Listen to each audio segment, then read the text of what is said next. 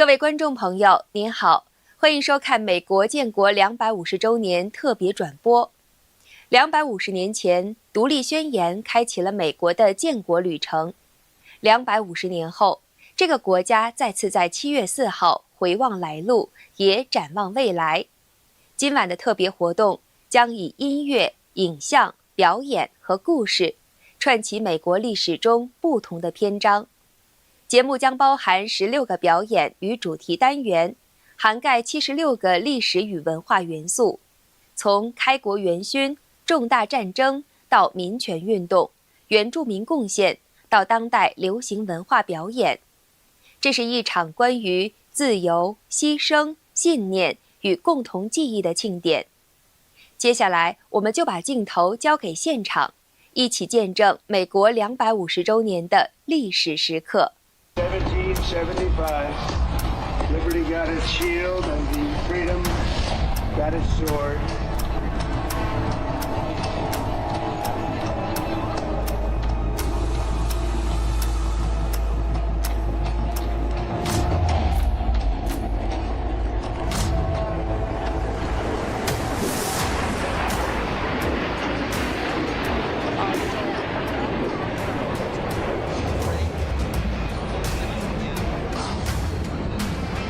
This is the U.S. Army in Vietnam, the era of capability, fierce firefights, and unwavering. Ladies and gentlemen, the safety of our guests, performers, and staff is our top priority.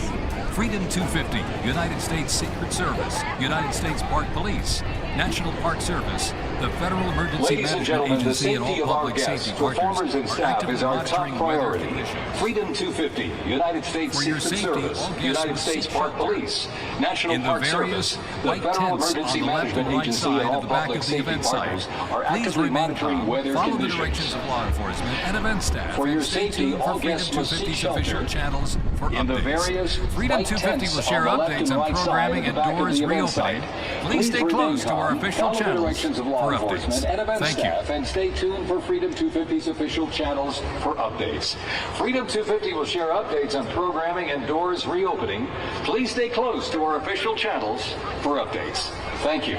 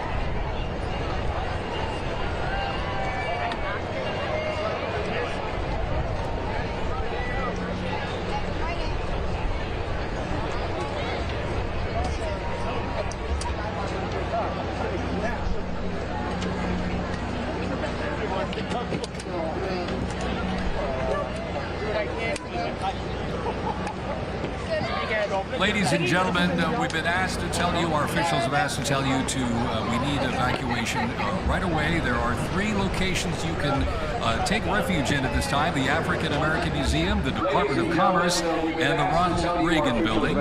We'll keep you updated so we can get our program underway, but we're just keeping you advised at this time you can take shelter at the African American Museum, Department of Commerce, and the Ronald Reagan Building. Thank you for your cooperation. So we can get our program underway, but we're just keeping you advised at this time you can take shelter at the African American Museum, Department of Commerce, and the Ronald Reagan Building. Thank you for your cooperation.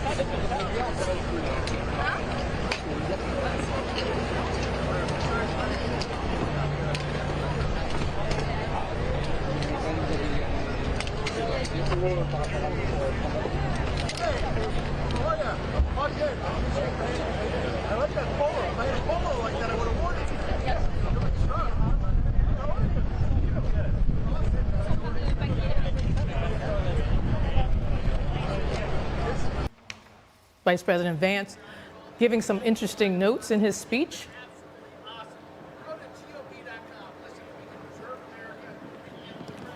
Saying today we celebrate 250 years of America facing the future without fear, encouraging Americans not to have fear, saying from the bottom of his heart, we are grateful for our friends, grateful for our allies on this special anniversary.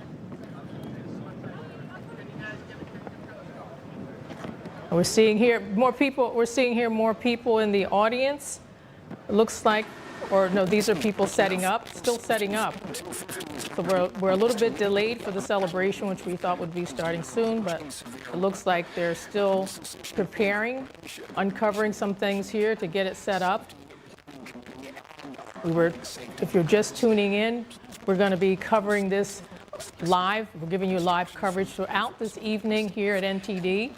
Starting now and continuing on, we're going to show you the live stream of all the events and celebrations that are going to be happening this evening. We were talking just a few minutes ago about what to expect. We have our reporter, Melina Weisskopf, on the ground there.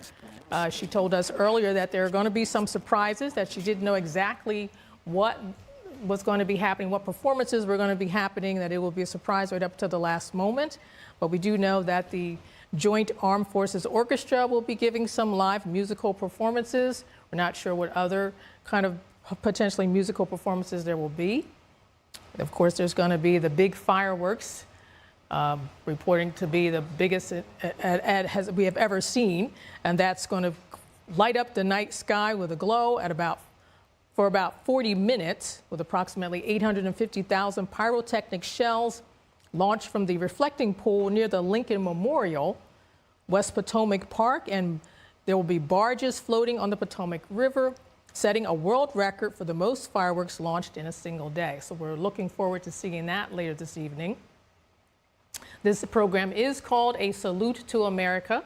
It's going to be held in Washington, D.C. Of course, President Trump will be coming in later this evening to give what he said will be a long speech. We're expecting him around 9:45, but with the delay, it could be a little later. We're not sure. The President has been very busy all this week leading up to today. He's been attending Independence Day festivities in other places. On July 3rd, he was at Mount Rushmore. And on July 1st, he opened the Teddy Roosevelt Presidential Library in Medora, North Dakota. Now, we were talking earlier about Vice President J.D. Vance delivering a 4th of July address here in New York earlier this morning. He was on one of the naval ships where he gave a speech to distinguished guests, including naval officers, senior naval officers. Gave a speech while aboard the U.S. naval ship as part of over 100 international naval and tall ships in New York Harbor. Now, we're seeing more people here coming into the event. Lots of seating there, it looks like. They're still kind of empty, but people are trickling in. It is filling up from what we were told by our reporter, Melina Weisskopf. It is cooling down, although the heat was really severe earlier today, and they had to cancel the parade there in Washington, D.C., but the people are not stopping. They're still coming out,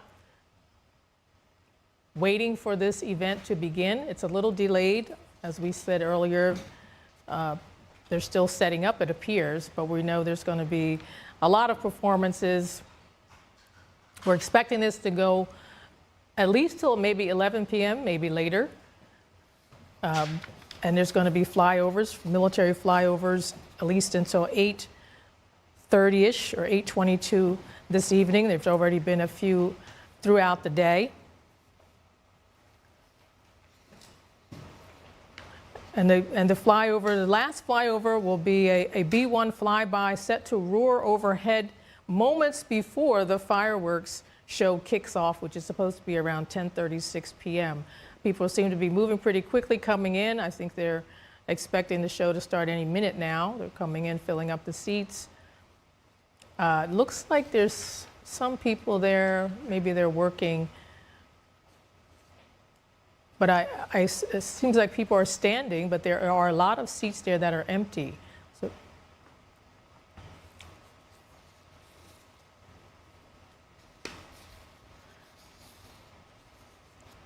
yeah, we're hoping to see the show get started fairly soon. We were expecting it to get going around 7 p.m., but there is a little bit of a delay. There's been a lot of activity already earlier today in Washington, D.C., despite them having to cancel their parade. There's been a lot of activity with military aircraft flyovers, setting a patriotic tone throughout the day. That started at around 1:15 p.m. with NASA's F-5 aircraft making an appearance. There were also precision formation performances from the Air Force Thunderbirds and the Navy Blue Angels, Golden Knight and Leapfrog parachute teams, and a flyover from the president's newly designed Air Force One were among the many highlights planned for today. Now we're seeing more seating here. It looks like a lot of empty seats, but people are still coming in. Boy, there seems to be space for a lot of people here this evening.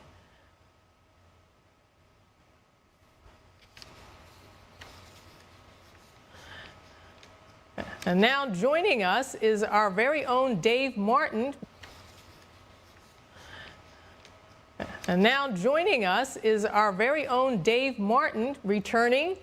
Thank you so much, Dave, for being here. Yeah, thank you, Arlene. This is exciting. We've got a lot of things going on in Washington, D.C., but we don't know what yet. According to Melina Weisskopf, we don't know what's going to be going on. What do you think? What do you think is going to happen?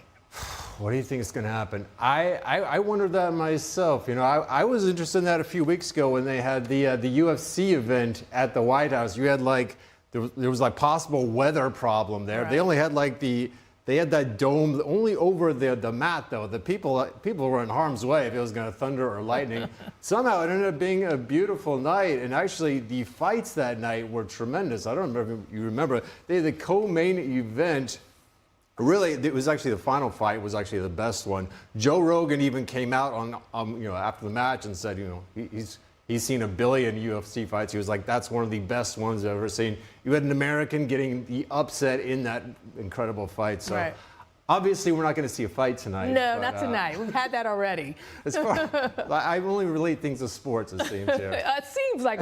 Well, here's a fun fact for you. Let's talk about some fun facts. The United States Postal Service on Saturday unveiled a new commemorative stamp honoring the Declaration of Independence as the nation celebrates the U.S. 250th anniversary. Now, I think that's pretty special if you can get some of those stamps and have them as a memento of this wonderful occasion. I mean, the celebration all across the United States. I mean, it's really, I think, significant to be able to have that as a keepsake. What do you think? Are you a stamp collector? You know, I'm not a stamp collector. I remember my grandpa was a stamp collector. I think he tried to get me interested in one time. Yeah, I had my baseball cards. I looked at the stamps and I was like, well, nothing happening, you know. It was maybe if you know the history of it, you know, you can remember like how much each of them cost. You wanted to mail an envelope or something like that, and you knew which ones were commemorative. To me, they looked like, well, if you're not going to stick it on something, what's the point of keeping it? He probably looked at my baseball cards the same way. It was like, what do you do with these, you know? But you know, stamps had a lot of meaning, I think, for a lot of people because they had a lot of interesting people on them, famous people, people who have done a lot of things in history are on stamps, believe it or not. Have you noticed that? I have. I'm curious if you like resell a stamp from like 100 years ago, does it really go up that high in value? I mean, we've seen like baseball cards go for millions of dollars. If you have like a Michael Jordan rookie that's in very good condition, you can be a millionaire, you know. There are some out there. There's like the 52 Mickey Mantle goes for millions. Well, I think stamps is the same thing. You get one of those rare stamps that nobody has. There's only 1 or 2 left, and it's in pristine condition and in glass. You know, they're worth millions of dollars. Yeah, so maybe if you get one of those stamps in 100 years, maybe you can sell it for, well, at that point it'll be like $1 trillion. It'll be like $1 million nowadays. You know, if it's in good shape, that is. Well, I think you should look into this 1776 to 2026 stamp. I think you'll be honored to have it. I'm going to do that, Arlene, just for you. I'm going to look that up. Right. I'll see what I think. Maybe I'll be like, you know what, Arlene's just opened up a whole new window for me here. All of a sudden, I will become a stamp collector. I'll start trading my baseball cards for stamps. Well, that would be interesting to see how it you works. grow out of the baseball cards and advance into the stamps. You know, I actually thought I had grown out of the baseball cards, but then when the COVID hit, the pandemic, and everyone's in their houses, you know, a lot of us, you know, went into our closets and brought out our baseball cards, and a lot of people actually got reinterested in baseball cards back then. Okay. Yeah, it was kind of that you were just so bored. You were like, you know what, these were fun years Let's look ago. at these again. Let's look at these again. Same cards still, but somehow they looked better at that point. I got another one for you. The Department of State is releasing a commemorative passport to celebrate America's 250th anniversary, and what I heard was that President Trump's on it. You know, I was hearing he was going to be on a stamp or maybe on the $500 bill or something like that. I don't know. He's going to be on Mount Rushmore maybe too. Yeah, he's everywhere. He's putting his stamp all over this country, you know. That sounds like my dad joke, to be honest with you. But the passport, I think, even has gold on it. I mean, you're never going to get another passport that looks like that. And it's so special that you can only get it at the Washington Passport Agency. You can't get it anywhere else. So that's, you know, that's a big deal. So if you don't have a passport, not that you need one, but, you know, if you want another keepsake, you can get one. I'll think about it. I'll think about that and the stamps, Arlene. You know, they still, just looking at the surface, they just don't interest me as much. You know, I don't do much traveling outside the U.S. And if you're in the U.S., you have your driver's license, you pretty much are set. I really have not had much of a use for the passport, but that seems like one I would like to get. I mean, you know, Trump actually had his shoes out a while ago. Exactly. You remember the gold shoes? Yes. I didn't get the gold shoes. That would have been a nice keepsake. They were sneakers, too. weren't they? The sneakers, yeah. Yes. You know, I would think in 100 years, those could be worth millions, but I passed on those. Maybe if he gets like a sports card, a baseball card with Trump on it, right? Maybe that's what I would go for. You know, the Trump rookie card or something like that, presidential rookie card. You know, you should get the passport because you really need to get out a little more, Dave. I mean, you're just staying. I mean, the United States is a wonderful country and we love it dearly. But you know, get out, learn, see the world a little bit. You know, get a little bit cultured. Yeah, get a little bit cultured. I'll think about it. And that just brings me to my next interesting fun fact. Well, not fun fact, but it's actually really endearing to us, and that is the world leaders giving congratulations to us for our 250th anniversary.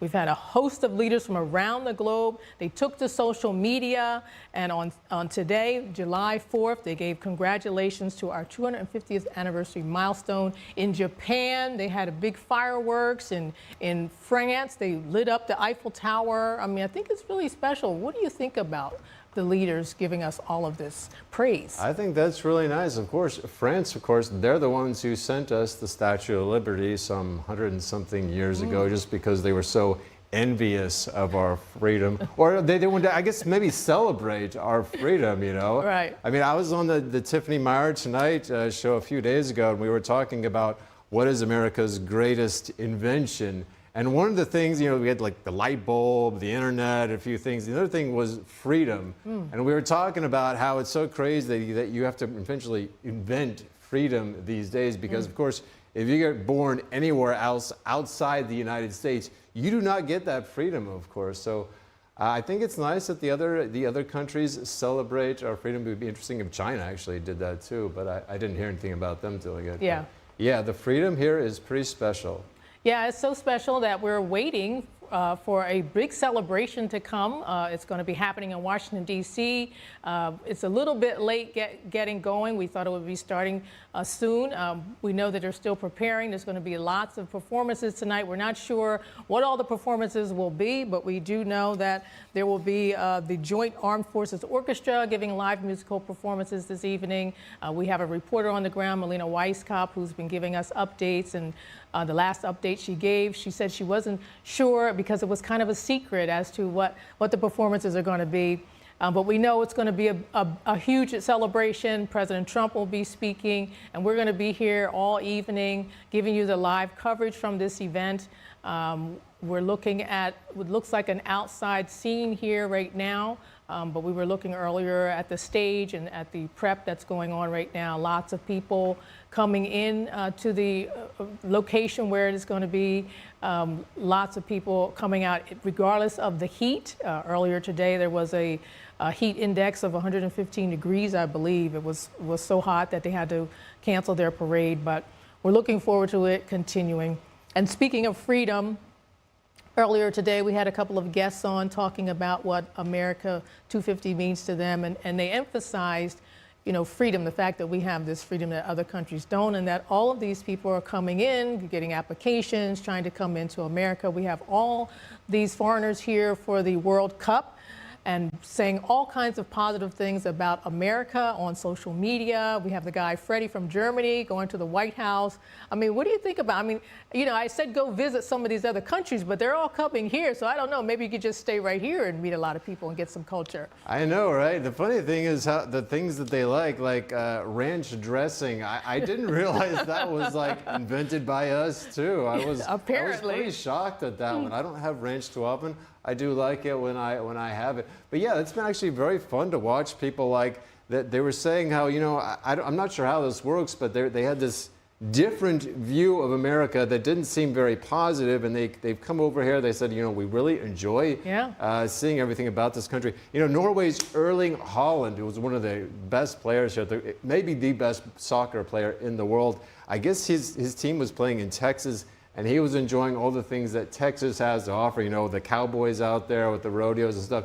He was really getting into that. I mean, you can understand the guy is a huge guy, so he kind of fits into that Texas rodeo style. But I've definitely seen a lot of fans coming over here and saying this is a much different view than I was told by our media. I'm really interested to see what their media has been telling them, but it's been very refreshing to see that. I think we should. I definitely like listening to foreigners talk about that. Yeah, you know, we just got an update that they're evacuating the public from this event right now due to weather concerns. The event has not been canceled, but it is delayed. I don't have an update as to when it might start. We were looking earlier at them setting up on stage and people coming in, but I did notice that there were empty seats. So I believe that's because the public is being evacuated at the moment. I don't know where they're going to go. I know that it was windy earlier when we had our reporter Melina Weisskopf on. It appeared that it was cooling down, but apparently it's not still pretty hot there, so they're evacuating. We'll have to give you updates as they come in as to when this might begin. Hopefully it won't be too long of a delay, but right now it is a delay, and so we're here talking about America and freedom.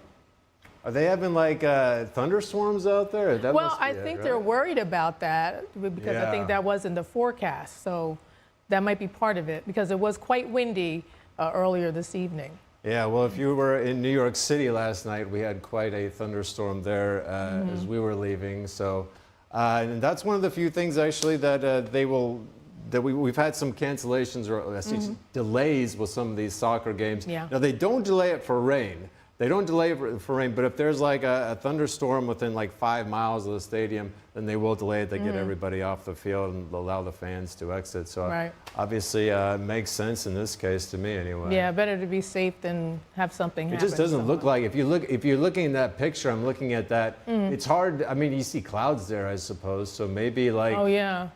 I guess you can see in the background, maybe there's some rain there. There's a plane flying over.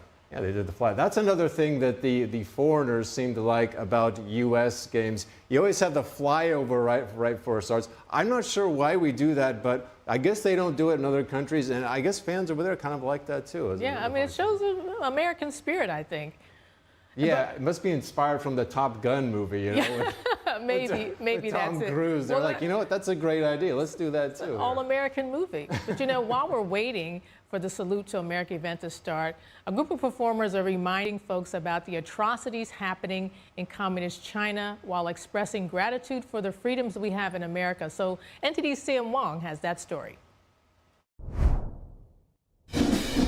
In the sweltering heat of D.C., the sounds of marching band and bass drums echoing through the streets in front of the U.S. Capitol. This as folks from all over the country gather to celebrate America's 250th birthday. We're very excited to be a part of it. Very excited. It's nice to see this since the parade was canceled. It's nice that they performed for us. That's why we came down this way. Although the 4th of July parade has been canceled due to heat, some have decided to stick around for the occasion. Dressed in ancient Chinese-style costumes, the Tianguo marching band is showcasing the beauty of Falun Gong, also known as Falun Dafa, a spiritual practice based on the core principles of truthfulness, compassion, and forbearance. They're accompanied by a waist drum team that's bringing some rhythm to the celebration. Our Falun Dafa group has been participating in the 4th of July parades for more than 20 years.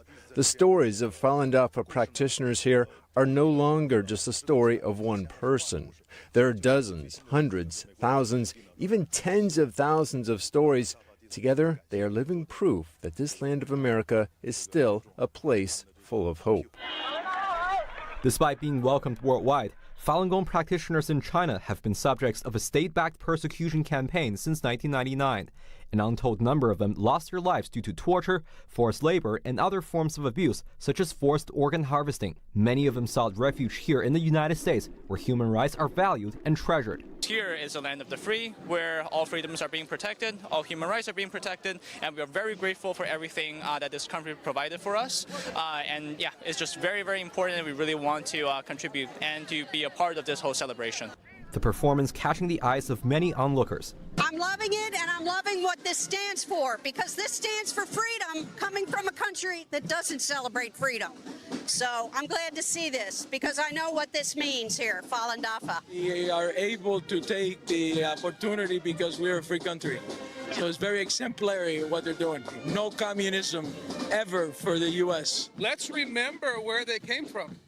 Let's remember why they're here and the freedoms they enjoy. Let's welcome them, you know. I just stopped on my scooter right here to celebrate them because they're celebrating us. Sam Wang, NTD News, Washington, D.C. And welcome back to NTD's live coverage of the Salute to America celebrations in Washington, D.C. Right now, the celebration has been delayed. We got an official statement from the Freedom 250's Danielle Alvarez. She said the safety of our guests, performers, and staff is our top priority. Due to approaching severe storms, Freedom 250, United States Secret Service, United States Park Police, National Park Service, the Federal Emergency Management Agency, and all public safety partners are asking all guests to evacuate event grounds and seek temporary shelter in a nearby building. So they are not canceling it. It is going to be delayed. They give a list of shelters where they can go. They're saying, please remain calm, and asking them to follow directions. So we have to stay tuned to see whether or not there will be more updates, and we will share them with you as they come in. Right now, Dave and I are just chatting here about freedom. We just saw a package of the Falun Gong Tianguo marching band performing. Even though the parade was canceled in Washington, D.C., they still perform because they want people to know how happy they are to be here in America and how important freedom really is to people who come from a place, a country that does not have the freedoms we have. Yeah. And freedom really is to people who come from a place, a country that does not have the freedoms we have. Yeah, that's exactly what that lady said. It's coming from a country that doesn't have freedom. Of course, I didn't expect that the China leader would be celebrating, America's 250th birthday, of course. Obviously, they have a much different belief in what freedom is over there. So, it's very encouraging to see people who don't have freedom to come here, and probably are a little bit surprised that people, I guess if you don't know what you're missing, like you go to China and you don't have freedom, like obviously, we were talking about my passport. I've never been to China, so I've never experienced being over there. But it's one of those things where you should for sure take for granted if you don't have that. And for sure, like I think they come over here and they kind of wonder why people aren't more celebrating the freedom that goes on. Why people are a little more patriotic. We've seen kind of we've seen kind of a lowering, like there's not as much patriotism in this country anymore. And I think when it's kind of refreshing to hear a foreigner come over here and just kind of be a little bit bewildered, like you have freedom, like why aren't you celebrating Yeah, this? and we had a couple of guests on earlier today who were making that point. I mean, there were concerns there about more and more socialism and communism coming into the United States, and the younger generation not appreciating the freedoms that they have here, not really realizing what sacrifices were made in history for them to have these freedoms. And they're complaining about the United States, they're trying to change the United States, they're trying to support socialism and communism, and they were really concerned about their lack of understanding of what freedom really is. And I think a lot of people have figured out that we really don't teach that kind of history in our school. You're not really brought up to learn about those things. I know I wasn't. I remember going through school, and I was taught that the communism, it's just a different form of government was what we were taught. They forgot to mention the hundreds of millions of people that Mao killed in China. You know, these things are somehow just pushed to the side, and it's just, it's ruled by a dictator. That's the only difference. But of course, to get from freedom to ruling like that that's the key. It's not like someone runs for president and says, "Oh, by the way, vote for me. You won't have any more freedoms anymore, and I'll take over." I mean, it always comes through a big lie. Yeah. That's how it always comes through. And of course, nobody ever thinks that they're voting for that. You have to fool people into getting that far. That's what a lot of our history in classes. It does not teach the actual way of how communism comes in place. And if you know how that is, you know that having patriotism is not how you get to communism. Of course, there are people that want communism here, I'm sure, and that seems to be part of their plan. You have to make the people, in a way, hate their country almost. You've got the class struggle as well, which we see plenty of going on in our country as well. It's not something, obviously, that happens overnight, like I was saying. So, yeah, I think it's really refreshing. Of course, we also saw the scene in that package of the Tiananmen Square, something you don't always read. You certainly don't hear about that in China because they deny that ever existed, even if you have the footage there showing it. So, very powerful package there by Sam. Yeah, and I think, when you talk about socialism and communism, some people don't understand that socialism is just one step away from communism, right? We're talking about giving you everything free, we're talking about, affordability and, giving you free housing and free food. And if you go to these communist countries, I mean, these people who are here from those countries will tell you that, everything free doesn't mean good, right? Because you're under the control of the Communist Party. They give you all these things for free, but you don't have any freedom to think the way you want to think, to act the way you want to act. I mean, it's really not as nice and wonderful as you believe it is. They want you to be reliant on them. That's what they want. It's all these things. Here you get all this free stuff. You then become reliant on them, you vote them into office, and then even if you're completely poor, well, I'll still give you a few food stamps or something like that. They want you to be totally reliant on them. Meanwhile, you don't realize that in the process, everything about this country has gone down or something like that. That's how they always do it in these countries. It's so sad, and of course we see what's going on right now with some local elections. Obviously, you've got people already calling themselves socialists, openly now. Openly, I know, not hiding right? It. Yeah. I was actually talking to this girl who I think she's from China, and she came over here, and one of her professors said, "Well, this country will never ever fall to communism." And we were talking about it, and I'm not saying it will, but I was telling him, I was like, well, you would never say, there would never be a communist party here. You would just have it in a different word. And I don't think people realize socialism is a communism, and voting for that is just voting for the same. Yeah. Well, we're going to take a little break here because it's getting a little deep in here. And Denise Jack Bradley brought us a story earlier on a nationwide tour kicking off in California today, where America's founding history is brought directly to communities across the country. The tour is traveling coast to coast, kicking off yesterday in Bakersfield, California. Let's take a look. We're here in Bakersfield, California, where the US 250 tour is kicking off. This vehicle behind me here is visiting all 50 states. One city in every state, and we're going to go until we can't go anymore. But in between tour stops, we take our bus on the road and we go and do Liberty trips to share the story of the people, the places, and the events that made us who we are. I know this is something going around the whole country, so I know it's so exciting that it's here in Bakersfield and here in our communities. At the center of the event is the Freedom Village, with family activities and educational exhibits showcasing America's founding era. What has made this country the greatest in the world is celebrated, and that is entrepreneurs. The Hall of Giants tells the story of influential American entrepreneurs. We've asked everybody to put on the board their favorite business. You know, these are the backbone of America, these people. They are what provide all of the jobs that we have, and it's important that they get the recognition for the role that they play in this wonderful community of Bakersfield. One of the most popular stops, an interactive hologram with Ben Franklin. Hey Ben, what do you consider your greatest success? I would say it was helping to create a framework, the Constitution. What does being an American mean to you? Oh, it means everything. We have all this freedom because of the justice and liberty that our forefathers have fought for, and now we get to enjoy and all that, and then also participate in it. America's the best place in the whole world, and we have so many freedoms. Yeah, I think it's important to celebrate what brings us together. I think we've had a lot that separates us, but we've accomplished a lot. Like, we haven't had a war on our territory. We have so many privileges. This country provides so much for us. I can provide for my family.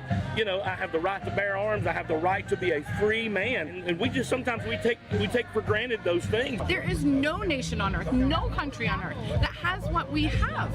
We have individual rights. We know that they come from God. And if you know that, then the government cannot enslave you. And in the evening, thousands more made their way to the festival for patriotic music and fireworks, celebrating America's past and looking toward its future. The next stop on the Freedom 250 tour is in Utah, where they're going to be holding a festival just like this one, celebrating the founding values of America, faith, family, and freedom, and what makes America a great place to live. For NTD News, I'm Jack Bradley. And welcome back. We're here covering the special events in Washington, D.C. that haven't started just yet. We were going to be giving you live coverage throughout the evening, but unfortunately, there has been a delay in the Salute to America events in Washington, D.C. We have an official statement here from Freedom 250's Danielle Alvarez. She said the safety of our guests, performers, and staff is our top priority. Due to the approaching severe storms, Freedom 250 will not begin right now. They're asking people to disperse and find shelter temporarily. Now, it hasn't been canceled, but we're still waiting for updates to see whether or not the storm will blow over and they will continue as planned. We will be sharing updates as we get them in. I'm here with Dave Martin right now. We're having a little chat about freedom and the world and what's been going on in the world. We've got guests we had on earlier talking about socialism and communism coming into our country, but we have a lot of proud Americans right now. A lot of people are very proud to be celebrating the 250th anniversary. We've had our reporter there, Jack Bradley, just a few minutes ago talking about the traveling Freedom 250 truck, I guess it was, he was talking about, and going all around the world. I think he's in California. A lot of people there are really psyched about this celebration. They're very happy. And I'm hoping that we can keep this going after the celebration dies down. What do you think? I hope so, too. I mean, obviously, this is you don't celebrate 250th anniversary every single year, for sure. Yeah. Trump, obviously, though, is the patriot, you know, so I'm sure during his 4 years, he's going to make sure to emphasize these things. And rightly so. I think he should. I think we've kind of gotten away from that. But I liked Jack's package there with the him talking to Ben Franklin. That was that was pretty cool. That was pretty and Ben funny. answered his question. And they showed the fireworks there. And I don't know if you saw it, but San Diego, I guess they were planning to have this huge fireworks display that was going to go on for like, I don't know, 15, 20 minutes. Due to a computer error, it all went off at once. But it was like an amazing 30 seconds.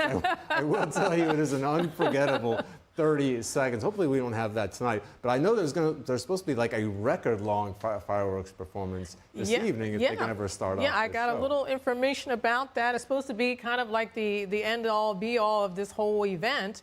It's supposed to be for 40 minutes long.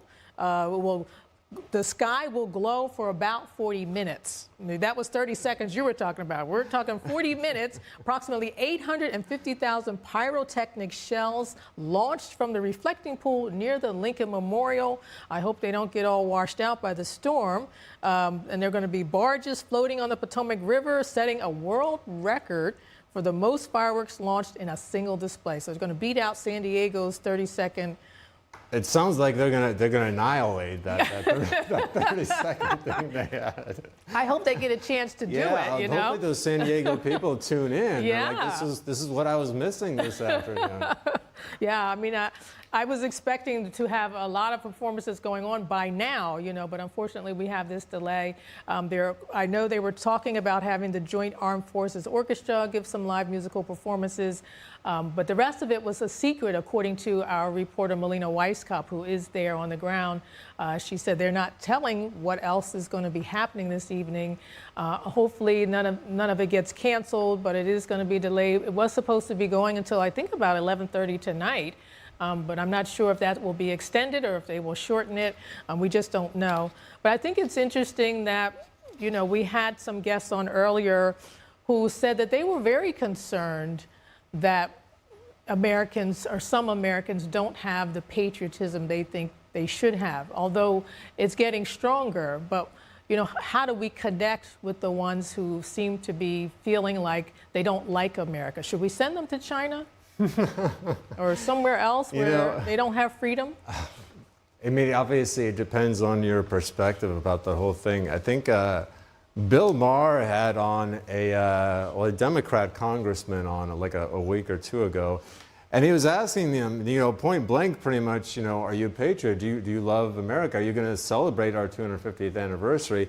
He didn't quite actually get a straight answer from the guy. The guy's like, well, my kids will be, you know, something like that. But he criticized him. He's like, you know, this really has made it turn into like what feels like a big MAGA party. It feels like this is just we're only seeing those people celebrating this. Yeah, I would think if you went to China and didn't get, you know, the tour that China would normally give you to try to fool you into thinking that, you know, they have this great thing. I'm not saying that the people of China aren't great, of course, like that. But I don't think most Chinese people would agree that the suppression that they're under. I mean, we've talked. How many packages have we talked about that the Chinese regime is killing their own, you know, people, like Falun Gong practitioners? And these aren't people who've committed like crimes. These are people who've just, you know, political prisoners, I guess you could say. Well, they're practicing their religion. I mean, how can that be political? But that's kind of how they place it. Right.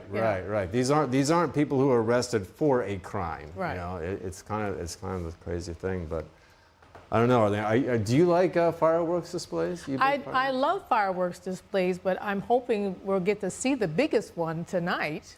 You know, now when I enjoyed like lighting off fireworks as a kid. You know, actually going to a display. I remember me and my friends, we would get kind of bored when we were going there. Right. It was much more fun to actually light them off yourself. Although I will say my parents were never thrilled when I actually did that. I gotta say, but it was quite a letdown to actually go watch the fireworks. Right. Although I'm sure if I was a parent, I would not want my kid doing anything I was doing with those. But I still enjoy watching. Well, you know, I was talking earlier about the guests we had on earlier, and we're bringing back one of those guests. Joining us now is Angie Wong. She's a political strategist and columnist. She joined us earlier to discuss the values and actions that define America. So welcome back, Angie. Thank you again for having me. So what do you think about this delay that we're having? We were expecting this big celebration in Washington, D.C. We're all ready to live stream it for our audience, and now there's a delay. Yeah, I'm because having of the heat and the storm and the weather. Again. That's right. And remember, in 2025, in January, when he was having, when President Trump was having his inaugural, he was also having to move it indoors because of the weather, because of the extreme cold. And now it's because of the extreme heat and also perhaps a major storm coming through.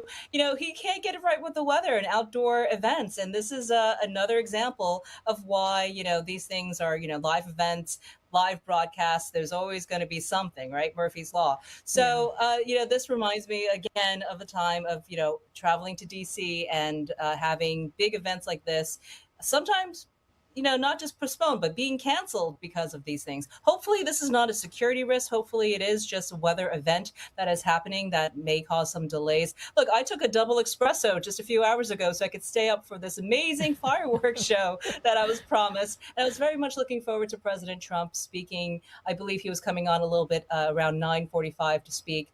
I was really, I have my patriotic colors on. I was very much looking forward to all of it, but it's going to be delayed, and we're going to, I think it's still going to be an amazing show because we saw what President Trump, the Secretary of the Navy, and also J.D. Vance did earlier today in New York City. They did an amazing air and sea show in the harbor of New York City. So I think that was just one long pageantry coming into the big finale tonight within the harbor of New York City. So I think that was just one long pageantry coming into the big finale tonight with a great fireworks show. You know that I've been watching the air show all day today, and it's just so patriotic.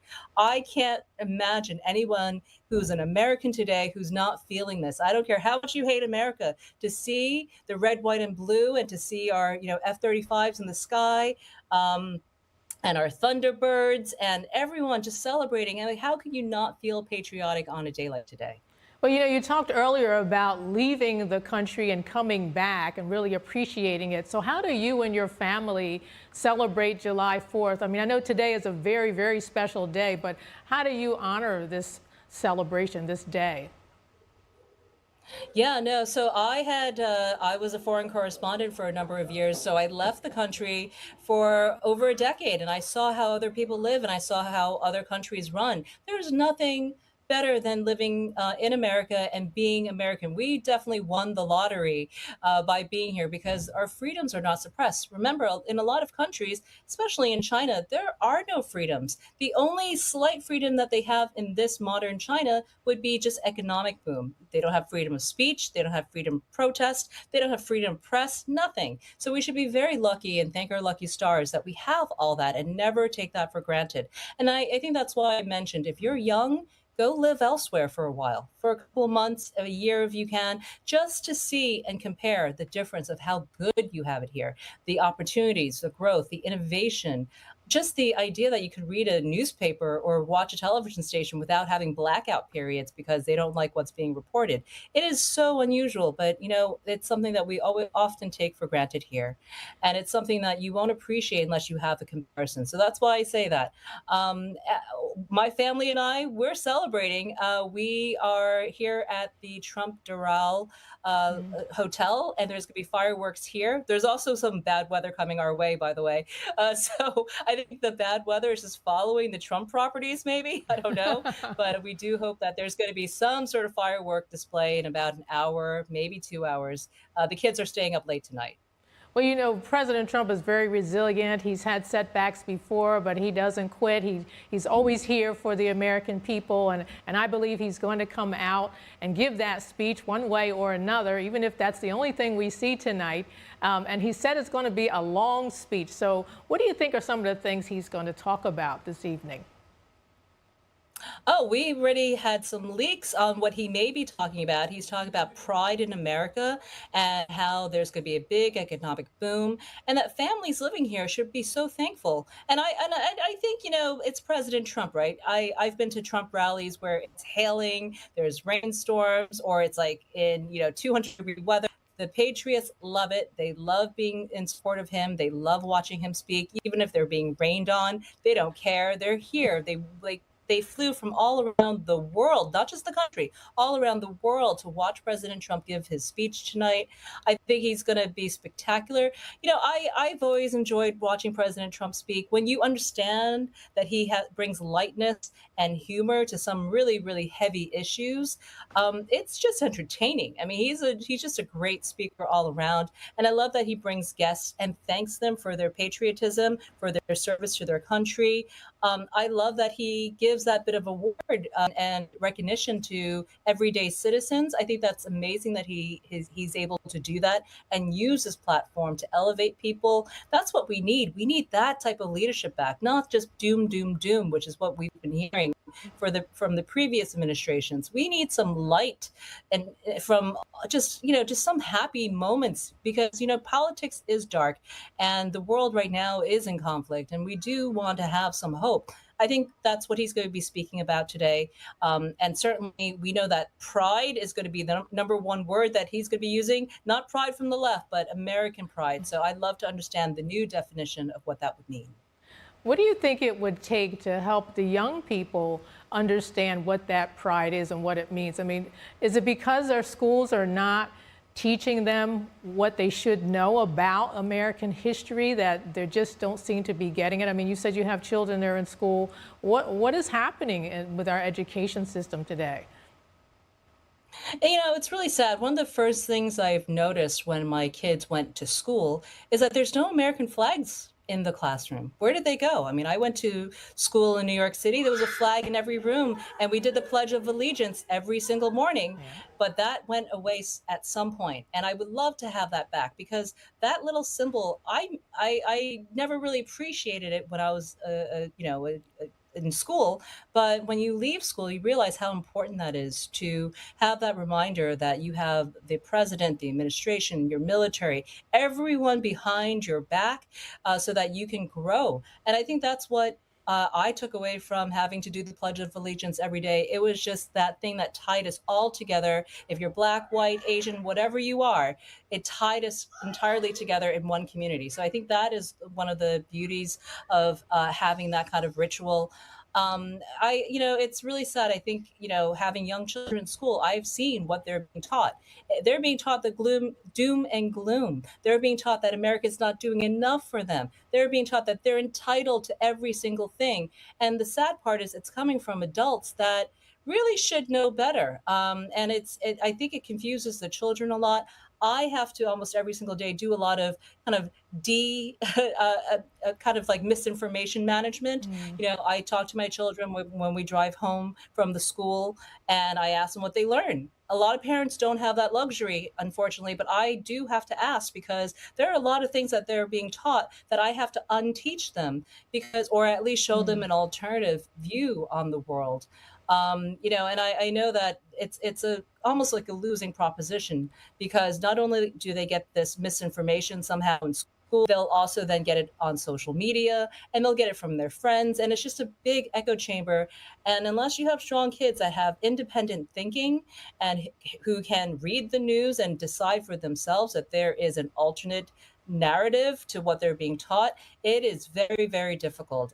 So I really would like to see if we can, within this administration, do something with our education, have the teachers, colleges be held accountable for some of this stuff, because some of the rhetoric that I'm hearing, it's policy and political talk, has nothing to do with reading, writing, math, social studies, American studies, nothing like that at all. And it's really, to the detriment for our younger generation. Like you, I remember saluting the flag every day when we were in school, and I also remember doing that at all the sporting events that we had. It was a must. It was what made us feel proud.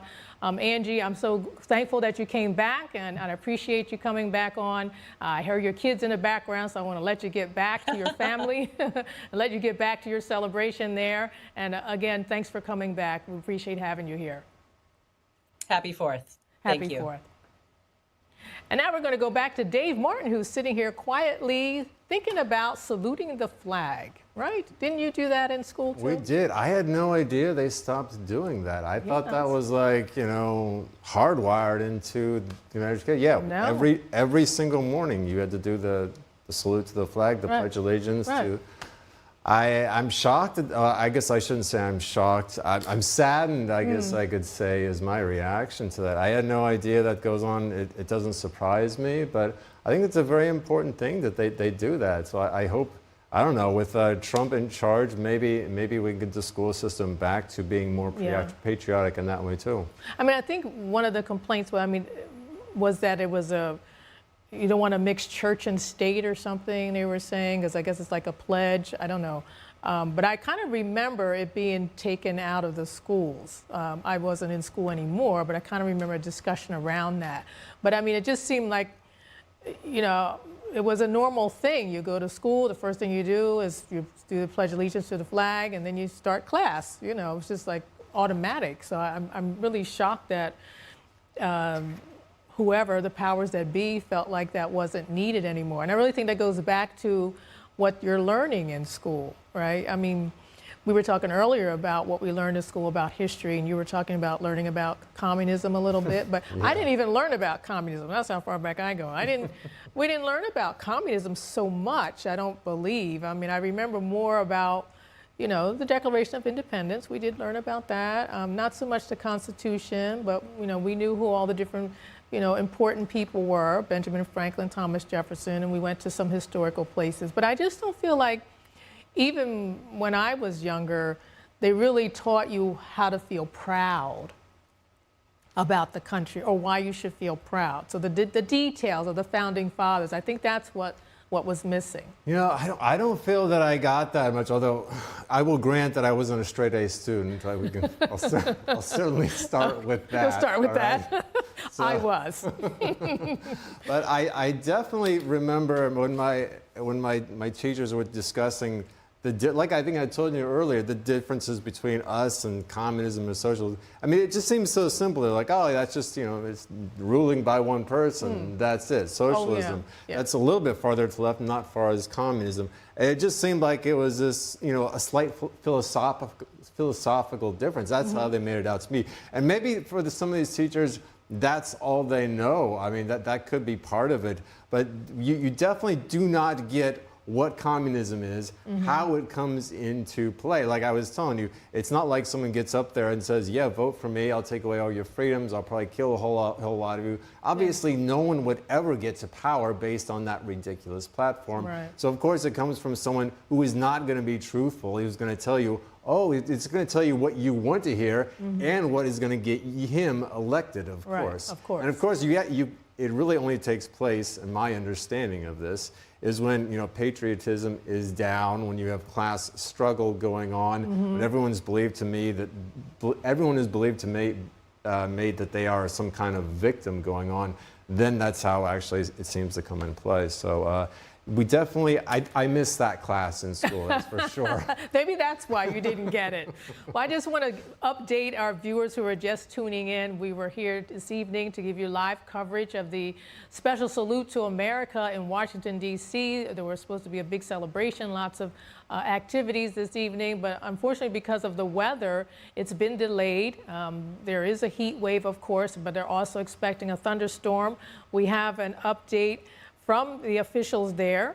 They said that the safety of our guests, performers, and staff is our top priority. Due to approaching severe storms, the event has been delayed. They've asked all of the people who are come there to see the events to seek shelter temporarily until the storm blows over. Hopefully it will blow over.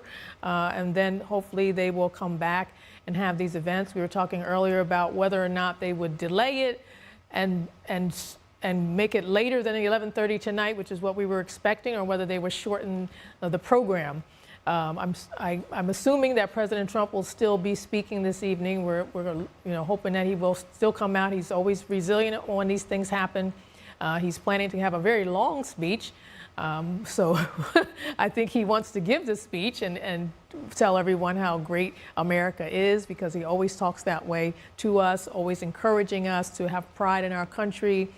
He's trying to do so many things to bring that pride back. Unfortunately, there are some Americans who don't appreciate that, who are not happy with this country, who are not happy with our president.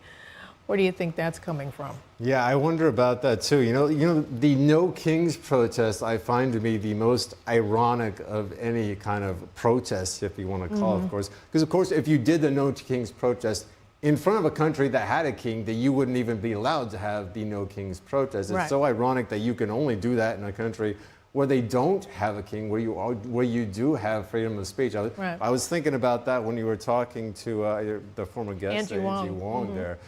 To me, it's just like the most most obvious thing. Like, why don't you actually do that in a country where they do have a king? I think we actually know where they're going now, though. But of course, like Trump, I'm looking forward to hearing him speak too. He's got that lightness and humor that exactly. Angie Wong was talking about. Yeah, he's just a funny guy. Obviously, we've covered him for quite a long time. I remember doing the GOP primary when he came in to talk just a few days after getting, shot in the ear with that attempted assassination. Yeah. It doesn't seem like anything gets that guy down, I'll say that. Like, he has this unlimited amount of confidence no matter what is going on. I'm always amazed at how he does that. It just never seems to waver. That blows my mind about Trump. So yeah, I'm looking forward to hear the guy talk here too. Yeah, well, we'll see if that happens later this evening. But for now, we're going to go to earlier NTD's Daniel Monahan brought us America's 250 Week in Review, from presidential travel and policy moves to nationwide celebrations. It's been a busy week across the country as we prepare to celebrate our 250th birthday. Let's take a look.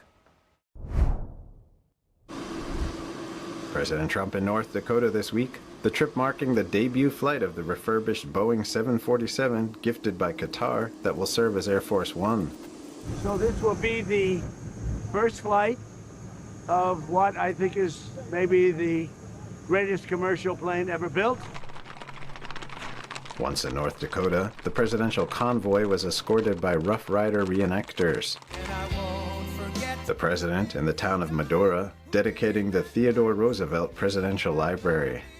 There could be no better place for this new national treasure than the Rough Rider state. The 1898 Rough Riders, led by Roosevelt, became famous during the Spanish-American War. At the library, a meeting across time, President Theodore Roosevelt and President Trump separated by 125 years. Every day our president faces storms most people never see. Keep your nerve and remember the nation comes first. You get through. President Trump riding the Freedom 250 train in Medora and getting a hero's welcome. The White House also sharing a video with Roosevelt's 1910 Man in the Arena speech in Paris, narrated by first son Donald Trump Jr. It is not the critic who counts, not the man who points out how the strong man stumbles or where the doer of deeds could have done them better. The credit belongs to the man who is actually in the arena, whose face is marred with dust.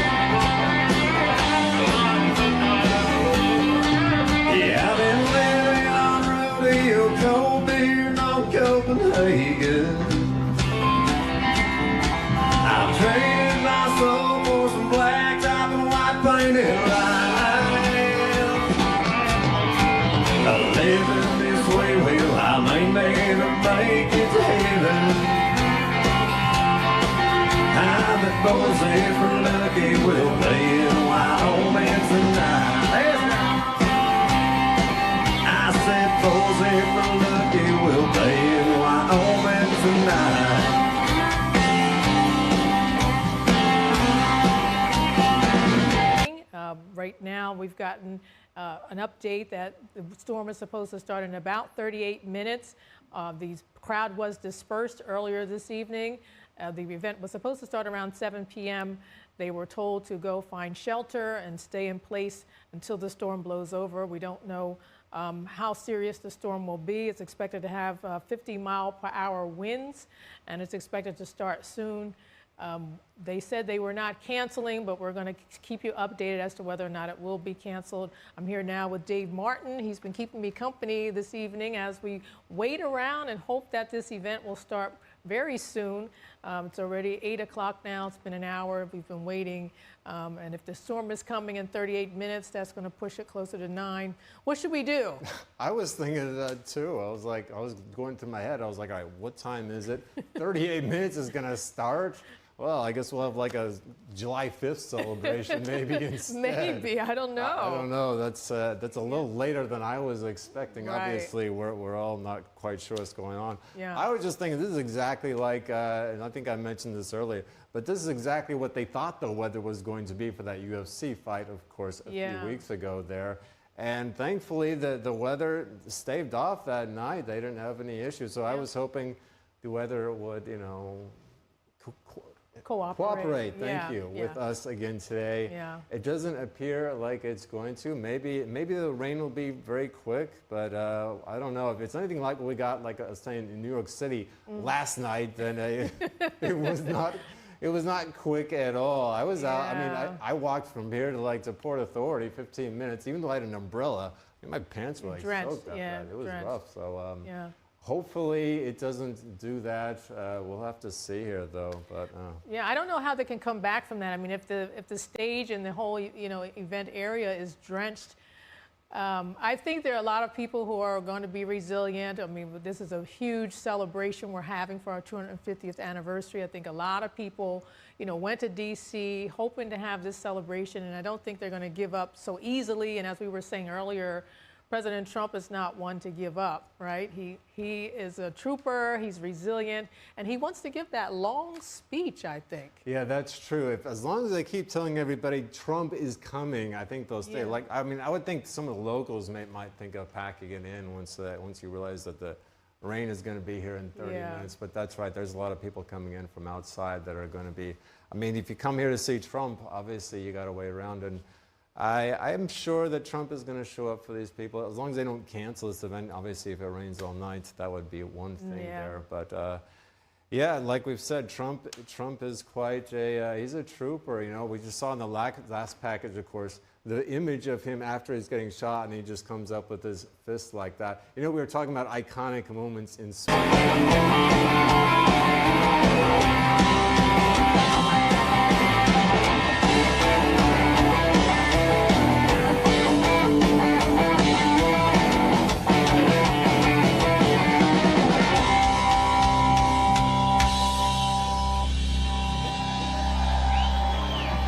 Oh, thank you so much.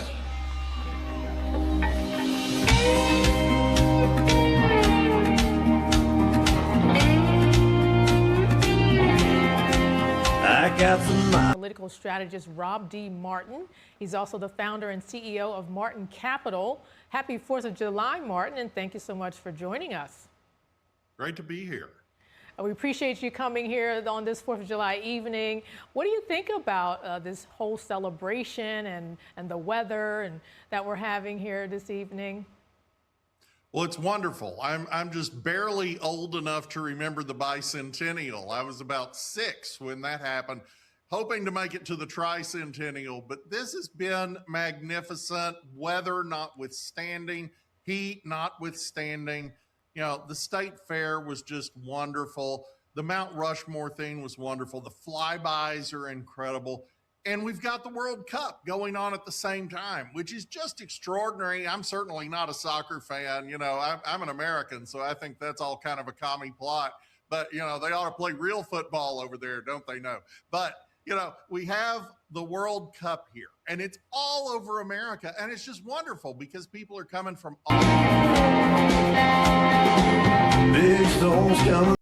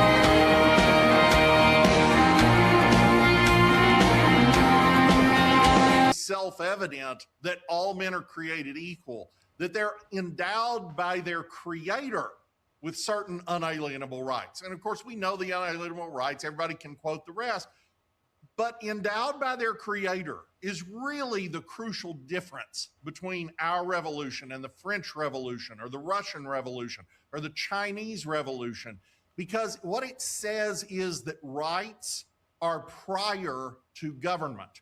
Government did not give you your rights. Government, therefore, may not take away your rights. And crucially, and the founders to a man understood this, crucially, government exists not to rule you, but to secure your rights. And that's exactly why America has been so successful. You know, we were just 3 million people huddled against the Atlantic coast 250 years ago.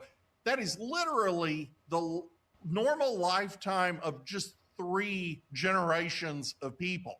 And 3 million people have become nearly 350 million people. We're 4% of the world's population, but we're 26% of the world's economy, most powerful military in the world, all these different things.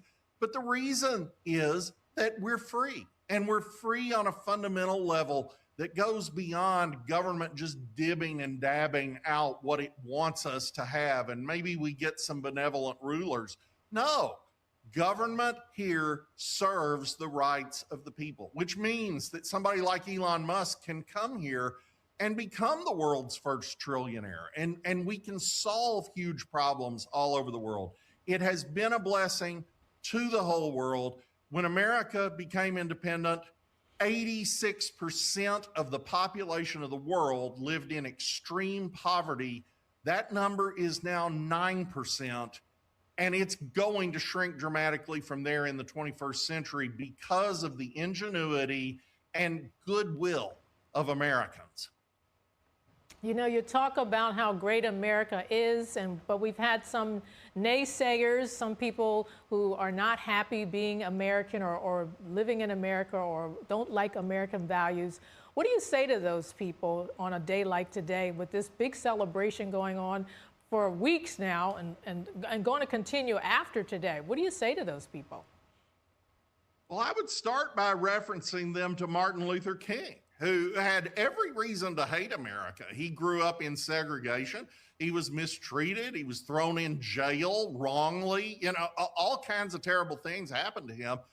And yet he consistently proclaimed the vision of our founding fathers, that the Declaration of Independence was the greatest human document in the history of the world, that it established this enormous promise to all mankind, and that what he was working for was not to overthrow the American system, but to make it live up to its promise, which in point of fact, it has. You know, the civil rights movement succeeded, segregation ended, and we welcome people from all over the world. We do ask that they actually come legally.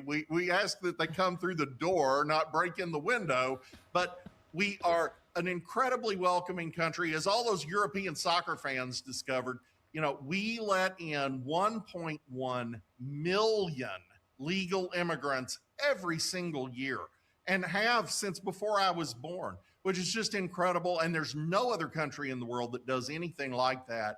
And they come here for a reason. We absolutely can't let enough people in for there not to be more who want to come, precisely because they understand in their bones there is opportunity here that doesn't exist anywhere. So I would encourage some of our socialist friends in this country, his followers, AOC, they should go spend some time in Cuba or North Korea or Venezuela or any other country they wish to choose, and just live there for a while under the sweet, tender mercies of these socialist regimes and see how well that works out for them. All right, you guys, like I told you, we're from the great state of Wyoming. We do have a fiddle player in the band. Who wants to see Brooke play the hell out of the fiddle today?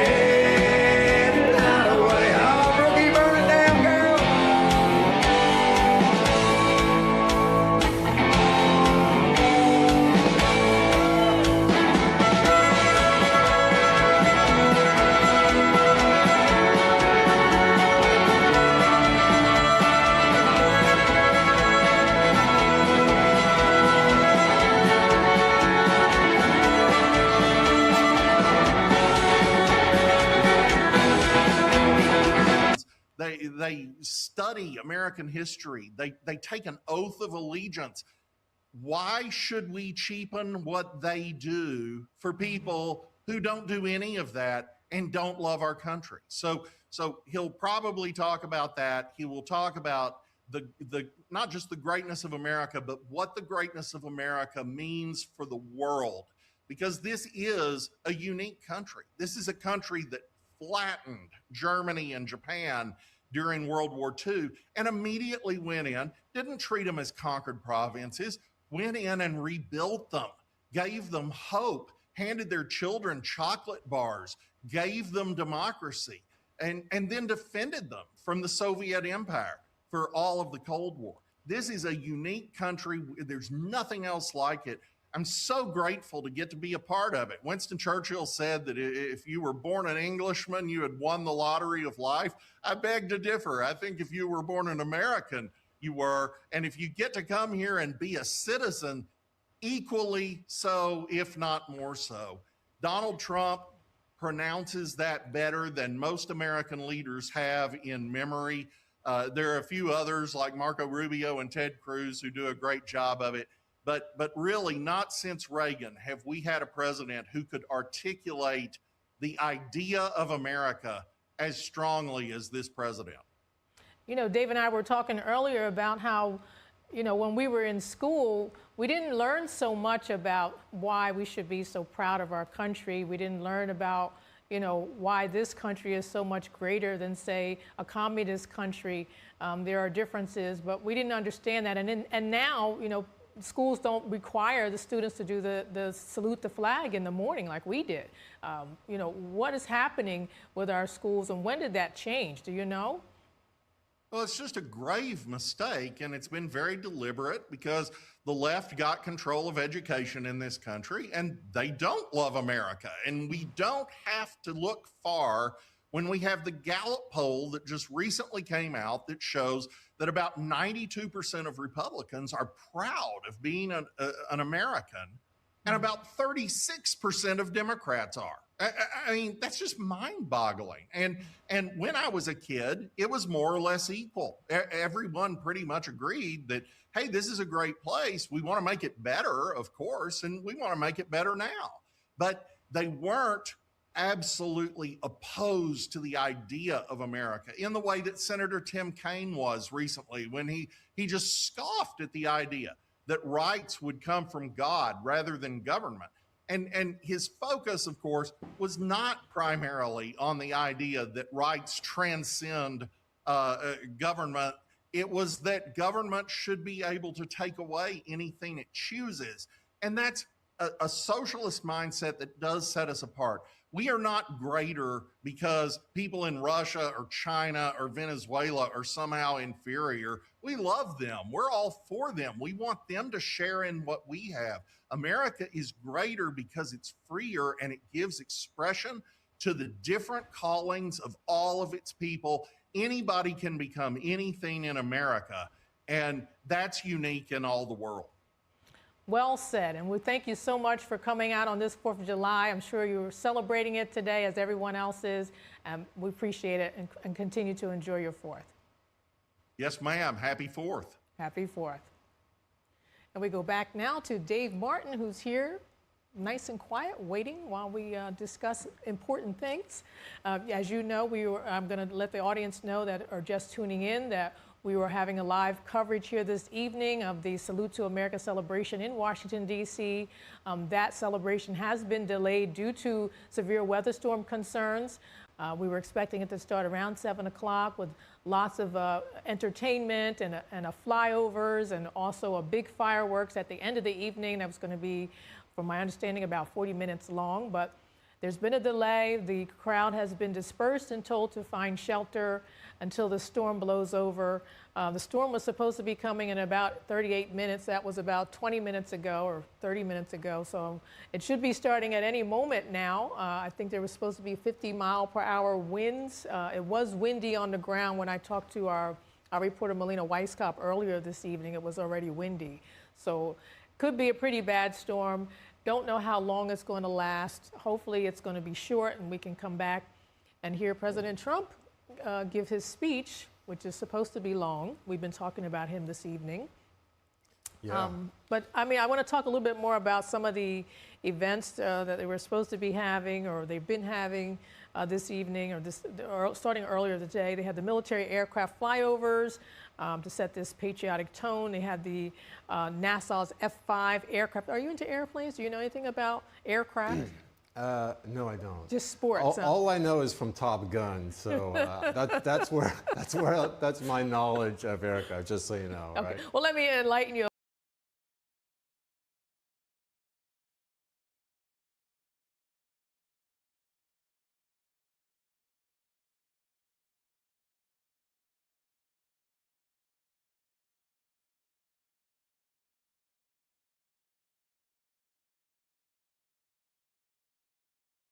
The Air Force One is doing a flyover. Is that what you said? Yeah, the new one. They have a new one now, so redesigned newly redesigned Air Force One. Well, that seems like pretty cool. Because, I mean, from what I can tell, that thing is way bigger than those smaller fighter jets. So that would be a pretty cool event. And it's probably a slow fly. It's probably not going like the jets do with all this. Oh, you know, earlier, Melina Weisskopf said that she was watching one of these performances of the flyovers, and they looked like they were going to hit each other, I guess. And then right when it looked like they were going to collide, and it was part of the performance, not really.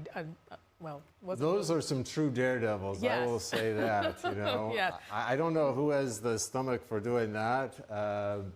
That's pretty amazing. I mean, I have a little trouble just getting on airplanes and, the much takeoff. less a flyover, huh? Yeah, much less a fly. I can't imagine they have Air Force One going, next to a control tower going very fast, No. of course. You like could that. ride on Air Force One. I think I could do that. I think it'd be pretty safe for you. I think I'd be all right. Yeah. Hopefully Trump invites me into that sometime. We'll see. You never know. I mean, he's a nice guy. He seems like a nice guy. Yeah. I'm usually pretty nice to him. I voted for him, right?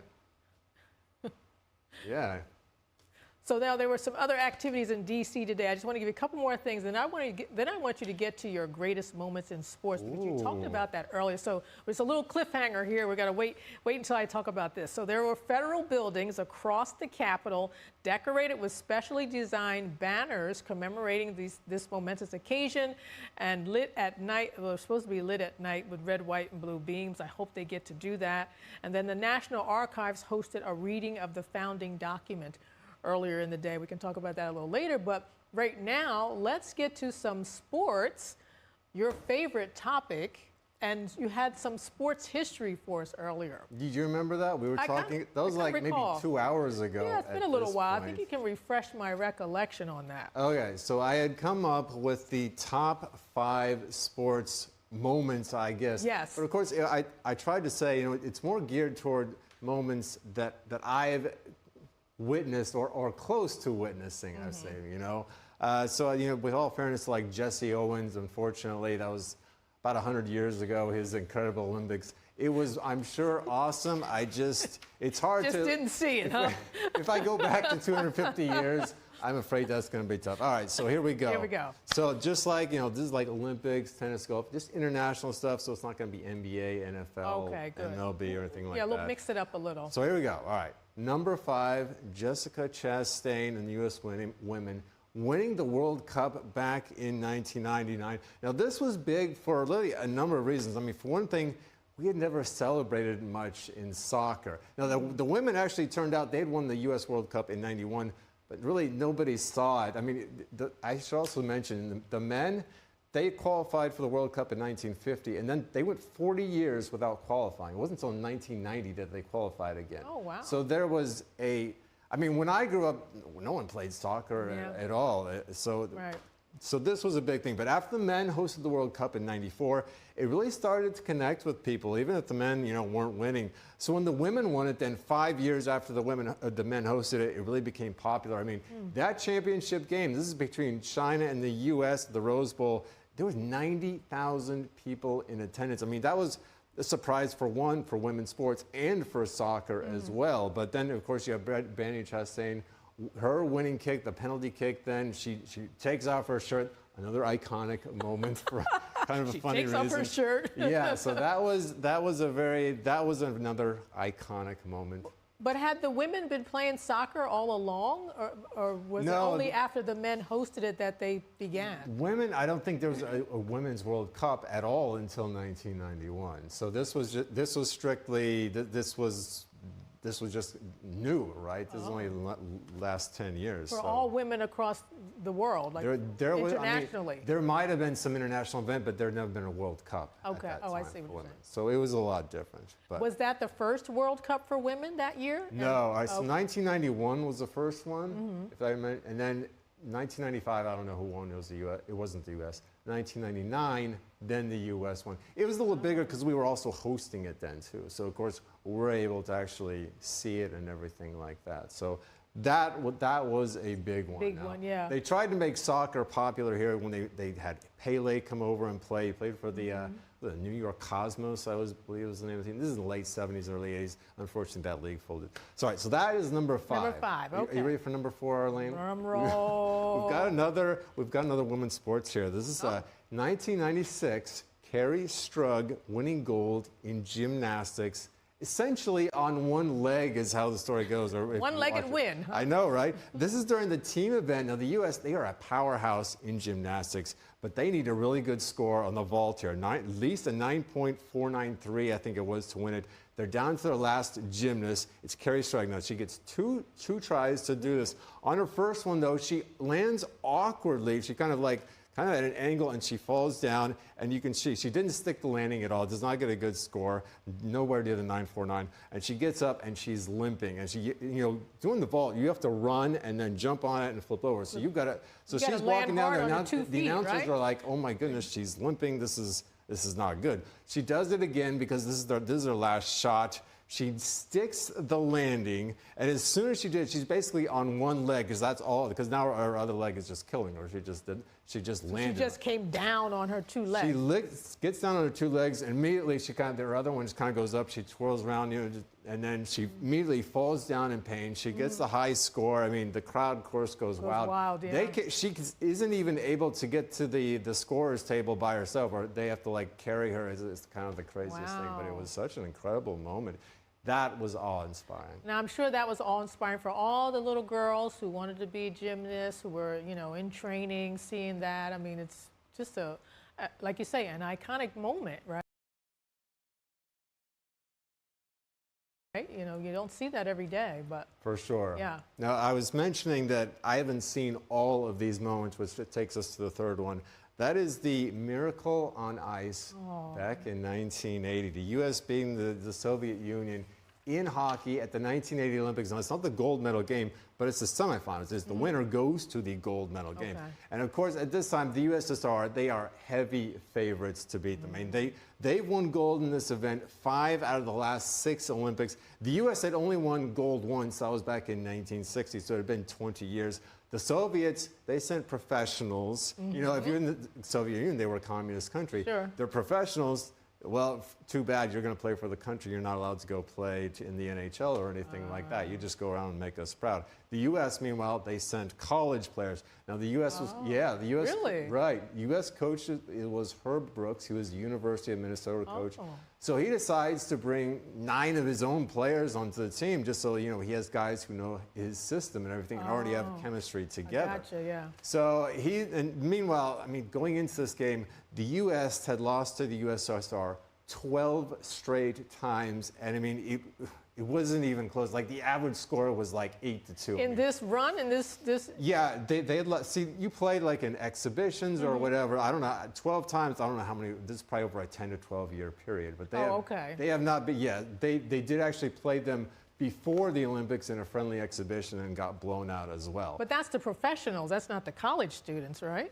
No, that we're losing to them. That's the U.S.'s international team. Okay. They are amateurs. They didn't send their NHL players. And to be honest, even though we had NHL, most of them were from Canada or other countries. We didn't have too many U.S.-born players. They were in the U.S. cities. So as it turns out, the U.S. plays a great game. They win 4-3. Al Michaels does that, iconic call. He's like, "Do you believe in miracles?" And I'm like, "Yes." And the crowd goes crazy. I think everyone kind of forgets it wasn't even the gold medal game. It was to get to the gold medal game. Oh. They would win gold just a couple of days later. Oh, they did win the gold. So yeah, two days later they play for the gold and they win. Who did they beat? Well, I don't remember that one. Oh, You come stumped on. me. But, I stumped you. 46 years later, we win a second gold. You remember a few months ago in the Olympics when we beat Canada, both the men's and women's. You remember that kid that gets hit in the puck hits him in the face and he loses all his teeth and he still comes back in. He's got that toothless smile. So yeah, that was pretty incredible there. Yeah. Wow. So can you beat that with number 2? I think I can. Really, 2 and 1 were so difficult. Yeah, that was number 3. Number 2, I'm going with Michael Phelps winning his 8 gold medals at the 2008 Olympics. Now, no one had ever won 8. People had won 8 medals, but never 8 gold medals. Mark Spitz had won 7, so he's trying to beat Mark Spitz. Now, if you know this, he had 6 individual events, Phelps, and he had 2 team events.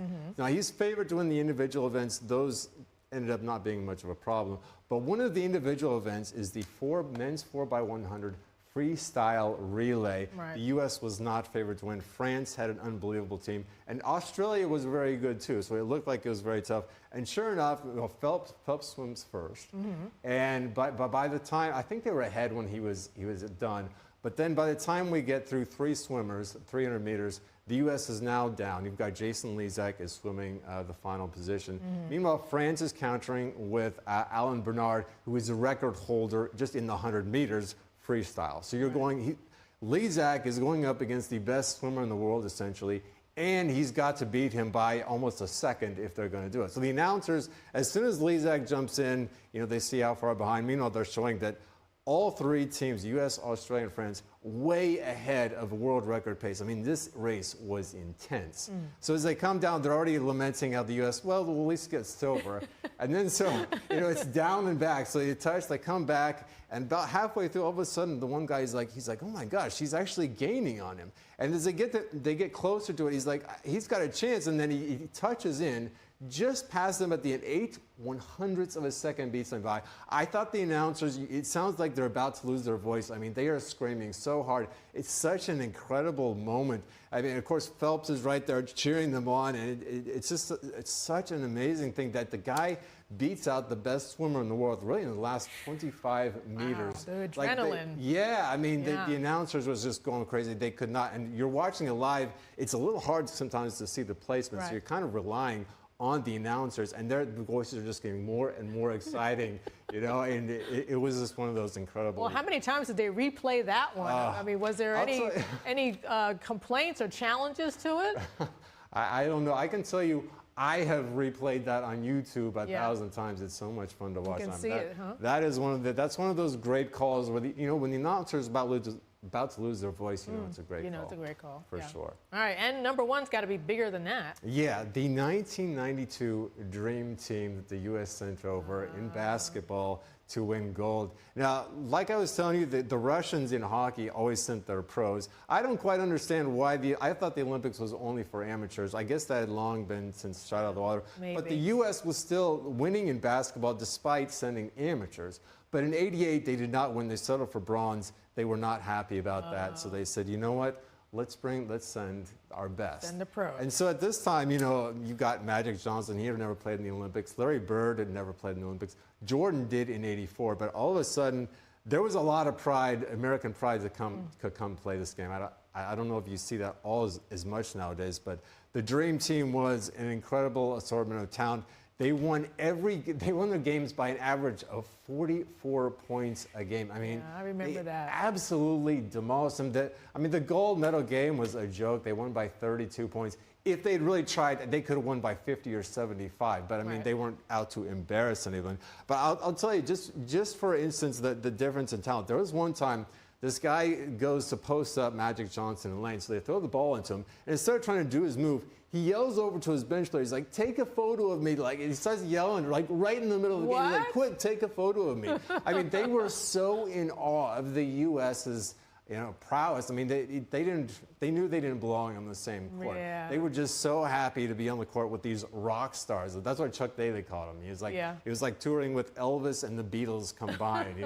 Of course, they all stick out in a crowd because they're all between 6 and 7 feet tall. So that is number one. I can't imagine that any team has ever won in the Olympics by more than what the Dream Team did. And really, that started to make basketball more of a global sport, and now you see a lot of countries have actually started to catch up. In fact, in 2004, the U.S. did not win gold, despite sending over our professional team then. So they've really caught up in basketball. A lot of people credit that Dream Team to making basketball much more popular around the world. Yeah, I bet they did. Now, Dave, I know you've got some honorable mentions of people that you didn't actually see, but I'm going to give us an update here to our audience who may be just tuning in. We were here today to give you live coverage of the special America Salute in Washington, D.C. There was a whole evening of activities and events and performances scheduled, but unfortunately, it is delayed. We don't know whether it will be canceled or not, but it was delayed because of a severe weather storm. They were told to shelter in place, and we're going to bring in a guest to talk about this. Joining us now is Tom Smith, retired NYPD detective and former member of the FBI NYPD Joint Terrorism Task Force. He's also the host of the Gold Shields podcast. Welcome. Hi, and how are you? What can you Happy tell us 4th of about July. Thank you. What can you tell us about what's happening now? Well, most of these events are all pre-planned. So I am sure an evacuation plan in the worst case scenarios that would come about were already laid out. And what I mean by that is where people are going to be filed to, where's the designated spot where they're going to be let out of an area where they're already in. So I am sure all of that is been planned out. I look at it kind of the way we do it in New York City during Times Square and New Year's Eve. That is an extensive laid out plan beforehand, taking into account any type of scenario that might happen and where people are going to be filed out to. So I'm sure there's some sort of plan that has been in place that's being enacted right now. So what could happen right now in a situation where we have this severe heat and also this severe storm, which I'm not sure it has started yet, but what could happen in terms of security and safety? Well, security and safety is always paramount. So, the security is still going to be in place regardless of what's going on with the weather and on the ground. So all the particular individuals and agencies and departments that are filed there and in that area are going to maintain the security of the area, because if the weather goes past them and they start the event again, all those people are going to come back. So they're still going to be very vigilant in what they're doing. Even in a disruptive stage like this, they'll be okay taking care of the security and furthering it when the people come back in that area.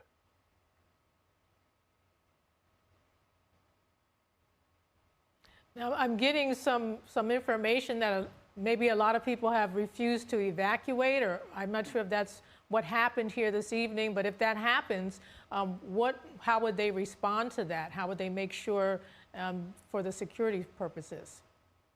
Well, it depends on the level that they're being disruptive. If it gets to a point of very disruptive that it's impacting other people from leaving and causing a disturbance, they can be arrested.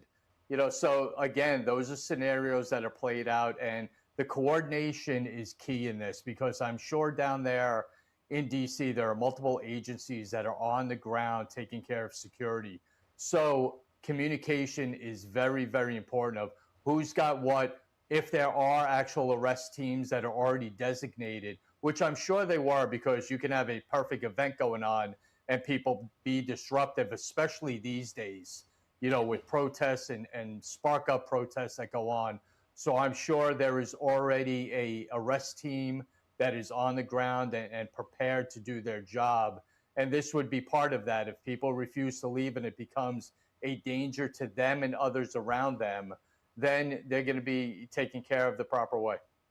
Now, you mentioned earlier that these things are pre-planned, and the fact that they have to disperse the crowd and delay this event. But how long do they wait? I mean, this event was supposed to start at 7 a.m. It's already 8:39, so it's an hour and 40 minutes into this. I don't know whether or not the storm has started or not. I believe we saw a live shot there earlier. It didn't look like it had started yet, but there is concern about it being very severe. So how are these things normally handled? How long will they wait? And then if the storm blows over, will they continue on as planned? Yeah, I'm sure they are getting, because of it being in Washington, D.C., and obviously the importance of this date, they are getting the most up-to-date weather reports that is out there. And I'm sure it is minute by minute about where the track of the storm is, how long it's going to take. You know, those answers are going to be done, you know, at the highest levels down there when it comes to how much longer it's going to take. But the lightning is always important. That is the biggest factor that will delay this longer, because rain is rain, it's water. But when you get into lightning strikes, that's when it gets very dangerous. So I'm sure that's what they're keeping an eye on very intently as the storm goes through. Make sure it doesn't back up. Make sure there's not a follow-up storm afterwards.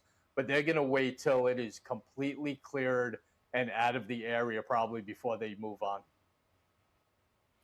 So as the storm has started, I've just been told the storm has started, excuse me, and so we're going to wait and see, you know, how long that goes on. But what do you think about this celebration that we're having today on this America 250 anniversary? I mean, the celebration's been going on for some time now, and it's going to continue after this.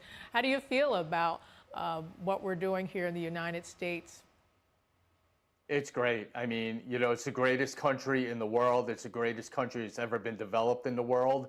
And we have the opportunity to show that off in 250 years of us being in existence. And let me tell you, you know, I had the fortune of traveling around the world quite often when I was working. And I can tell you firsthand, there's no place like the United States. And you know, if anyone wants to try it and go somewhere else and see how good we have it here, give it a shot. But, you know, I had that opportunity, and it just affirms how great the United States is and what we're afforded and what we're allowed to do here and the freedoms that we have. So everyone should really just enjoy this evening, the celebrations around the country, and really understand what the United States is all about. You know, we've heard some other speakers earlier this evening say exactly the same thing. You know, let people who are not happy here, who think that America is not a good place, go live somewhere else for a little while and see what it's like, and then they will appreciate it more. And I think that a lot of Americans, you know, we take things for granted here. We don't realize how good we have it. But, you know, they are here. A lot of people from around the world are here now in Washington, D.C., waiting for this big event. Do you think President Trump will disappoint and not speak this evening, or will he be a trooper and come out as he always does? I think you just answered the question. It would take probably a lot of people and a lot of things to stop him from making an appearance tonight to address the crowd. It'd be more interesting if he didn't show up than if he did. I think he's going to do that regardless of the time, circumstances. I can't see him passing on this moment. Now, I am concerned, though. I feel like a storm like this, it's going to be a lot of rain, and it's going to blow a lot of things around, and the location or where they're going to have this event is not going to be in the same condition after this storm. So how do they recover from this quickly and get the events back on track? Well, it's all about safety. It's all about making sure people can walk safely and get to an area where they're safe. So I'm sure right before everyone is let back into an area, there'll be kind of a quick walkthrough of what is okay or where the locations are that people can stand and go back to. Hopefully it's not that bad. But in the event that it is, they'll do an evaluation of the area and where the best places for people to go back to are. Would they ever recommend that people just go to a local bar or restaurant or something and watch President Trump, I guess, do a speech and watch from a safe place if this arena where they were going to have it is damaged too much or is they can't fix it in time for them to present the events? Yeah, I mean, that would surely be an option for people. The problem would be getting that word out to people that they're not going to have, an event, or it might be dangerous for the amount of people that were scheduled planned to be there to now come back in that area. But that'll all get worked out, through the people who are running the event, law enforcement that's on the ground, and the operational tempo of just the event itself, looking at it from Washington, D.C. perspective. All right, Tom. Well, we thank you so much for coming out on this 4th of July to talk to us and help us understand what's happening and what could happen. And I hope you enjoy the rest of your 4th of July this evening. You too. Thank you so much. Enjoy. All right. Thank you. And we're back here with Dave Martin, who's standing by. We were talking about some of the sports greats that happened in history leading up to now, and you've named your top 5 that you've witnessed or you've seen somehow. But what about those, what did I call them, honorable mentions? Yeah, honorable mentions just missed the list. Now, I know one of them is you're a big fan of. Mary Lou Retton, 1984. She gets that perfect 10 score in the Olympics. Yeah. Never before had anyone got a perfect 10. In fact, when these scores went up, it just said 0.0 because they only had that many digits up there. Right. You only had like 9 point whatever. So if you had a 10, it just came up as a 0. So yeah, she was just 16-year-old. All of a sudden, she's on Wheaties boxes. Yeah. Still, obviously, very famous for doing that. That was an incredible thing. I sort of already mentioned Mark Spitz winning 7 golds as a swimmer at the Olympics. That one I don't know too much about. That unfortunately kind of predates me. Oh, but he did it before Phelps did. I know, right? Yeah. So he did it then. As I said, this list is much more geared toward later than older. Okay. Just like this next one, Jesse Owens winning 4 golds at the 1930 Olympics. I don't think I saw that one either. I have a couple. I heard about it.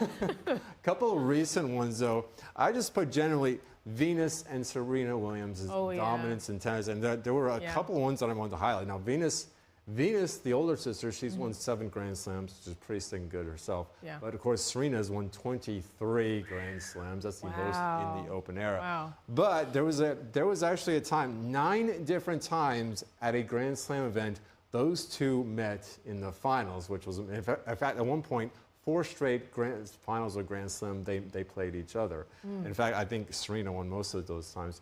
But in 3 of those times where they played each other in the final match in singles, they also won the doubles titles. I mean, they were head and shoulders, those 2 Americans were head and shoulders over everybody else for quite a long period of time there. It's pretty incredible what those 2 have done. But I remember when Venus used to beat Serena all the time, and Serena, always wanted to beat her big sister, and then all of a sudden, you couldn't stop her. Venus got passed up there pretty quickly. I don't know, in the early 2000s. Well, Venus, in fairness to her, also had some injuries that held her back eventually. I remember she had to take some time off. I'm not sure she ever completely recovered from them, which is still incredible that she's still playing to this day. Yeah. I mean, they're both, now obviously Serena's coming back, so they're both on tour at this point. They obviously love playing this game. Does she have some kind of illness, Venus? Yes. Some kind of diagnosis?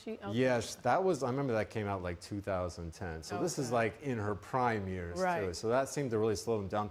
Plus, not many of the singles players also play doubles.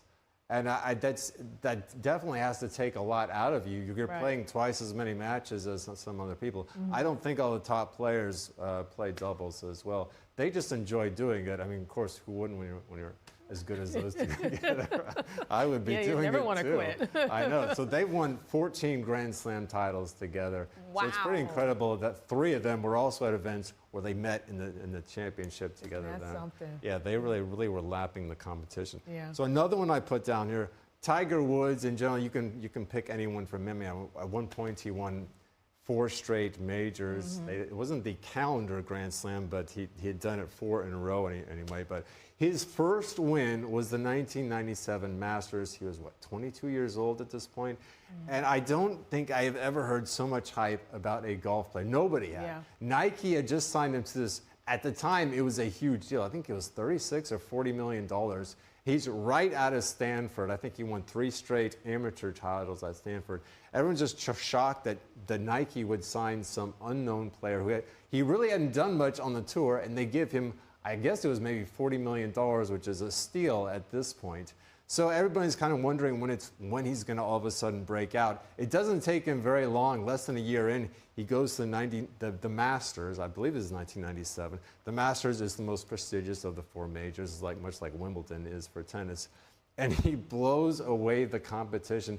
I think he won by 13, 14 strokes. I mean, it's a huge amount. The last 2 days, there's just no suspense at all. He just has such a huge lead. I mean, obviously anything can happen in golf. But he blew away the competition, and from then for like the next dozen years, he racks up 15 Grand Slam titles. Obviously, the next 15 years have not been as good to him, as he has just had injury after injury after injury. I mean, first it was his back, and then he had that car accident. That was even worse, obviously. That was, 2021? Because he did win another Masters. He did win another Masters in 2019, but then he has not had much. He pulled that off in 2019. You get is that the green jacket? You get the green jacket. All right. Yes. Well, you know, we were talking earlier about whether or not President Trump was going to speak tonight, and we just got word that he posted on X that he was going to speak no matter what. So we have that to look forward to. But in the meantime, joining us now is Grant Newsham, retired U.S. Marine Colonel and former U.S. diplomat. He's joining us live from Key Bridge, Virginia, where he's hoping to watch the fireworks tonight. Grant, good to see you. Can you hear me, Grant? Glad to be here. Well, if you can hear me, okay, good. Yeah, I hear you fine. Okay, so Colonel, happy July 4th to you. Now give us a weather report. Are you confident you're still going to see the fireworks tonight? No, I'm not, actually.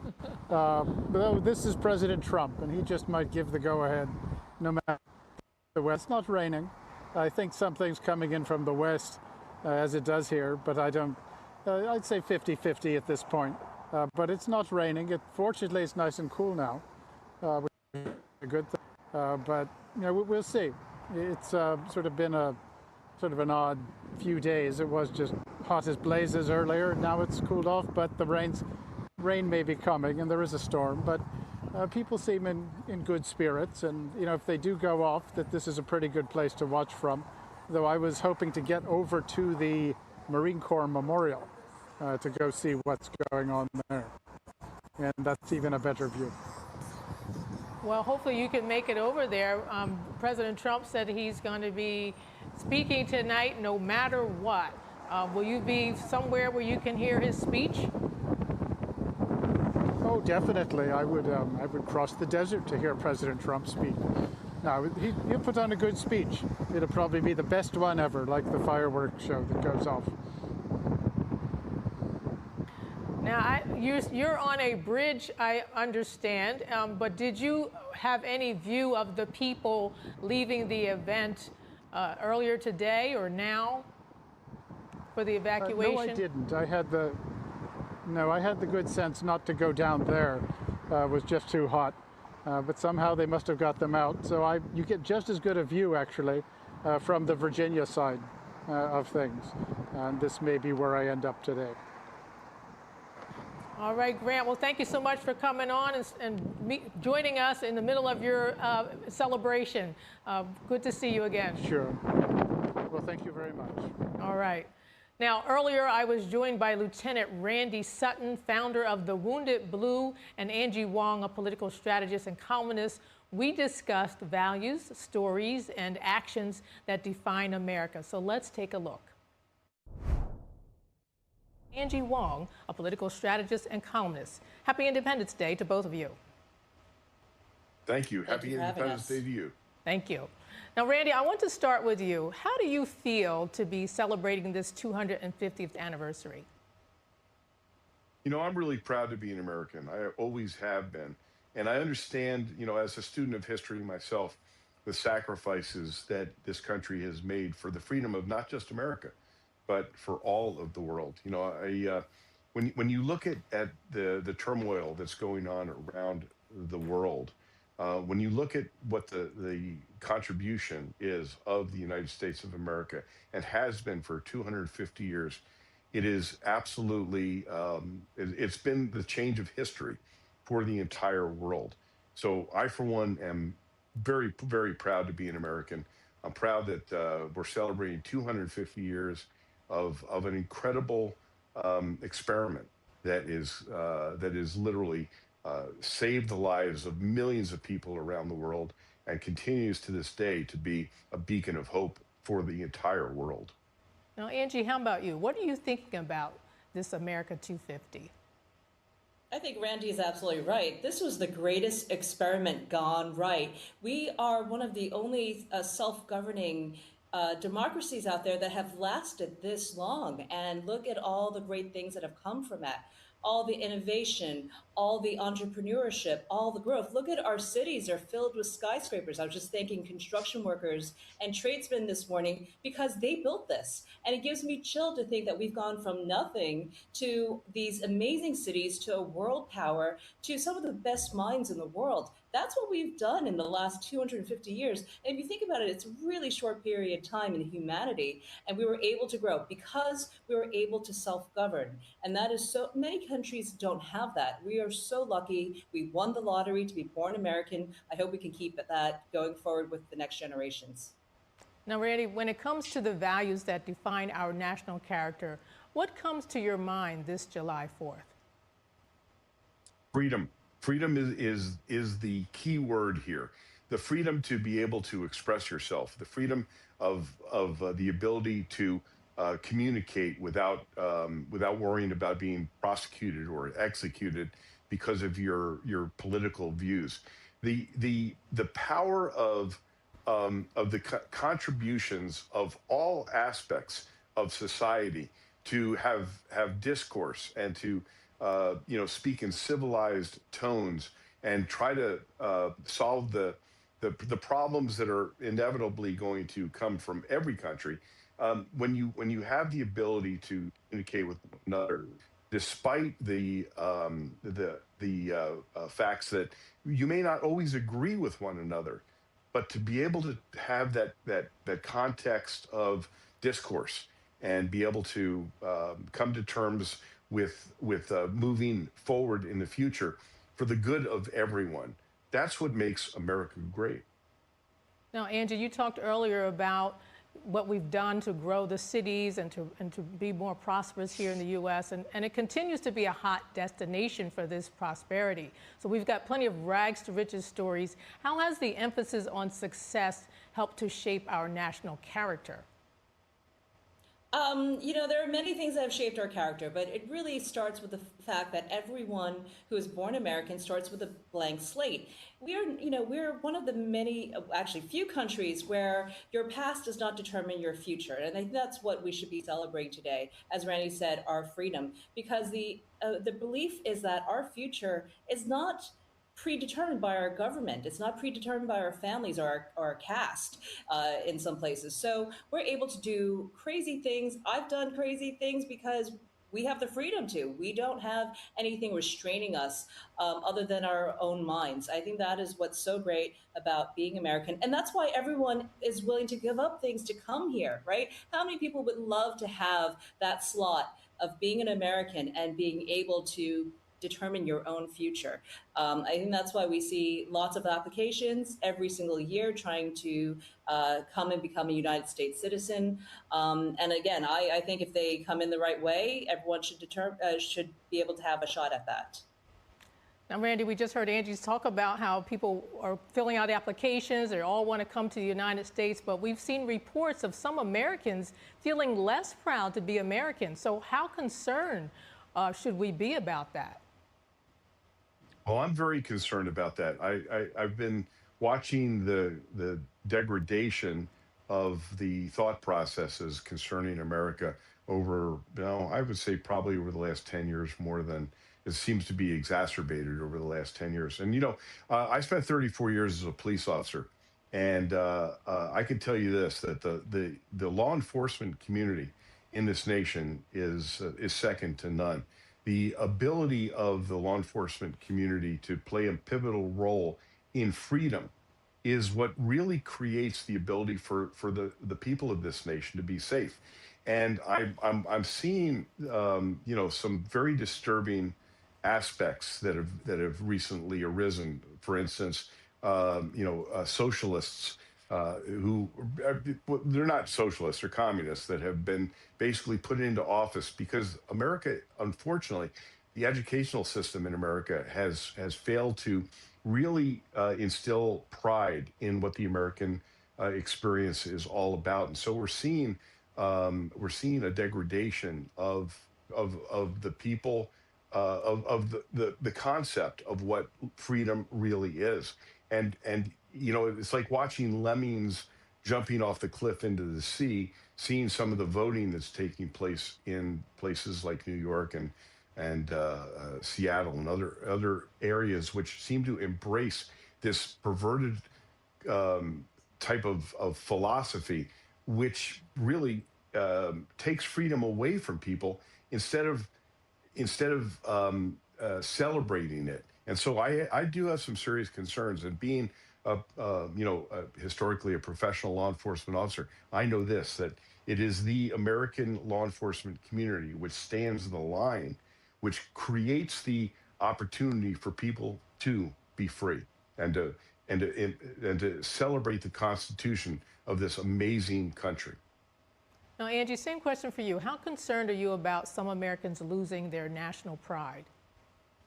I'm very concerned. I see it every single day on the front lines. I do campaigns around the country, so I see what's been slowly dripping into our systems, and I see that the Democratic Party has now become the Socialist Party. We saw it with our own eyes with the previous primary elections of the last few weeks.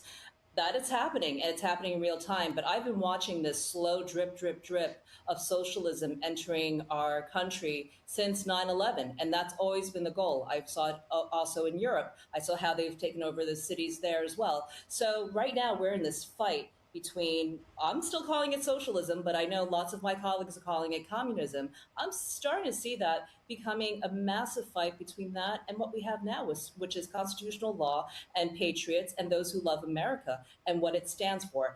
And unfortunately, you have a lot of people coming in who just want to take. They never want to make anything. They just want to take what America has made for them and turn it into something else. And I think that if we're going to preserve what we are celebrating today on the 250th birthday of the USA, we have to preserve that, and we have to preserve constitutional law. We've seen it challenged over and over again with a lot of the SCOTUS decisions that have come out recently.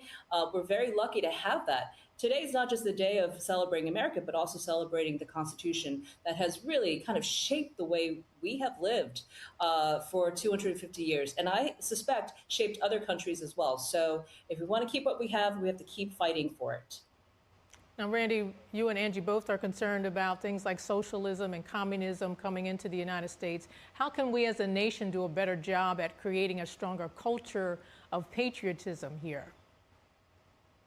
The educational system is critical to this. We have seen an erosion of declaring the values of America in our educational system, and I think it happened on such an institutional level that we didn't understand. I have no children, so I didn't go through the process of watching children grow up, but I have enough understanding of what has been taking place within the educational system to see that there has been an ideological change, that there has been a perversion of the ideals of America, starting at the educational levels. And let's look at this from a logical standpoint. If you're getting information when you are a child as to what America stands for, and you're being given erroneous information, you're being fed a platform of lies about what America truly stands for, then you don't have a frame of reference for what is the truth about America. And so it's really about education. It's about creating an environment for children to learn about how incredible America is and how it has literally changed the dynamics of this entire world since the inception of this amazing document, the Constitution of the United States, which is a living document that was created by some of the greatest minds in history. And it is something to be proud of. It is something to be celebrated. And I really pray that the educational system changes in a way that gives a different environment for the children of this nation to learn about what this country truly is, what it stands for, and how we can move forward into the future and be that shining city. Now, before we go to you, Angie, I just want to bring everyone's attention to what we're seeing on the screen here. We're seeing the live shot of the stage in Washington, D.C., where they're going to have a big celebration later this evening. President Donald Trump's going to be speaking. There's going to be big fireworks, and we're going to be covering all of that here at NTD at 7 p.m. tonight. So anyone who's watching right now, please stay with us after 7 o'clock for that live coverage. Now, Angie, I want to get back to you. We've talked about, this celebration just now, and we've got all kinds of big celebrations going on worldwide. But what about this patriotism? How can we keep it going? How can we keep it strong after the holiday is over? I think it's pretty strong. I mean, I've certainly seen a shift in the last 3 years. I remember being at 4th of July just about 3 years ago with an admiral, and he was telling me about how they were having difficulties recruiting for the military, and he was trying to find different ways that were a little bit unusual to recruit because the numbers were so down. Nobody wanted to join the military. And I think since then, what I just looked up the military recruitment numbers for this year, we have hit quotas beyond any other years that we've had to recruit for military. So we have to remember a lot of it is messaging, a lot of it is pride, a lot of it is knowing that the president has your back before you join and sign your life away to someone, right, to your country. So I think that's what has changed. I think there's been pride brought back into Americans. And I think, we see now that there's nowhere else to go. And I do always encourage young people, if they can, to step away from America for a couple of months, if a year, just to see what is out there. I was able to do the same. I came back loving the United States more than I ever have because I realized there's really no other place like it. And this is just, something that you won't understand unless you leave. I see a lot of young people today hating on America every single day on social media, trying to make these changes, but changes to what? And I think they don't really understand what they're talking about until they actually experience what it is to not live in America. So I do encourage that. I think Randy's absolutely right. I have young children. I've seen what the schools and the teachers, colleges are training our teachers to teach them. It is appalling. We need to completely overhaul that entire system. And then it gets echoed again in social media for our kids. So they really believe that these things are, to hate America is a good thing. I don't like this at all. I think it leads to a lifetime of having to constantly correct them. And you're not going to get an entire generation once they're captured. So if we can figure out how to stop that in the teachers' colleges, in our schools, social media, and therefore we're going to have a great patriotic next generation. But right now we're in trouble. All right. Wise words from both of you, Randy Sutton and Angie Wong. Thank you for coming on, and enjoy the rest of your 4th of July. I appreciate it. I appreciate NTD for being the truth about America. Thank you. And joining us now in studio is Grace Moreno, Epoch Times correspondent and producer, and also Dave Martin, NTD's senior sports reporter and analyst, both here with us now. Thank you so much, both of you, for joining me. Great to be here. Yeah, happy July 4th. Yes, happy July 4th. You guys have been doing so well in here, I must say, as we wait for the event to start. It's quite a delay that none of us expected. Yeah, it is quite a delay, but we've been keeping the fires burning, haven't we, Dave? Yeah, I mean, obviously Grace wanted to join us. We were having such a good time, so. I really wanted to come on. It looked like so much fun. I mean, hey, July 4th celebration, and I think something that's so important to talk about is that despite all of the evacuations, despite a lot of cancellations happening around the country, just like President Trump said, he said nothing's going to stop him from speaking. nothing is going to stop Americans from celebrating July 4th. Let's be real. Maybe they'll have to move inside. Maybe they'll have to change their barbecue spot. Some plans will change, but Americans will still celebrate the greatness of this country, and they're still going to be celebrating 250 years. And this year, as Dave has been talking about a lot, there's a lot of foreigners here to celebrate with us, like myself from New Zealand. Exactly. July 4th is always very special, and I think it's awesome that so many people that are here for the World Cup are going to be celebrating their very first July 4th in America. Well, why do you think it's so important for these foreigners to celebrate July 4th with us and with all this enthusiasm that they have for our country? Exactly. And this is something that we have discussed on Tiffany Meyer tonight, Dave and I, on different panels, is, you know, quite the phenomena of Europeans especially, but also Japanese folks coming to America and experiencing the American experience for the first time. And it's really turning to quite a phenomena, and we've seen a number of these people be even invited to the White House. And the most famous one, I think that his visit is still upcoming, is Freddie from Germany. Of course, yes. Very famous, the most famous, although he has since deleted his X account due to bullying and criticism, but he is still on Instagram. Yeah. But essentially these accounts, as Dave knows, you know, they are seeing the big gulp for the first time. They are seeing how big American portions are for the first time. They're going into a Walmart, they're going into a Target. And the refills. And the free refills. And they are seeing how genuinely kind and warm Americans are and seeing the beauty of America. Because the thing is, and I can tell you this as someone that's not originally from here, being from New Zealand, the anti-America sentiment and propaganda is strong.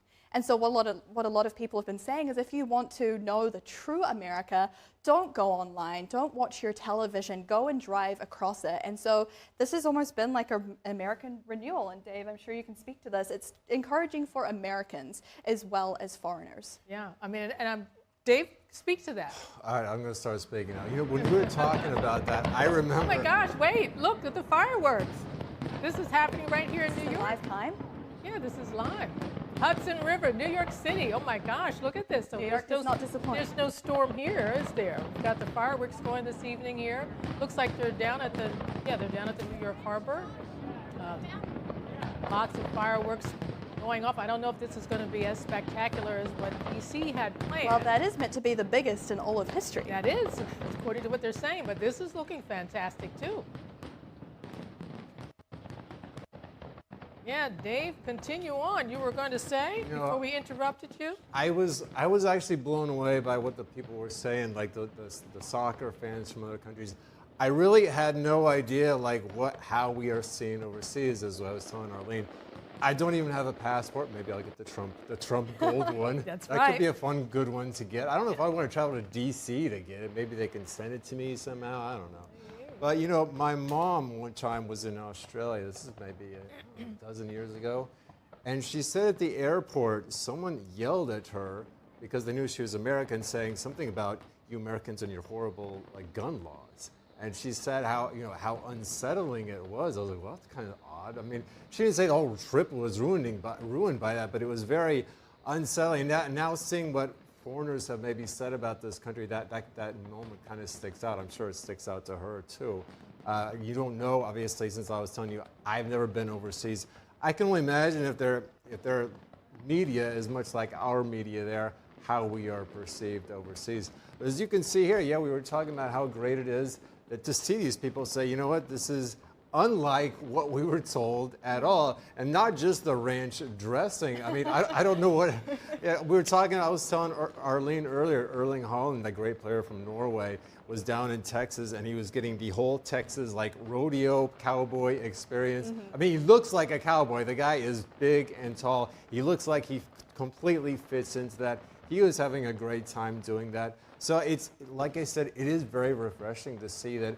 Oh, the perception is much different, or the perception they were getting is way different than the reality of what it actually is. So I've loved seeing those too.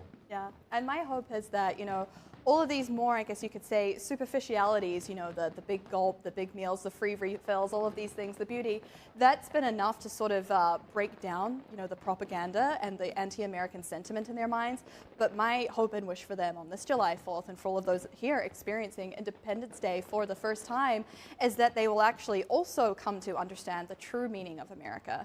Because for me, that was what really sold me on this country. You know, it's coming to understand why the Declaration of Independence matters so much, why this country is rooted in, you know, a lot of Americans, you know, unlike us foreigners, speak very openly about God and speak very openly about, you know, the divine hand that was in the founding of this country. And once you look into it, you compare it to communist countries, you come to understand, you know, why these principles are so important. I think that you do see that divine hand there. And so my hope is for all of these Europeans and folks overseas, they come to understand this as well, that it's not just, you know, all of this abundance and great AC, which is really nice too, yeah. But it's also that fundamental thing that is, you know, protecting and upholding rights for people all around the world and provides so much hope for people all around the world. You know, we had that guest on earlier. He was saying government exists to secure your rights. They're not the ones who decide, oh, you can't, at least in the United States, oh, I guess we'll give you a little bit of right to do this or something like that. This is what the Constitution with our founding fathers, one of the government is to secure your rights. It's very, very critical there. You know, we were talking about this week on Tiffany Mar about greatest inventions, and we were, you know, the light bulb and a few other, like the internet, and then we were like, well, freedom, obviously, so that was a big one too. Hopefully they will get it, but before we talk more about that, we're joining us now is Casey Fleming, Chairman and CEO of Black Ops Partners Corporation. He's also author of the new book, The Red Tsunami. Casey, welcome and happy 4th of July. Happy 4th, glad to be with you.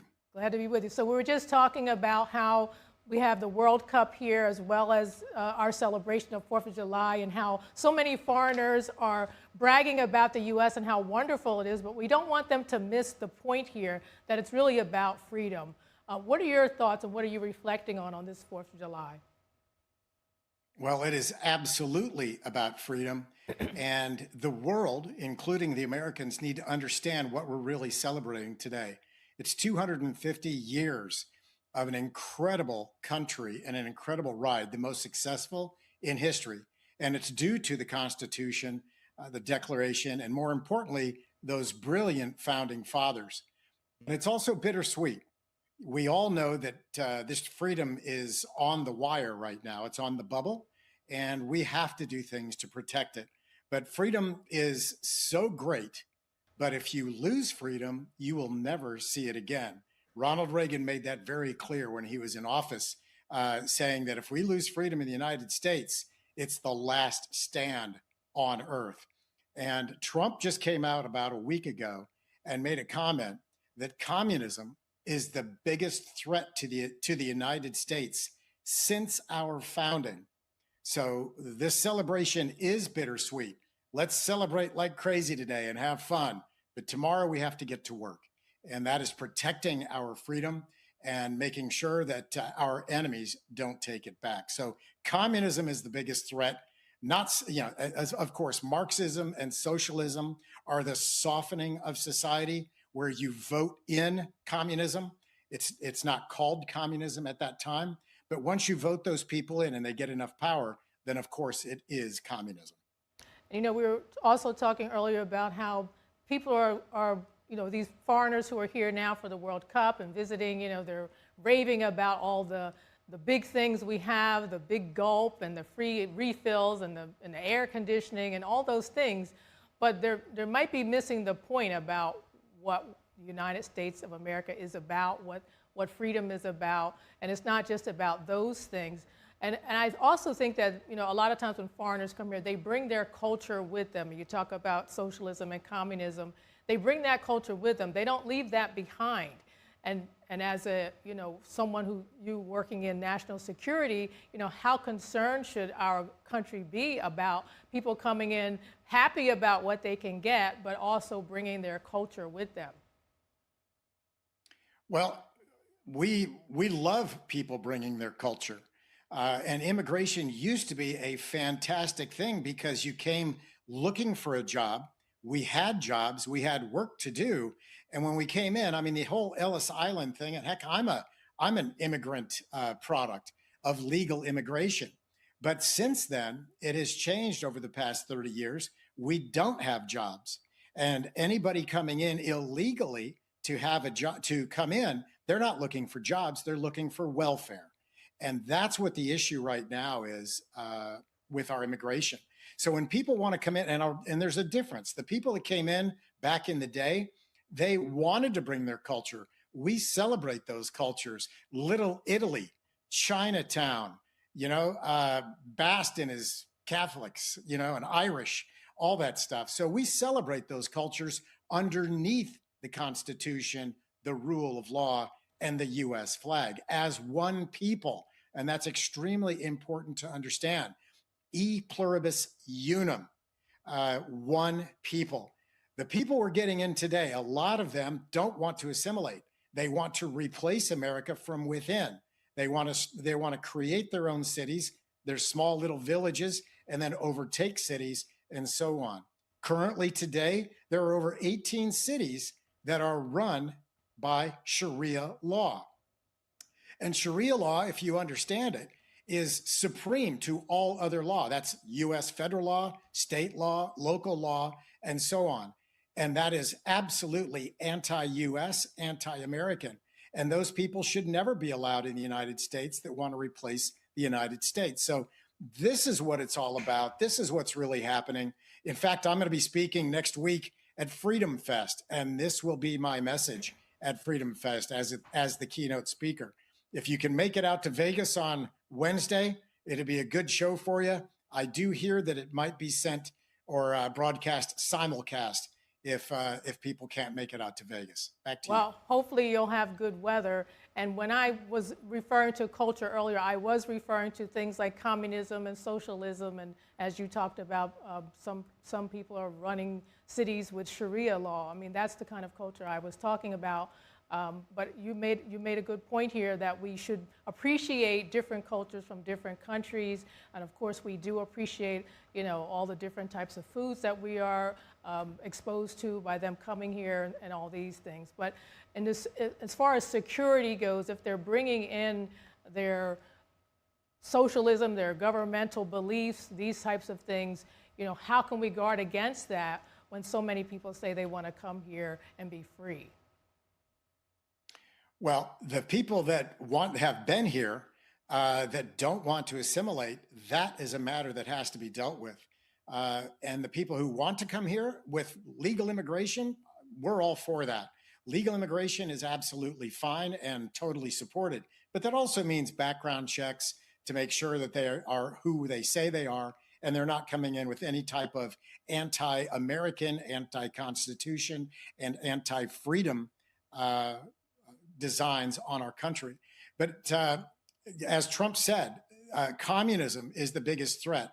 The Chinese Communist Party is at the center of that threat, and they are the grand masters over Russia, Iran, Pakistan, North Korea, Venezuela, the drug cartels. And underneath Iran, the Chinese Communist Party has Iran managing the 6 terrorist organizations. So you've got that. You've also got the WEF, the globalists who want to take over America and move the entire world to a one world economy, which basically says it's communism. There's only 2 sides to the coin. You have freedom, and the operating system is capitalism. And the other side of the coin is communism. Democratic socialism, don't be fooled. It's just a renaming of communism. That's, and by the way, Marxism, socialism, it's communism, any way you cut it. And they're all part of the same train. Communism is the final hammer where you don't have a choice, and those people were voted in, and now you're being told what to do.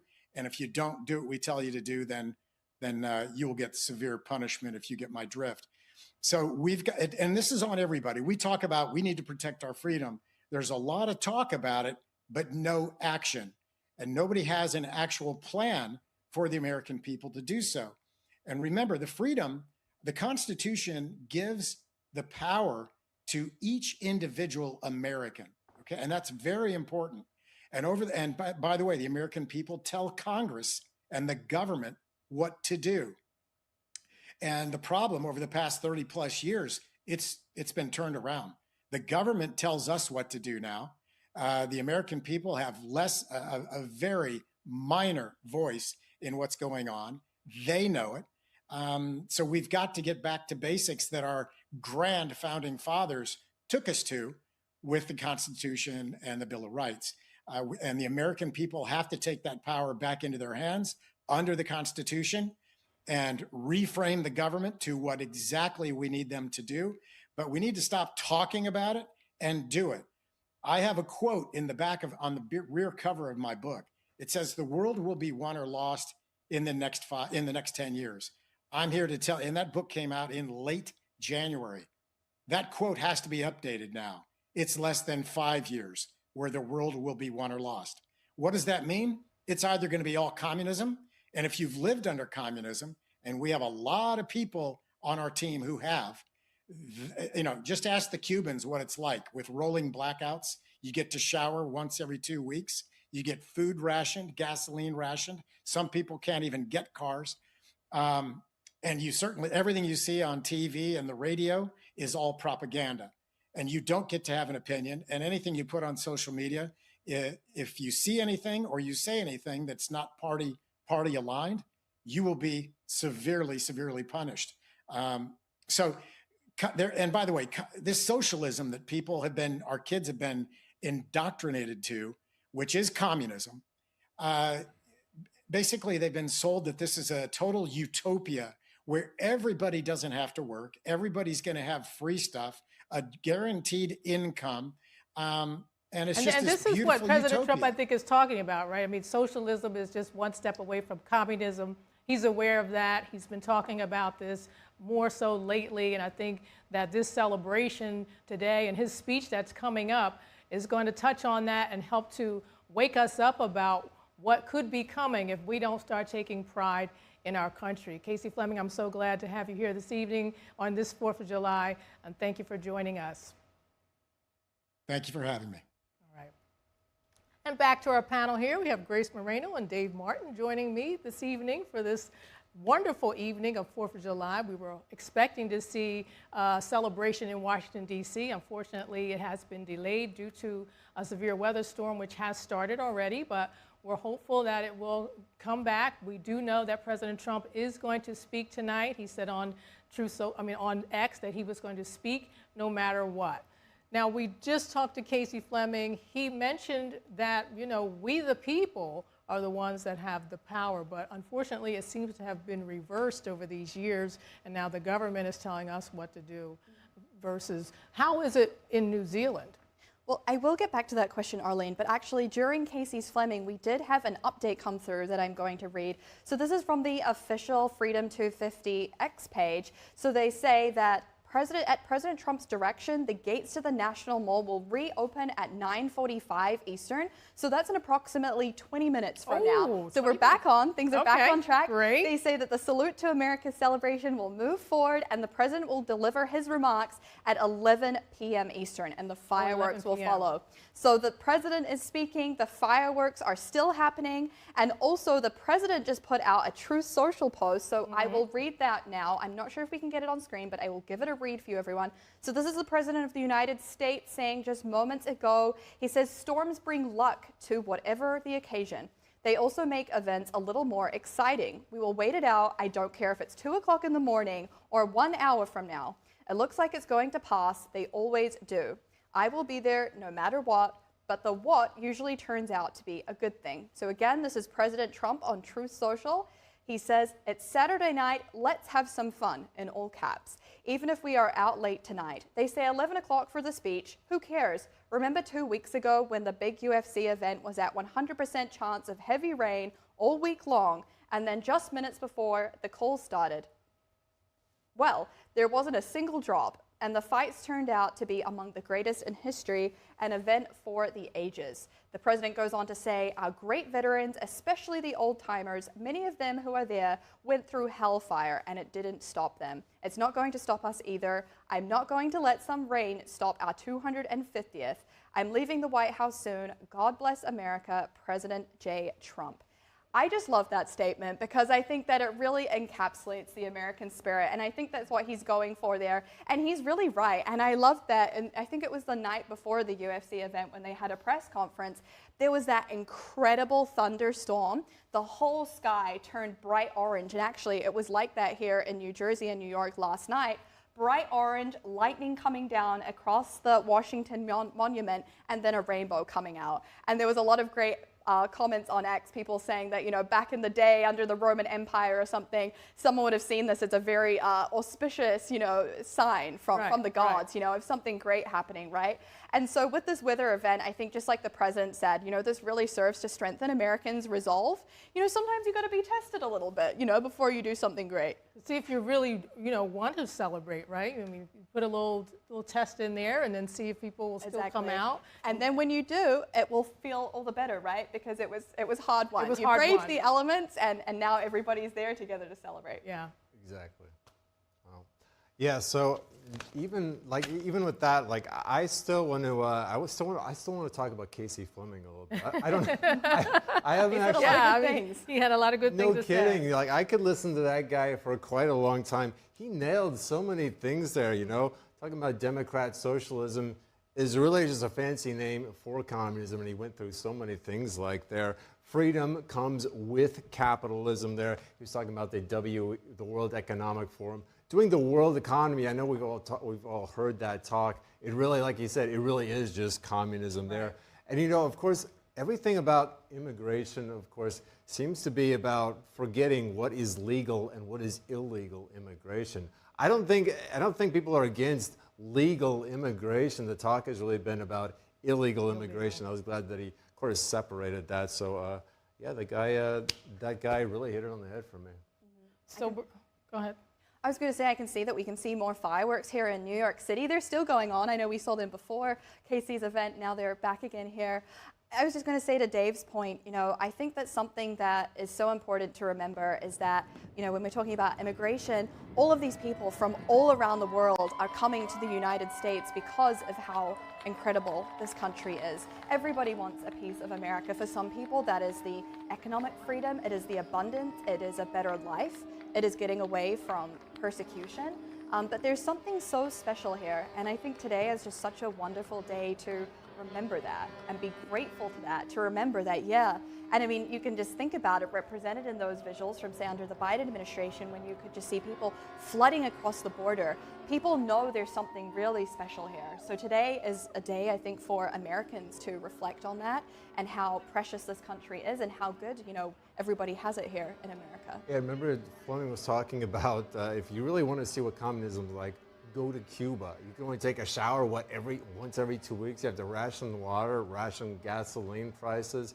It sounds like obviously a terrible time there under communism rule. There is a great example. We hear a lot of people say, well, you know, we were looking at that guy was talking about the Gallup poll earlier. Right. 92% of people who are Republicans were proud to be Americans. Only about 36%, though, of Democrats were proud to be Americans as well.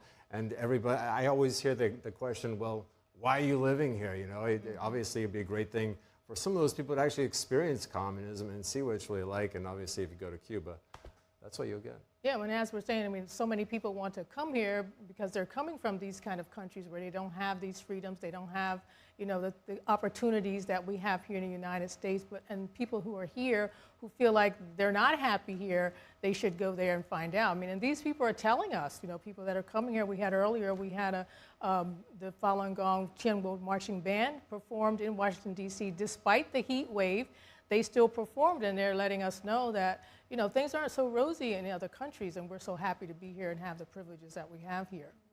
Well, something that, you know, struck me, you know, not being from America originally, that's so different and special about this country is the way that people celebrate success. I think probably when you're here as an American, this seems very natural, but in New Zealand we have something that we call tall poppy syndrome.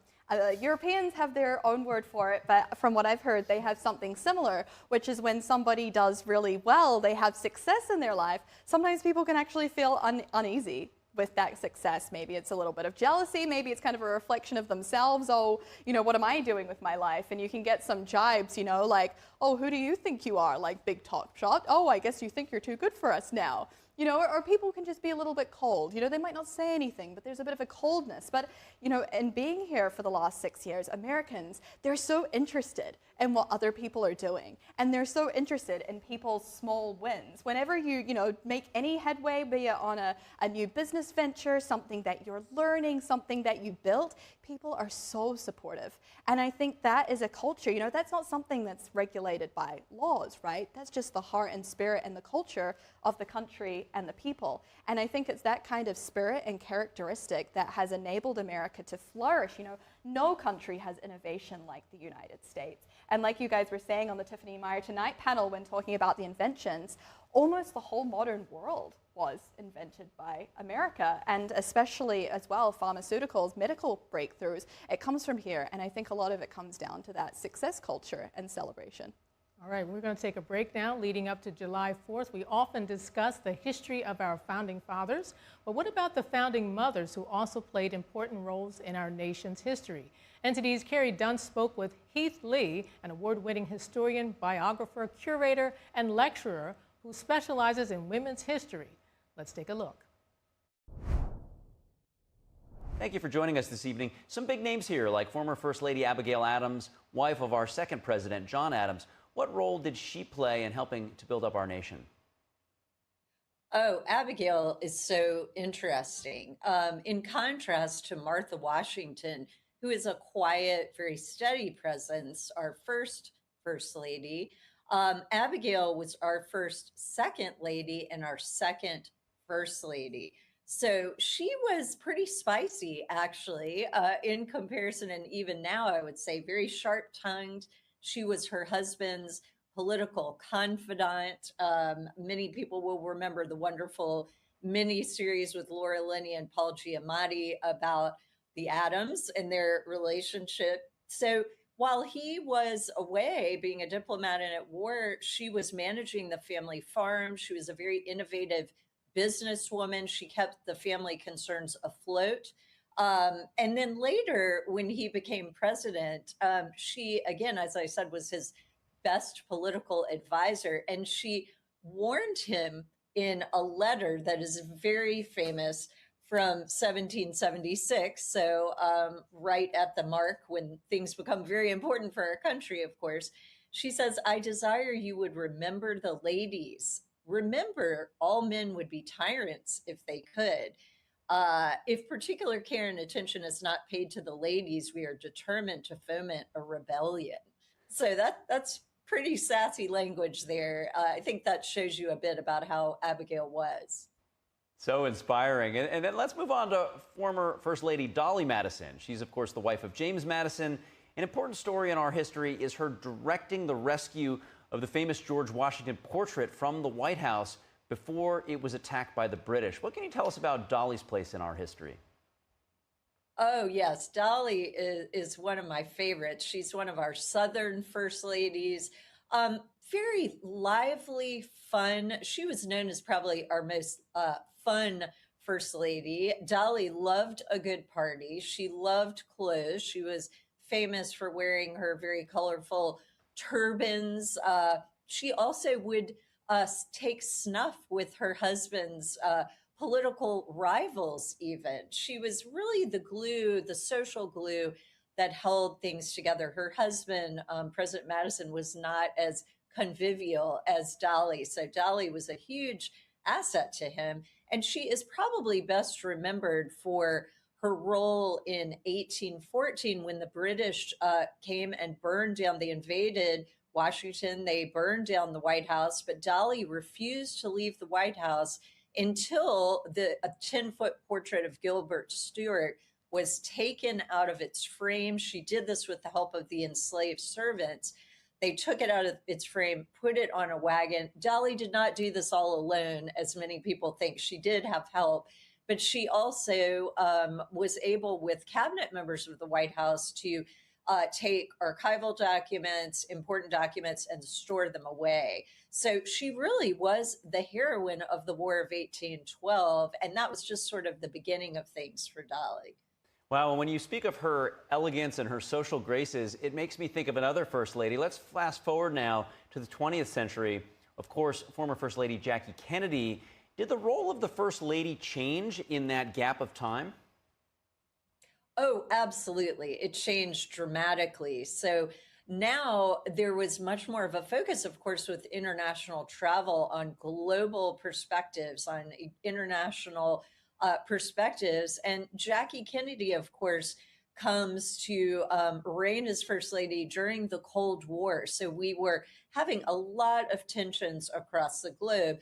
One famous example is her 1961 trip to Paris, the state visit with her husband, JFK, where he said, "I am the man who accompanied Jacqueline Kennedy to Paris." So she was a pioneer in global diplomacy, really, for First Ladies. Before Jackie, with the exception of someone like, say, Eleanor Roosevelt, there was not a lot of that going on. So she really pioneered international diplomacy, France, India, England, all across the world. She was really a global superstar. And then she also famously started the White House Historical Association, which made the White House into a museum and preserved artifacts and objects within it. So those are just a few of her accomplishments, but she was really a breath of fresh air, a very young 31-year-old when she started, modern, elegant First Lady.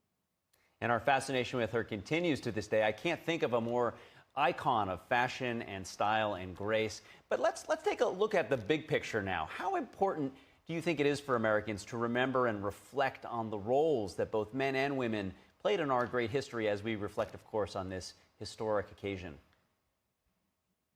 Oh, I think this is a great time to take some time and think about this in a retrospective kind of way. I mean, all these amazing men and women that have made our country, and First Ladies in particular, a lot of times they don't get enough credit for this. So I'm particularly glad you brought up these three First Ladies, because I think they all help save the country. In Dolly's case, saving precious artifacts from the War of 1812, from the burning of the White House. I mean, perhaps that's the most dramatic. Abigail Adams saying, "Remember the ladies."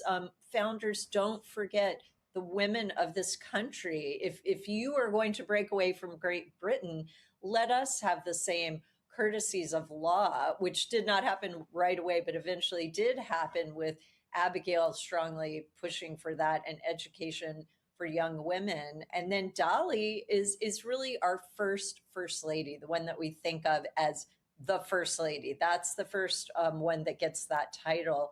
So I just think all these men and women had such great moral character, and it's wonderful to look back and have these as models to sort of measure ourselves against. So, moral character, such a great way to end. Heath Lee, thank you so much. Fun, entertaining, and such an important discussion. Happy 4th to you. Thank you for having me. And welcome back to NTD's live coverage of the special Salute to America events going to go on in Washington, D.C. We just got word that there was a delay because of the storm, but that it will resume at 9:45 p.m. and the president is expected to speak around 11 p.m.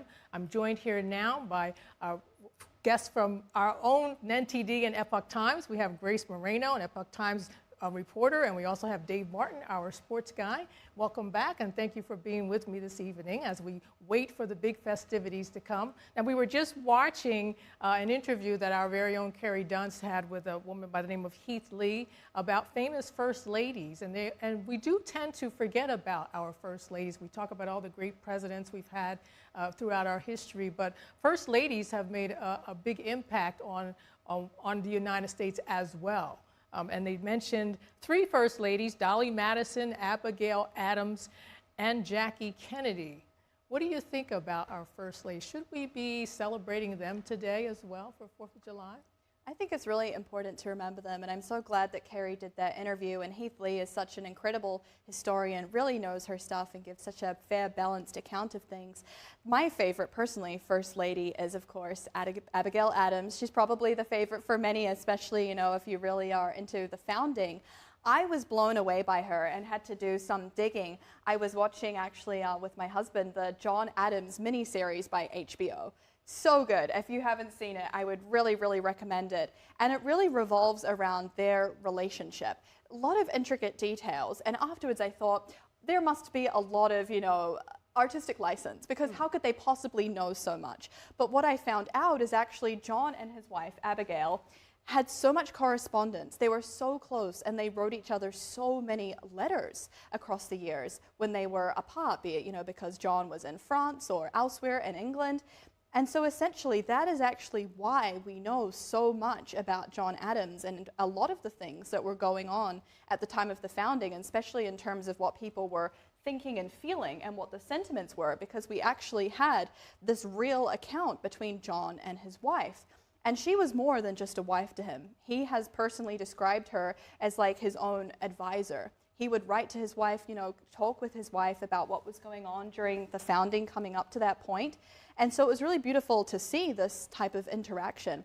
And of course, she also went on to be, you know, the mother to a president as well as a first lady, Quincy Adams, John's son. So very special woman, and I really recommend everybody watching that series if they haven't seen it.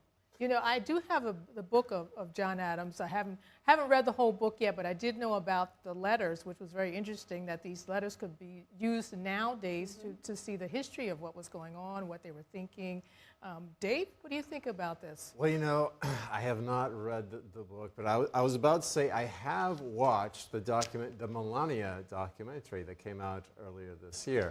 And, you know, at first when someone was telling me about it, I thought, well, this doesn't seem like, you know, that exciting of a movie, but it really was just showing like the behind the scenes of what a first lady does, just leading up to their second time coming through the White House, and you get an inside look, I guess, at kind of what it's like to be the first lady there. You know, they kind of show her like all the different measurements they have to do for dresses. They bring out the specific dress, and she's like, well, it needs to go a little bit more this way. They're fussing over it. But also, it also shows like the causes that she has, and it shows her leading with other first ladies around the world because she has these different causes that she wants to do. So you see that they are a lot bigger part of the White House than maybe, you know, you just don't see them, obviously they're usually behind the scenes. So it was a very interesting documentary too. And of course there's a famous quote that I'm sure everybody's heard, which is, you know, behind every great man is a great woman. Be that the wife, be that a mother. But that really is true. I mean, of course, you know, first ladies, they don't often get a lot of credit, but just, you know, like in the past, you know, a lot of wives, they're doing things behind the scenes. And like, you know, Dave was just saying with the Melania movie or documentary, that I loved that as well. I didn't know what to expect, but just like you said, it was the precision and the extreme care for detail. And actually, you know, we were just speaking about Heath Lee. NTD's Nico Bani did an interview with her about the First Lady Melania and her wardrobe that was happening during the recent visit by the King and Queen of the United Kingdom. And it's just, you know, seeing, I mean, of course, you know, when you are a first lady, you're representing the United States of America. And I think Melania Trump does that so beautifully with her precision, you know, her timeless classical elegance in her outfits, and just being clearly a rock for her president and her family that has gone through so much, perhaps more than or just as much as, you know, any other president. It's really quite astounding. Yeah, and I think Heath Lee was saying that Jackie Kennedy actually set the stage for this new modern first lady who has all of this precision, and you know, you see it more in the public eye, what they do to support the president, and they're traveling around the world, and they're speaking to people, and they have their own platforms. So I think it's really wonderful that Melania made that movie so we can actually see behind the scenes. Now, we're going to wait for the Salute to America ceremony in Washington, D.C. to start up. But while we're waiting, we will go live to the America 250 event in California that's happening right now, currently. Maren Morris is performing.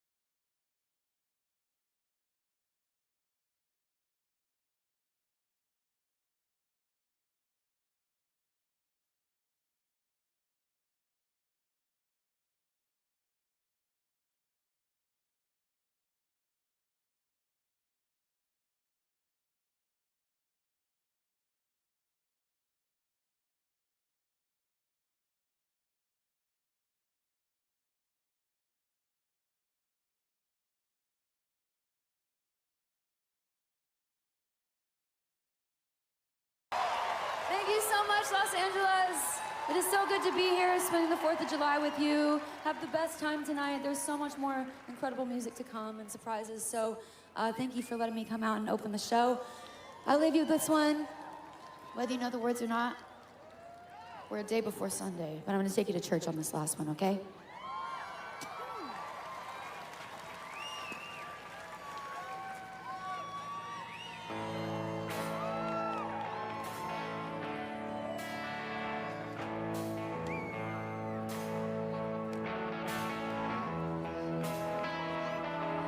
I've cursed on a Sunday, I've cheated and I've lied, I've fallen down from grace a few too many times, but I find holy redemption when I put the sky in drive, roll the windows down and turn up the dial. Can I get a hallelujah? Can I get an amen? Feels like the Holy Ghost running through you.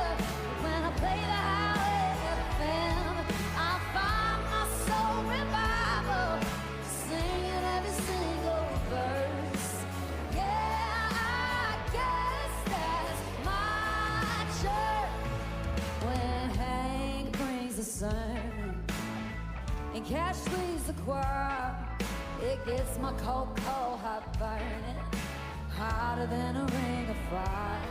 When this wonderful world gets heavy and I need to find my steady, I just keep the wheels rolling, radio scrolling till my sins wash away. Can I get a hallelujah?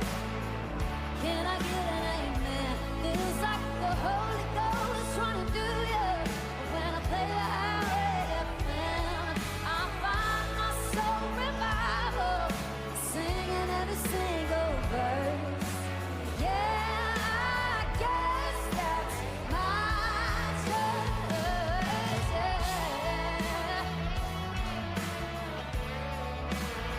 All right, LA. Happy 4th of July. Can I get a hallelujah? Hey, can I get an amen? Feels like the Holy Ghost running through you. When I play the highway FM, I find my soul revival, singing every single verse. Yeah, I guess that's my church. Hey, can I get a hallelujah? Can I get an amen?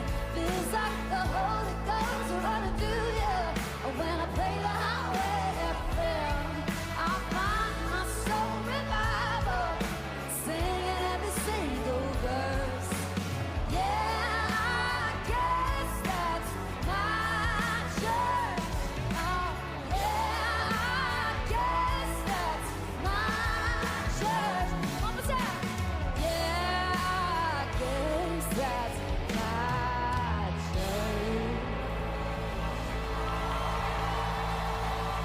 Happy birthday, America. Thank you for having me. Have a great night.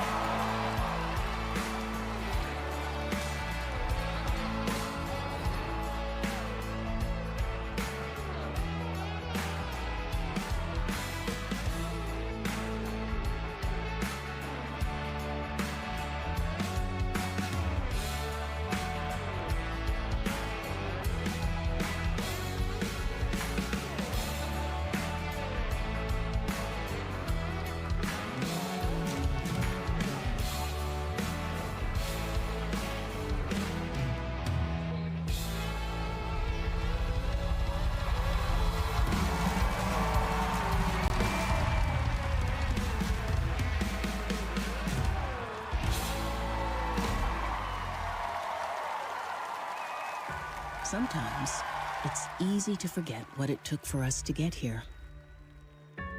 How much sweat and care and time we gave each other. But we persevered together, showing the world that we can be noble without the burdens of nobility. And it took all of us to do it, volunteering our time, giving what we can, and giving our everything, then and now. As a nation of doers, we see a challenge and we meet the moment head on. Giving of ourselves is our legacy. Big things, little things, to make someone else's life better, to show we care, to touch someone's heart. We're America 250, the official commission commemorating our nation's 250th anniversary on July 4th, 2026. And beginning now, we're introducing America Gives, so that every American can be a part of that legacy, culminating in our greatest year of service, not just in our nation's history, but by any country on earth. Community by community, person by person, on our worst days, or just our Saturdays. Through service, volunteering, or giving, there are so many ways we can make every moment worthy of our legacy and take it with us into the future. It all starts now. Join our effort. Volunteer in your community in ways both big and small. Because when America gives, we give ourselves a brighter future.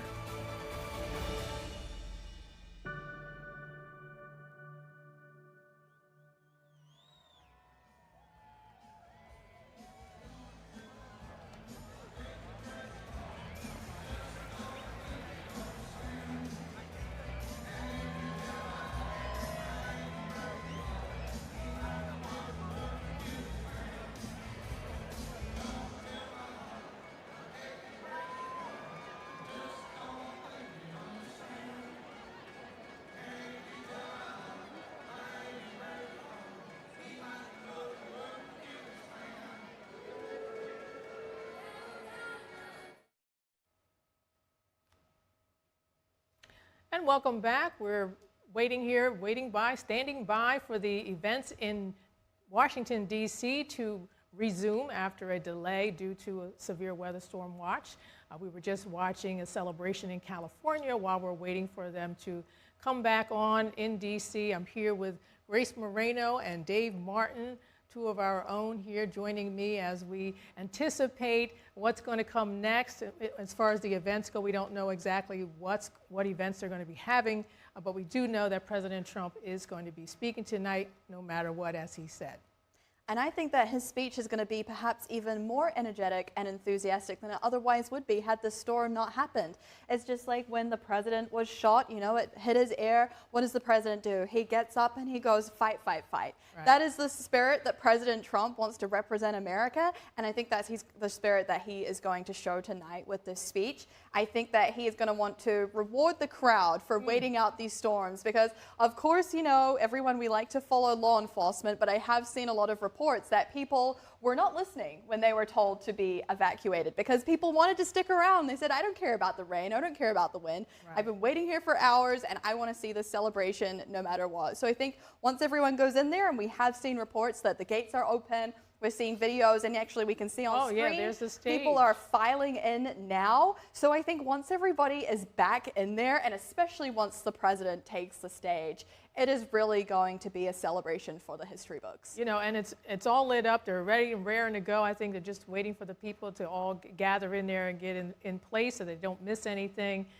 Earlier, we were seeing them setting up, and we didn't know whether or not they were going to be able to pull this off this evening, but it doesn't appear that the storm was all that bad. I mean, it hasn't been that long since we were told that the storm had started, and I'm looking at some video here of Speaker Mike Johnson's motorcade departing the Capitol, going back to the National Mall, and it doesn't appear to be that wet there. So I think they dodged a bullet or something, but I think the gods were on President Trump's side and on the people's side. On America's side. On America's side, we have the resilience. We want this to go on, and it's going on no matter what. Well, it's just like it says in the Star-Spangled Banner, right? That's all about, you know, after the war, after the storm, the flag is still standing. And it's still standing tonight. Yeah. Yeah.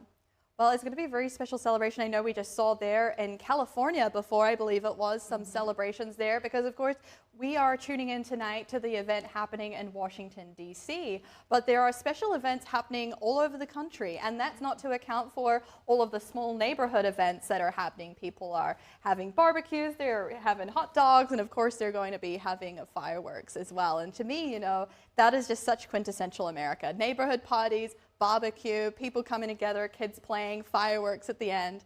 It's very special, and I'm sure none of those people will be deterred by the weather. Well, you know, we're still waiting here. The stage is empty, but we still have more performance going on in California, so I think we want to turn to that now and see what else is going on at the California celebration. Do we have that now? Hi, Daddy. Thank you. Hoorah. Come on, everybody. Put your hands together, y'all. Let's show them some love. As a matter of fact, let's meet a few of these amazing humans. Please introduce yourselves and tell us where you're stationed. Good evening, everybody. I'm Lance Copel Martinez, stationed at 3rd Anglico. And tell us what service means to you. To me, service is a great opportunity to give back to a country that's given so much to me. To honor the uniform that great men and women have worn before me. Great answer. Thank you, sir. And now introduce yourself. Tell me where you're stationed. My name is Lieutenant Sabrina Taylor, and I'm stationed at Los Angeles Air Force Base. Tell us what service means to you. To me, it means leaving the world a better place than you found it. Whether that means dedicating your life to protecting our country or just picking up trash in your community to make it better, we can all do so much for this beautiful country. Yes, yes, well said. And thank you so much for your service. All right, y'all, you ready for more show? Please join us down here. Enjoy the rest of the show, and thank you so much for keeping us safe. We really appreciate it. Right here in Los Angeles and around the world. Now, please welcome to the stage the drum line, the pack drum line.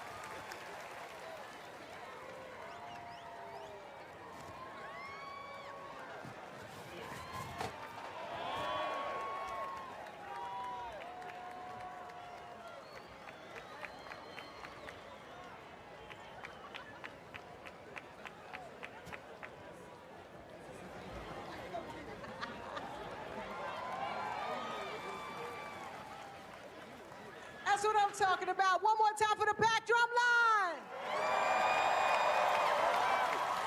Tonight, we've united 350 million Americans across the country thanks to America 250, the nonpartisan organization established by Congress to recognize the 250th anniversary of the signing of the Declaration of Independence. Let's have a big welcome for the chair of America 250, Rosie Rios.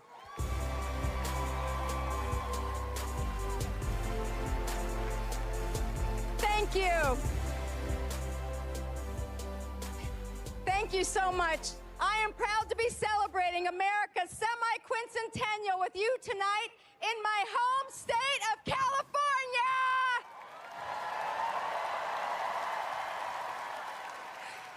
My mother came to this country from Mexico to seek a better life.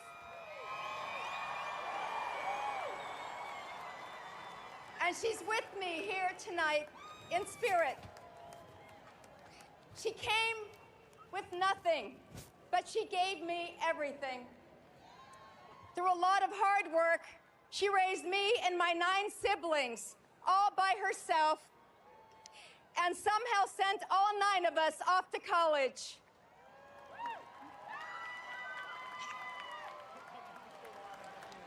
We are the personification of the American dream. And that story doesn't happen everywhere in the world, but it happens here. It happens because America truly is the land of opportunity. Everyone in this magnificent Memorial Coliseum and all of you joining us all across the country, streaming and on iHeartRadio are part of that experience, and I can't tell you how grateful I am that you chose to spend your time with us here today.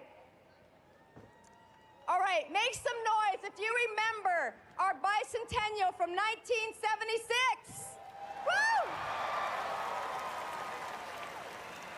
I was 11 years old at the time, a 5th grader, and I remember it like it was yesterday. I remember taking a school trip to see the Freedom Train at the Oakland train station in the Bay Area. I remember watching the tall ships sailing in the New York and Boston harbors on our black and white TV. I remember getting my bicentennial quarter, which I still have with me. That was my life savings, but boy, does it still mean everything to me today. But more than anything, what I remember is not just a memory. It's a feeling. It was a cloudy night in Hayward, California on July 4th, 1976, but those fireworks were never brighter. And on that particular evening, I felt like I was part of something extraordinary. I felt my future. I felt I had the whole world in front of me and that anything was possible. That's exactly how I hope you feel tonight. After 8 years on this commission and 4 years as chair, serving 5 different administrations starting 18 years ago, let me tell you right now, tonight, it makes it all worthwhile. The 250th anniversary gives us a once-in-a-lifetime generation opportunity to remind all Americans that this is the land of opportunity all over again. And I hope this kickoff event inspires you, especially young people like I was in 1976, to embrace those opportunities and to write the next chapter of American history and the next and the next. That is something that we can all be proud of. No politics, just purpose. Thank you again for coming.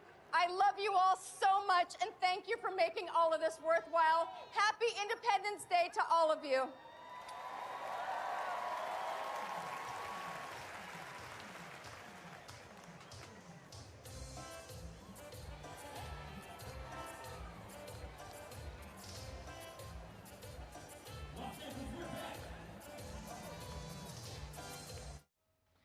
And welcome back. We are here at NTD's special live coverage of the special 4th of July events coming up in Washington, D.C. There was a little bit of a delay due to a severe storm watch, but we were told that it's going to be back on. So if you're just tuning in, please hang around because we are going to provide you with that live coverage as it begins. So we're expecting a lot of big events tonight, hopefully, but everything will be pushed back. The president's speech is now scheduled to be around 11 p.m., but we're told that they will still have some performances for us and also possibly the fireworks. I'm joined here by Grace Moreno and Dave Martin. Grace is from Epoch Times. She's an Epoch Times reporter. And Dave, of course, is our sports guy. We're just here talking about the events tonight that haven't happened yet, but that we're excited about. We know this is the biggest 4th of July that we've had in a long time, 250 years that we have been here. This is a free country. We talk about how a lot of people want to be here.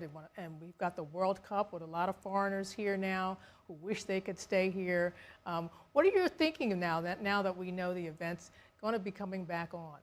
Well, I'm just so pleased, Arlene, that America's really going to get the celebration that it deserves. And like I was saying earlier, I think it's going to be a really, really fantastic one once everybody comes together. They're there in the rain. They've had this shared experience, and I think it's really going to be one for the ages. But like you were saying, just then or alluding to, something about America that really strikes me and touches me so much is the way that Americans care so deeply about so many things and so many people and causes. And I can tell you, being from New Zealand, New Zealanders are very, very kind and friendly people, but a huge contrast is Americans, they feel very responsible. We just saw someone at the California performance saying, that, what does it mean to be an American? And to her, that's helping to make the world a better place in whatever capacity. And I really think that is a big part of what the spirit of Americans is, because everyone you meet, they care so much and they feel like they have a responsibility to care.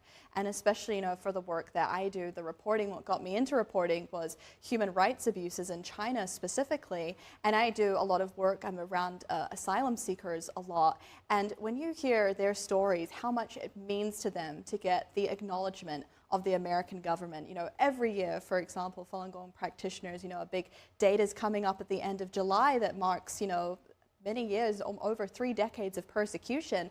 Lawmakers turn out every year. Every year they turn out and some of them give speeches at this event. They will write letters condemning the persecution and they will meet with people that, have suffered. And this is something that you see everywhere across, for both Republicans and Democrats, lawmakers, people that have the sense of responsibility, meeting with persecuted groups, meeting with groups, farmers, whatever it is that have suffered and had a hard time. And they really care, and that is just something that I think is so special and something that I'm celebrating this 250th birthday. Well, Dave, I want to get your thoughts on this, but first, we look at our screen here. We see the Lincoln Memorial all lit up. My understanding is that they're going to be lighting this up in different scenes all throughout the evening. It looks like the flag. From what I can see, it's the flag. Yeah. Yep. And we know that the events are going to be coming back on. And I just wanted to share something I saw here on X. There was a beautiful moment as countless patriots break out into the national anthem after being evacuated from storms during America 250. And they were in the USDA building. That's one of the places where they were sent for safety. And they were singing the national anthem. So this just goes to show what we were talking about. And what we've been talking about is the resilience of Americans, the resilience of the president. What are your thoughts on this, Dave? Yeah, Grace, what you were saying earlier about how much Americans care about the world. Like, there's a saying in America about policing the world, which is clearly what Trump has been doing. The last 6 months, you could especially say with the events going on in both Iran and right before that Venezuela. He's obviously also got an eye on China. It seems like with all his moves, and it certainly seems like with Cuba as well, 2 mainstays for sure of communism. And we've talked plenty about how, in China over there, not only do you not have any kind of freedom of speech, you have no kind of freedom of religion. Obviously, if we've had many talks about how Falun Gong practitioners have been jailed and tortured over there. So I tend to think about those kind of things when it comes up on July 4 here with the independence of our country. It's such a big thing. Yeah, and we're seeing here President Trump is on his way to the National Mall, as are other officials on their way back there. Still a little bit of drizzling going on there, but I think, as we said, that's not going to stop President Trump or any of these Americans that have come a long way to see President Trump, to see the performances, to celebrate this wonderful 250th anniversary. Nothing's going to stop us from doing that. And, like we've been saying all evening, people who are here from other countries, they really see how precious it is to have that freedom. Absolutely. And I just want to say, the use of projectors on the Washington Monument this year. I think it's so fantastic. And obviously it's different, but it ties into the broader conversation about the beautification efforts in D.C. that I think are just so incredibly important. Because let me tell you, as a New Zealander, the first city in America that I ever visited was Washington, D.C. And I cannot tell you how blown away I was, because I had never seen anything like it. And for a lot of people in a lot of countries, we do not see buildings in this beautiful Greek, Greco-Roman style, so huge. I just thought it was one of the most beautiful cities I've ever gone to. And at that time, that was many, many years ago, it was very clean, it was very pleasant, and things did go down a little bit. Things weren't being maintained in perhaps the way that they were meant to. So I think what the president is doing is, giving the honor and dignity to these monuments that they deserve is just so precious, and it's so fitting and important for the 250th birthday of the country to really honor, our founding fathers and all of the beautiful things that have been made before us. While we're continuing to wait for the festivities to get back on track in Washington, D.C., we're going to go back to California, where Queen Latifah is the MC hosting the festivities there in California.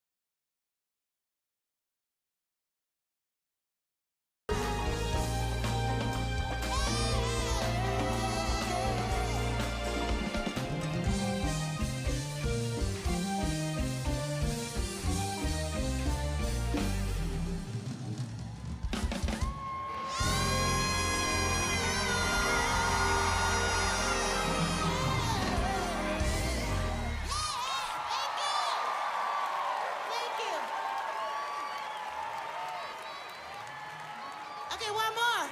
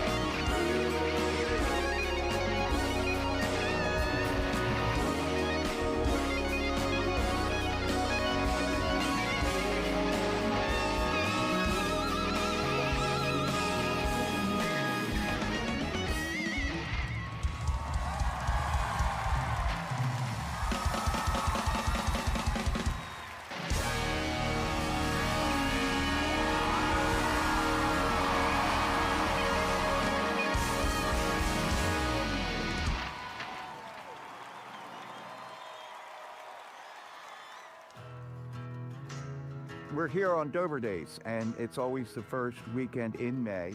It just feels different in Delaware. And we're back here in the studio. We were just watching Chaka Khan performing in California for their 4th of July celebration. We're still waiting for the celebration to resume in Washington, D.C. We're told that President Trump is there, and we're expecting him to speak later on this evening, maybe 11 o'clock, maybe later, according to President Trump. Who cares, right? So we're joined here with Grace Moreno and Dave Martin, both here from Epoch Times and NTD.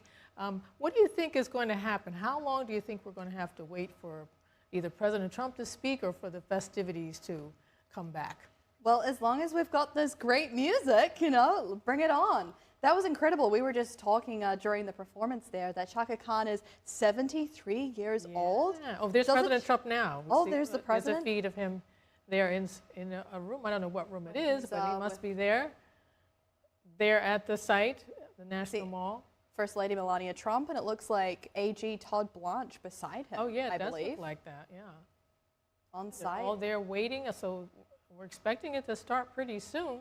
But as you were saying, Chaka Khan, she's 73 years 73 old. years old. Looking, moving, incredible, and sounds exactly like she did when those songs came out. Yeah. Thank goodness for California, that they have good weather and they can still put on a performance, because like we were just saying off air, Philly's event has also been, well, not officially canceled, but postponed. So thank goodness for California. Yeah, well, I mean, at least we have one performance night tonight, you know, because we were expecting, you know, Washington, D.C., but it's coming. I think it's coming. Yeah. Dave, how are you doing over there? I know you like Chaka Khan. You recognize one song out of all those wonderful songs she sang. I did recognize one song. Yeah. I got to say, I was blown away, too. I could not believe she was 73 years old. She moves so well. I mean, it's like the Rolling Stones are somehow ageless out there. They still move at whatever age they're at. She has the same energy. I mean, she was incredible out there. Yeah, I enjoyed it. She still has the same voice that she had, I don't know how many years ago. So that was pretty cool. Yeah, I mean, she doesn't look like she's aged that much. I mean, you can tell she's a little older, but like you say, she sounds the same. She has the same look, same walk, same sound. Yeah, it's great. And how nice it is to see all of these stars coming together to celebrate America 250. And I know we haven't heard anything about the performances that were happening in Washington, D.C., continuing this evening or being rescheduled. But I really hope that they do reschedule when the weather is better, because so much time, planning, money went into that. And there were a lot of really fantastic artists that were lined up to sing. So fingers crossed they can still find a way to make it happen. Well, you know, they have busy schedules. I mean, just like Chaka Khan, they still perform, they're still doing things, and it's really hard, I think, to get them all together in one place at the same time. But hopefully they will make an effort to do that, because I think the people really would like to see it. You know, Trump's busy. He's still going to make time tonight. I was going to say, this is where he stays, right? Yeah. He's probably telling him, hey, I'm going to be here. You guys should stay too, you know? I think that he's going to say that in his speech, honestly. Like, if he is the only one that comes out tonight and speaks, and that is what it's looking like. It doesn't look like those performers are going to come out. Oh, but the and people. Look, not to say, yeah, the people, of course, but not to say, you know, that's their fault. Maybe they really weren't allowed, or there was some sort of technical, logistical issues with all of the weather. But I think President Trump might make that a central theme. That no matter what, he is there. That is the spirit of America. That is the spirit of the people that showed up. They've been there in the blazing heat earlier in the day. Yeah. Now they've been there through rain, wind, fire. And can you imagine the humidity in D.C. at the moment? Yeah. Oh, my goodness. Well, I mean, if it's still a little windy, I think they're still pretty, you know, they're cooled off at least, you know. But yeah, I see here they're going back in. A lot of people are pushing their way back into the event here at the National Mall. And I read that they're having to actually go back through secret security. So, and you know, all of us, we've been through secret security getting into events at, you know, some point. It's a pretty lengthy process. Yes, it's very thorough, of course. We understand why everybody's having to rescreen, because apparently the devices that secret security was using, or Secret Service rather was using, you know, they can get damaged by the weather. So they had to put them away. Now they're bringing them back out. Yep, but I do wonder, I mean, I'm thinking the president's going to have to do something special tonight, surely. We can still see him on screen. I see we have maybe is that Kai Trump maybe beside him, or Laura Oh, there we go. Trump? We got a bigger shot. Might be Laura Trump beside him. Oh, there's a family his son, member. Donald Jr. right Don there. Jr.? Yeah. See That might be Kai right there. Or it might actually be Don Jr.'s newlywed wife. Is her name? that Is could it be. Bianca? Is that her name? Anyway, it might be his newly married wife there. But I do wonder what President Trump is going to do to make this extra special. Because I think, President Trump for quite some time now has been talking up the specialty of this year being the 250th birthday. The World Cup is here. So many significant things have been happening. But now that this has happened and he's seemingly the only kind of performer, the only one speaking, he's going to he must be making it extra special for the crowd that, have been there for so many hours. Well, this really plays into his hand, having this delay and the storm and, because he's the type of person that doesn't let anything stop him, doesn't let anything get him down. And if all those people come back, that's just all the more he's going to talk about the patriotism and how the people, how they really care about their country and no matter what, the forbearance, the American grit. The American grit, yeah. I mean, he's really going to capitalize on that, I think. I think so. And it's like I was saying earlier, it really does encapsulate the meaning of the American national anthem, the Star-Spangled Banner. And while we wait, I would love to read the lyrics. I don't yet know them all off by heart, but here we are here. Oh, can you see by the dawn's early light what so proudly we hailed at the twilight's last gleaming, whose broad stripes and bright stars through the perilous fight o'er the ramparts we watched were so gallantly streaming, and the rocket's red glare, the bombs bursting in air, gave proof through the night that our flag was still there. Oh, say, does that star-spangled banner yet wave o'er the land of the free and the home of the brave? And like we were saying earlier, that is all about the American flag still being there in the dawn after a long night, a perilous night, seemingly a war, a battle, and it was still there. And it's talking about, as I understand it, that hope, that resilience, that American spirit that cannot be crushed no matter what. And so I think that it is really quite fortuitous and poetic that this has happened tonight and the president is still there. He's going to make sure that that American spirit is still honored and represented, embodied this evening. And while we're waiting for that, Dave, did you want to comment on that?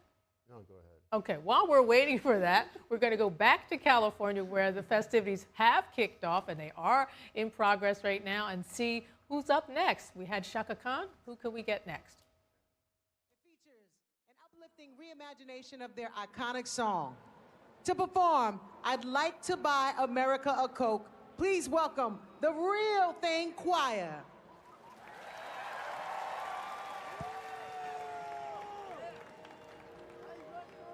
I like to teach America to sing in perfect harmony. Voices far and wide, standing side by side. Will you sing along with me?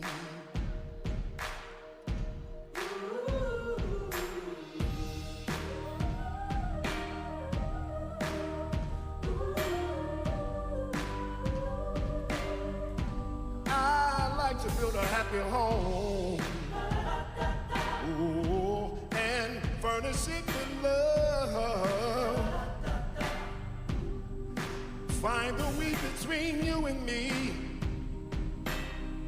the thing we all been dreaming of. Oh, la la, I like to buy America Coke. From streets to quiet farms, build bridges that connect us come together all in all. Oh, la la la la la. Oh, la la la la la la la la la la la la. North and south and east and west. Here's top for this song. The joyful sound of common ground, a place where we belong. Friends and faces, family, from old times near and far. All pursuing happiness, doesn't matter who you are. I've got America, singing perfect harmony, side by side.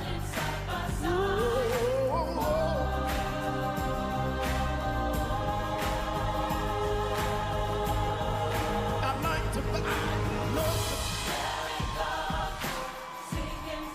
singing perfect harmony.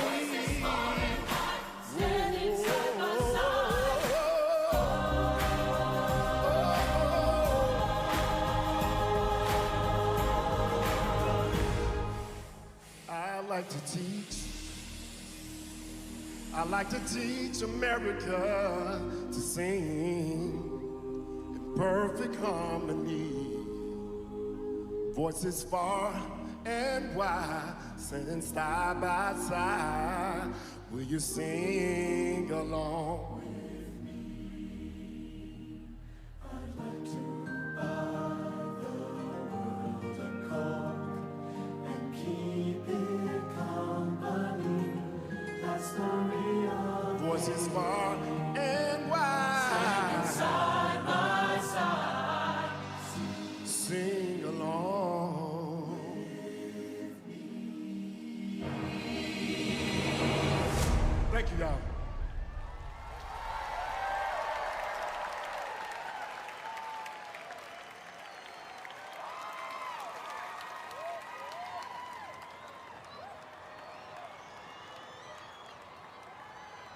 We have always been a nation of givers, giving a hand, giving hope, giving dignity. Imagine what could happen if we all gave at the same time, giving forth. And we're back here at NTD Studio where we're waiting for President Trump to come speak. We're expecting him to speak around 11 p.m. Of course, the events there in Washington, D.C. were delayed. The big 4th of July celebration was delayed. We were just watching the celebration in California, which they're having good weather there, so they were able to keep their events on schedule.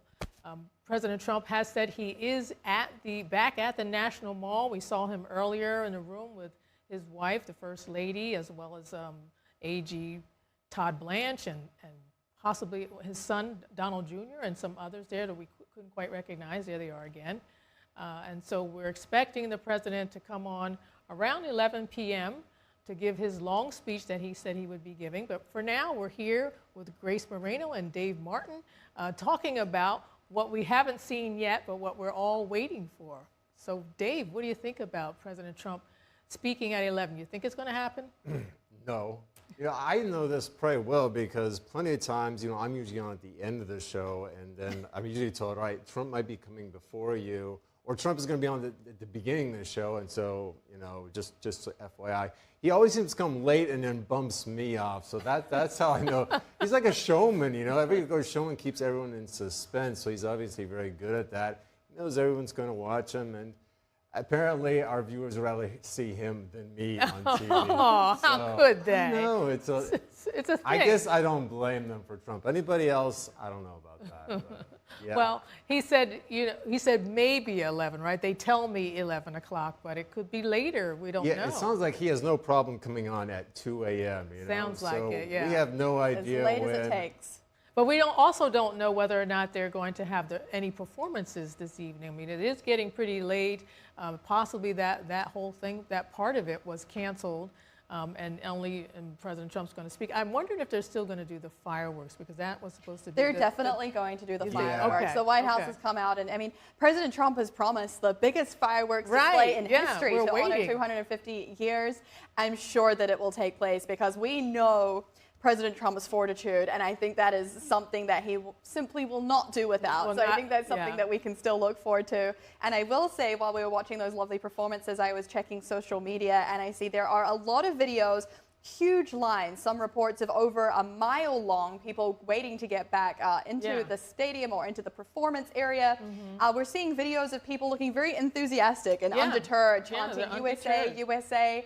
Very excited, a lot of camaraderie, really that American spirit, that grit we were talking about earlier. And I was going to say the president, I'm sure he doesn't want to keep all of those people waiting any longer than necessary. But as we were saying earlier, they are all having to go back through the security lines, right? The delay, so there actually could be a big delay because I think the president will not want to begin without everyone that has waited so long being there. And of course, security is not going to want to not be as secure as it can possibly be, because they've talked about this a lot, right, about the security for this evening and for all the events in Washington, D.C. is supposed to be the safest place tonight and throughout this celebration. So, they don't want to, now all of a sudden get lax, right, and just let people in. Unfortunately, well, we know that it's a good reason why it's delayed, and we want it to be safe. Yeah, and I also saw videos of people along the waterfront, the river in Washington, D.C., getting ready for the fireworks. That's also buzzing.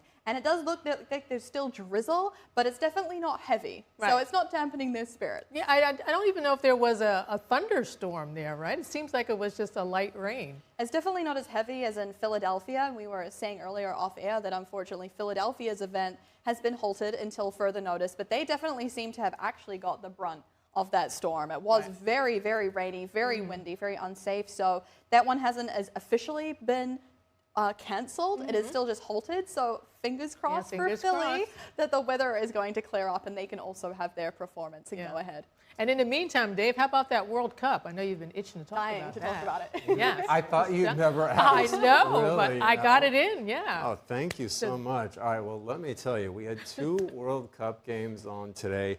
Morocco beat Canada 3-0 in the first game. Now, these are knockout round, right? So Canada, unfortunately, is eliminated with that loss. The second game, France beat Paraguay 1-0. This is a very physical game here. Kylian Mbappe, one of the best players in the world, scored the only goal of the game. Apparently, there was a whole lot of pushing and shoving, which is about the only way you could possibly beat France, is to make the referees, make a whole bunch of calls against you. That's what they did, but they won. Mbappe scored the only goal. That's his 7th of the World Cup. That ties him with Lionel Messi, most goals at this World Cup. Plus, he's now got 19 in his career, 1 behind Lionel Messi. Now, Messi, though, is 10 years older, so Mbappe, he is heading somewhere fast. So the France and Morocco then advance to the quarterfinals where they'll play each other. Tomorrow, then, we got 2 big matches, one right over here in New Jersey. Portugal plays Spain. That game will be at that game's going to be in Texas. That's going to be at 3 p.m. Eastern time. Texas. You know what? This is Monday. I've got the wrong days here. That's Monday. Portugal plays Spain. Tomorrow, it's Brazil versus Norway right over here in New Jersey. My bad. At 4 p.m. Eastern time. So, yeah, you don't want to be anywhere near the stadium during that time, or unfortunately even in Penn Station. So that's the first game tomorrow. That's a big one, too. We got Erling Haaland, one of the best players in the world. Really, it's him and Mbappe are considered the 2 best players in the world. The next game, then, is Mexico versus England. That's at 8 p.m. Eastern time. That's going to be played in Mexico City, so good luck to Harry Kane and England. That's not going to be easy to do. And then, as I was saying, on Monday, Portugal versus Spain at 3 p.m. Eastern time. And then, of course, the U.S. plays Belgium 8 p.m. Eastern time. That game is going to be out in Seattle. So all eyes are going to be on the U.S. versus Belgium game. We're so happy that the U.S. is having – this is their best World Cup performance ever. And we're only 4 games in. Wouldn't it just be so good, though, if they won? Wouldn't it just show the whole world that maybe America really does have the mandate of heaven, especially on its 250th birthday? That would really be quite something. Maybe win the whole thing? Win the whole cup. Win the whole cup. And, President Trump is meant to be passing over the trophy. So wouldn't that quite be something? That would be something, That would be something. And, hey, maybe then they will reschedule all of the performances from tonight. You never know. For the World Cup celebration if America wins. It could happen. Well, we would need an epic celebration because I don't know if that would ever happen again. It's never happened before. It would be something very special. I was telling you, Arlene, earlier, the U.S. did not play in a World Cup from 1950 through 1990. It was like 9 straight times they missed. So we do not have a great, athletic history in this event. 3 wins is already our most ever at the World Cup. That's why everybody is so thrilled about it. I think 24 million watched our game last week when they won there. So, yeah, I'm very excited for this game. So what's the highest they've placed? I mean, like the last World Cup, did they even get in the top 10? They did not get to the quarterfinals. So quarterfinals is 8. The best they ever did was back in 1930 when they made the semifinals. Okay, but there was only there was only 13 teams back then. There's 48 right now. So they've never gotten past. In 2002 they made it to the quarterfinals. So we're not to the quarterfinals yet. But if we win tonight, we will at least be to the quarterfinals. But you can already say this is our most successful World Cup ever at this point because they've already won 3 of their 4 games. Yeah. The best they've ever done before was like winning 2 games. So. And they've got a huge momentum behind them with all the patriotism, and I mean, even the foreigners are probably rooting for the U.S. team at some, in some way. I think that's really keeping them energized and excited, and you can just see it when they, when they win or when they, they come off of the field. They're just so, together and tight, and I think they could pull it off. There is a real excitement over the team. And listen, you still have 4 more wins you'd have to do, which is not going to be easy. Plus, their top scorer is going to be suspended for this game for that red card that he got in the last game. So unfair. It was so Too unfair. bad. We were talking about this on Tiffany March Night just a few days ago. It was an unbelievable and you can't call. appeal? Come on. Only if it's for more than 1 game can you appeal the suspension, which is automatically at least 1 game. Now, they're probably through the worst of it, which is having to play a man down for the final 36 minutes of that game.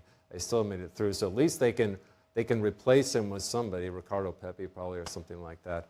But yeah, it's pretty bad. We just don't know. I guess Americans probably don't know enough. We're so excited just that they got this far. I think some people have just kind of forgotten about the bad call, we'll call it, about that one, which is hard to believe because it was on replay. The ref is looking at this on replay, and somehow I wouldn't agree with it.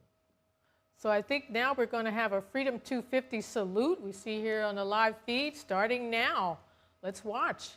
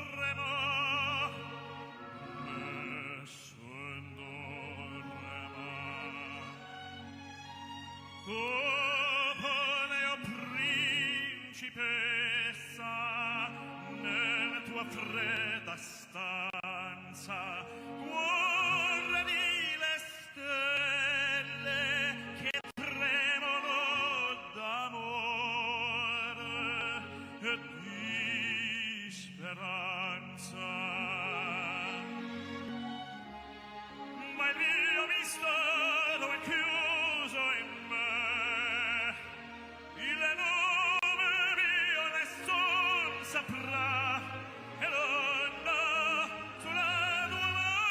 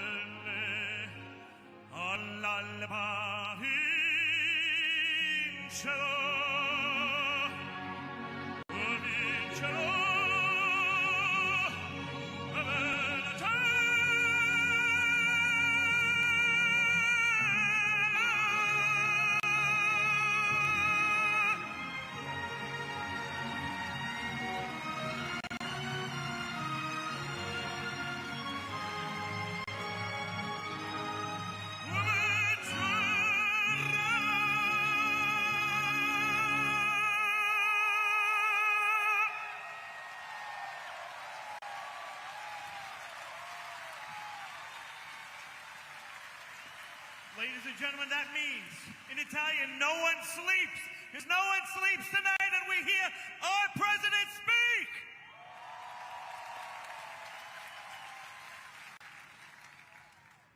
And now, if you'll do me the great honor, please join me in God Bless America.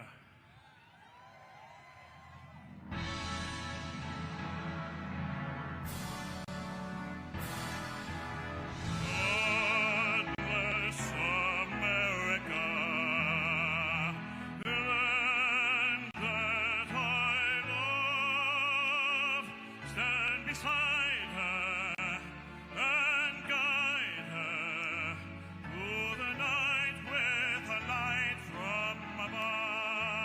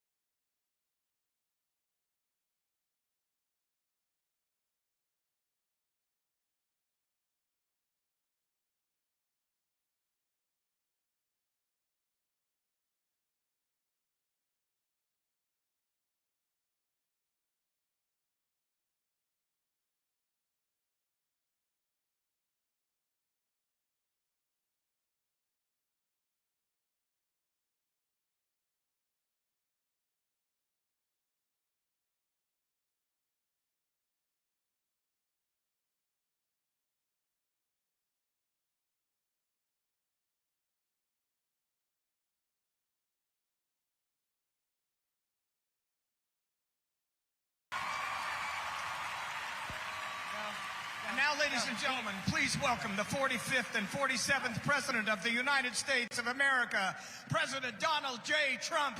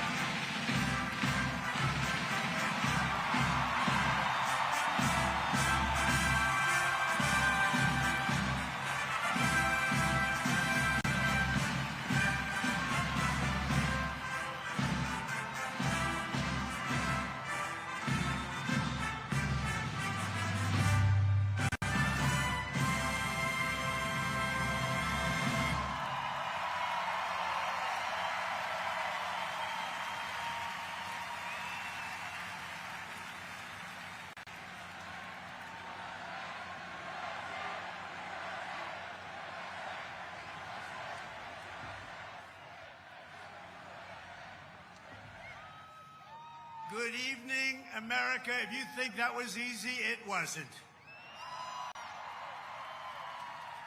And I want to thank everybody because they did the right thing. They saw lightning, and I said, there's no way if we have to speak in front of one person at 4 o'clock in the morning, I'm going to be here. There's no way we can be deterred. And they estimated they had 375,000 people before. Everybody had to leave. And they now have 150,000 people. It's the craziest thing anyone's ever seen. At least. And I want to just thank you. And I feel so badly about some people. They left and they couldn't get back. But you're very special people. And we have a very special country. Thank you very much. Tonight we come together for one of the most joyous and glorious milestones of all time, and you know what that is, 250, the 250th anniversary. And I do have to say this. One of my very brilliant people backstage said, don't worry about it, sir. We can do it maybe next week. I said, it doesn't work next week. This is the big day. We want July 4th. We're not looking for July something else. Because this is the 250th anniversary of the Declaration of Independence. Nothing like it. For 2.5 centuries, our American republic has stood as the crowning achievement of human history. This country is the home of freedom. This is the land of liberty. And this is a flag that's the banner of the most extraordinary, most exceptional, most incredible nation ever to exist on the face of the earth. And we're doing better now than we've ever done before. No people have done more good, shown more courage, made more progress, righted more injustice, or achieved more greatness than you, the American people. For 250 years, the United States of America has been the hope, the promise, the light, and the glory among all of the nations of the world. All over the world, they try and be like us. Nobody can be like us. And with God's help, we will always be this or even better. We're going to be better. Here on our National Mall, we're celebrating freedom's triumph over tyranny, liberty's conquest over oppression, and the enduring victory of the American spirit from the July 4th, 1776 to July 4th, 2026. Big dates. That's big dates. Two big ones. And tonight our country is stronger, freer, richer, safer, and prouder than ever before. But it all started with the miracle of history that lives forever in the heart of every single patriot. In Philadelphia, our founding fathers summoned the courage of giants and the wisdom of centuries to boldly proclaim these timeless truths. they declared that all men are created equal, that they are endowed with sacred, unalienable rights by the hand of our Creator, and that among these are life, liberty, and the pursuit of happiness. In signing their names to the roster of freedom, those 56 patriots put everything at risk, stepped onto the stage of destiny, and seized a victory for the ages, and that's what it was. And this is an evening for the ages, I believe. This is something very special. This is bigger than if we didn't have the lightning blaring. We had lightning blaring, but this is bigger. Little more inconvenient, but it's bigger. I think in its own way, it's more beautiful. From the beginning, we were a nation that lived by the motto, victory or death, and live free or die. 1 out of every 100 Americans gave their lives in the fight for independence to remind us of who these heroes were and what they gave us. We are honored to have here tonight in the heart of our nation's capital one of the very first American flags ever to exist. Dating back to 1777, it bears the 13 stars and 13 stripes of the 13 states that declared independence on the 4th of July.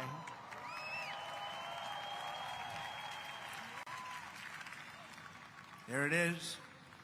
This was the flag that flew victorious at Saratoga. And these are the real deals, too. These are the real flags. These are flags that have seen a lot. These were the stars and stripes that flew triumphant when the British waved the white flag of surrender at Yorktown. That was a big surrender. Nobody thought that was possible. They were the greatest power of the world, and they surrendered, and that was the beginning. Ever since, the entire world has been on notice that Americans will never let anyone take our freedom away. Won't happen. And all these talks from the communists, they haven't got a chance. Not even a chance. We don't want communists in our country.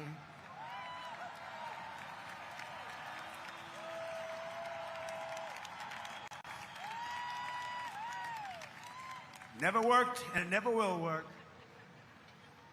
Americans must never forget that we are a historic and heroic people with a heroic spirit and a heroic purpose on this beautiful earth of ours. We are made the courage and the fire and the flesh and the blood of the best and the bravest people this world has ever produced. We are the bravest and the best. Tonight we pledge allegiance to the flag they gave us, and we say, God bless the immortal patriots of 1776, and long live the cause of independence. May it reign forever and ever and ever. We will always be on top. We will never let our country fall. We will always be the best. Our founders not only won our liberty, they secured it with the most righteous political document ever conceived. It's called the Constitution of the United States. Very special. And it's because of their genius that we remain the finest people on the planet after 250 years. Unlike so many others in the world, in this country we have freedom of speech, freedom of religion, equal justice under the law, although I wasn't treated that well, but we won't get into that. And the right to keep and bear arms.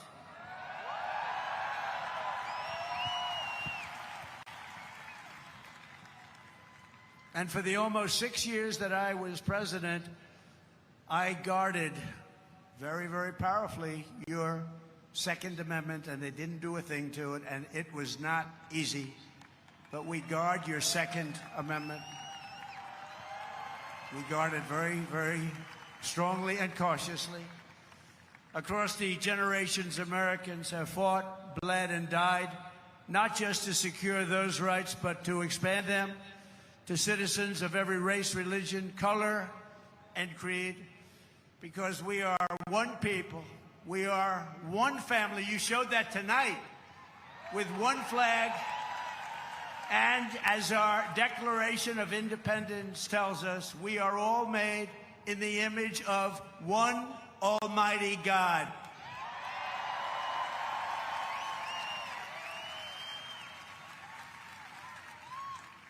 And a communist will never say that. That's for sure. Few heroes remind us of these truths more than William Carney, who escaped slavery to become a Union soldier in the Civil War, which was a very big deal at the time. On the front lines of battle, he saw a comrade struck down by enemy fire while carrying the Stars and Stripes, and Sergeant Carney dove to the ground to keep the flag from touching the mud. He didn't want to have it touch the ground. He didn't want to have it touch the mud. He wanted it to be perfect. He raised it high above the field and was shot 4 times. They thought he was gone, but he kept moving forward. He loved our country. He loved our flag. Before he returned to camp and announced, "Boys, the old flag never touched the ground." And he became the first African-American to receive the Congressional Medal of Honor. He got the Congressional Medal of Honor, and he was the first African-American, and he was some man. They've written stories about him. He was something special. With us tonight to celebrate this forward march of freedom is another Medal of Honor recipient, Colonel Paris Davis, whose courage won eternal glory in Vietnam. He helped lead a surprise attack on 100 enemy combatants. They said he was finished. His whole group was finished. And despite multiple life-threatening wounds, saved the lives of his fellow soldiers. And this evening he stands to salute the only flag of its kind, the one that was draped over the casket of President Abraham Lincoln in Independence Hall. Thank you very much. Great.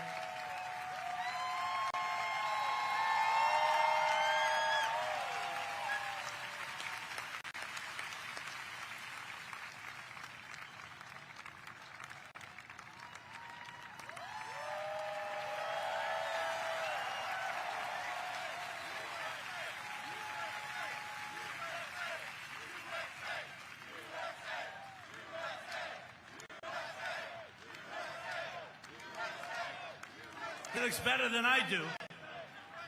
He looks great, and he's brave.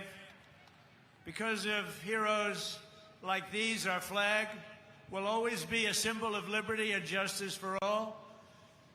Colonel Davis, thank you very much. Great man. Great man. Thank you. Americans expanded the blessings of freedom, and we have never stopped expanding our ambitions and our dreams. We had the American dream. We never had the American dream, however, like we have it right now. The American dream is back, very strong, beautiful. You know, to get into our military now is tough. 2 years ago, we couldn't fill a job, and now it's overflowing. We have so many, setting records. We're setting records. It's actually hard to get in. That includes our great police forces and our firemen. They couldn't hire anybody. Nobody wanted to do it. Now it's hard to get those positions, but it's really hard to get into our military because people respect and love our country again. Our rise to being the world's strongest and most powerful nation was no accident of history. We rebuilt our military in my first term. We use it a little bit in our, actually I should say third term, but I won't do that because I don't want any controversy. But we use it, and we've had tremendous success. You look at Venezuela, you look at Iran, we wiped it out, wiped out their military.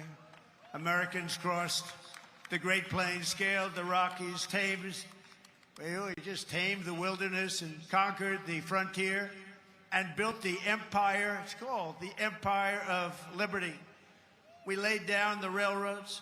raised up the skyscrapers, those beautiful skyscrapers, and dug out the Panama Canal, considered the 8th wonder of the world, which everyone said was an impossible thing to do. And by the way, 38,000 Americans died to give us one of the greatest engineering feats of all time, the Panama Canal. This was the unstoppable spirit that created the world's most powerful industries and built the strongest military anyone had ever seen. And today it is stronger and more powerful than it ever was before. American grit, boldness, and daring forged heroes like Davy Crockett, Wyatt Earp, Annie Oakley, Teddy Roosevelt, and the legend of the Wild West, Buffalo Bill Cody. These were great, powerful people whose incredible grandchildren happen to be with us tonight. And they stand alongside one of the first American flags ever to fly over our expanding nation. It was carried west just as Lewis and Clark began their journey in 1803. Thank you very much. Thank you. Thank you very much. Great to have you. Great to have you, to honor this audacious and indomitable soul of America. We also have the first flag ever to fly over one of the greatest architectural feats of all time, a thing called the Brooklyn Bridge, one of the most beautiful bridges anywhere in the world, built a long time ago. To its right, the banner that flew atop our flagship after America's Navy sank the Spanish fleet to the bottom of the Manila Bay, one of the greatest naval victories in history. Much like our recent victory by sinking the entire Iranian Navy, 159 ships, to the bottom of the sea, all done in just a moment's time, happened very quickly. We have the greatest military anywhere in the world. And next to it, we also have the flag that was given to that immortal, just a fantastic, immortal Rough Rider, the one and only. And I was at the museum the other day at its opening. Theodore Roosevelt, when he returned triumphant from Cuba, printed with the words, "Welcome home, Colonel Roosevelt." He was a victor of San Juan Hill. He was a great gentleman. Americans won the West and built the modern world because America is a nation of winners. And today our country is winning again, and we're winning like never before. America is back, and we want to keep America great, and we will do so by approving the Save America Act, which means all voters must show voter ID. All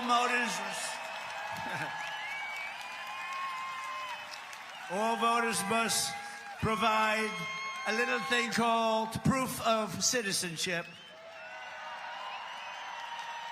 And there will be no mail-in ballots except for illness, disability, military deployment, or travel. And you won't have cheating on the elections anymore. It's very simple. Together, we are also reasserting the truth that American strength and power is not something to be ashamed of. It is something that we are very, very proud of. This country has been the greatest force for peace and justice on earth. In the last century, we defeated tyrants, demolished evil, and saved freedom again and again and again. Ken Schubring was 19 years old when he survived the Japanese attack on Pearl Harbor. After enemy planes sank ships like the USS Arizona, he resolved that he would help America strike back and win. He wanted them to strike back and win. Flying B-29s in the Pacific, Ken fought from the first day to the very last. He was in the war right from the first day, and he went to the last day and all the way to the enemy's unconditional surrender. We got an unconditional surrender. He was there at 104 years old and looking really good. Captain Schubring is here tonight, and he is saluting the flag that went down with the Arizona at Pearl Harbor, but was raised back up with the help of some unbelievable American patriots. It's a symbol of American defiance, please.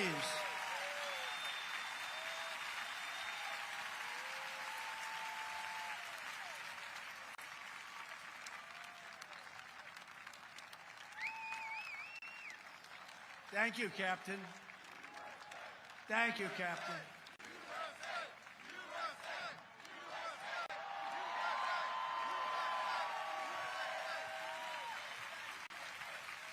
Great job. Thank you very much. You have very good genes. That's his son. His son's going to be around a long time. Thank you very much, Captain. On D-Day in World War II, Navy Lieutenant Arthur Rose commanded 36 landing craft as part of the largest naval armada in history.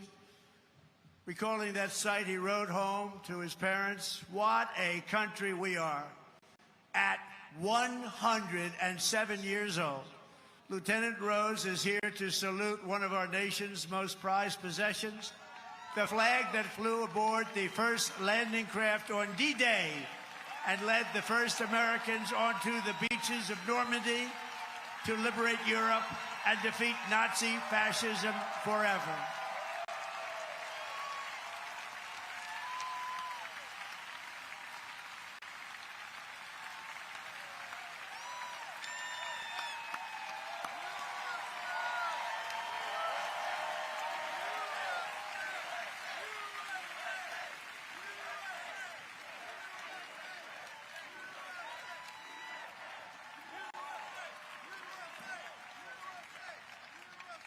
Lieutenant Rose, you are an inspiration to this beautiful crowd, and we thank you very much. Amazing man. 107. It's 107. On Iwo Jima in the Pacific, the Marines faced some of the most brutal combat in the history of warfare. They shed their blood for every inch of mountain that they reached. And when they reached the summit and raised the stars and stripes for all to see, it was so special to everybody there. Everybody there and everybody watching. They couldn't believe it. It wasn't supposed to happen. With us today is one of the last survivors of that battle, 101-year-old Marine Corporal Don Graves. And he's here to salute that famous flag he saw rise in the glory of Iwo Jima 81 years ago. And you've all seen that flag many times.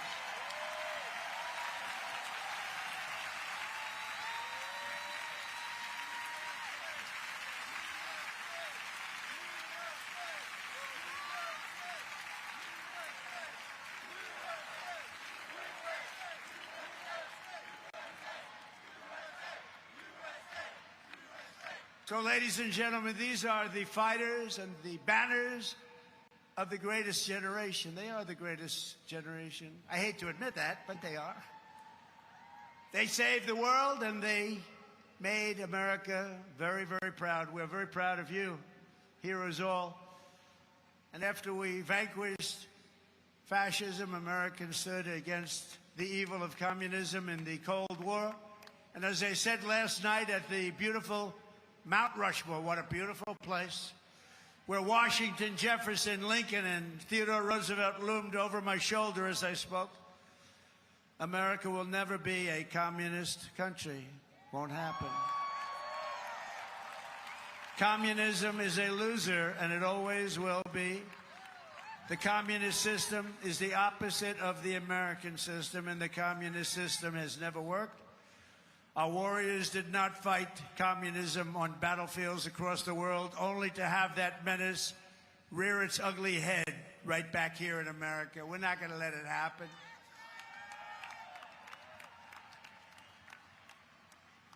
We like to stop a threat like that immediately and before it begins. It's like a cancer. You got to cut it out. You got to cut it out fast.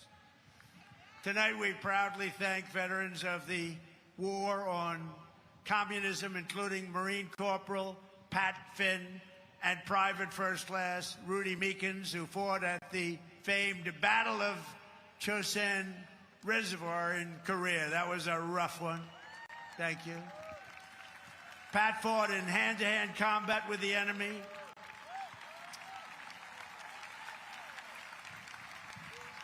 He had 5 against him, and he was 1. And as you can see, he's around to talk about it. And Rudy was wounded 4 times, but never stopped shooting, and he never stopped moving forward. And also with us is veteran Sonny Ray, who fought heroically against an enemy force 10 times his unit size and earned a tremendously deserved Silver Star. Tonight they salute one of the very first 50-star flags to fly above the field of battle. This was about the beginning of the 50. And right next to it is one of the last flags from Checkpoint Charlie, very famous place on the Berlin Wall, where American freedom finally brought communism crashing down to an end. Thank you so much. You are really very special. Thank you. Thank you very much. The Stars and Stripes cast the hammer and sickle into oblivion before, and we will do it again if necessary. I don't think it's going to be necessary. I think people have learned.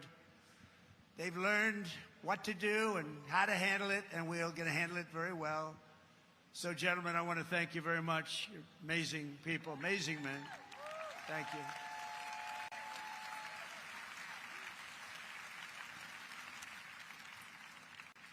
How about that, huh? Isn't that great? What an honor it is to be with them. Think of it, 107. That's up there, but hopefully he's got 20 good years left. Through the generations, Americans have never stopped striving to lift humanity to new heights. In 1903, the Wright brothers from Ohio fulfilled the age-old dream of mankind to fly. That's right, they're from Ohio, great state. And within 66 years of inventing the airplane, Americans planted our flag on the moon. Just 3 months ago, we sent American astronauts back to the far side of the moon, and this time they flew further from Earth than anyone has ever flown before. And here they are.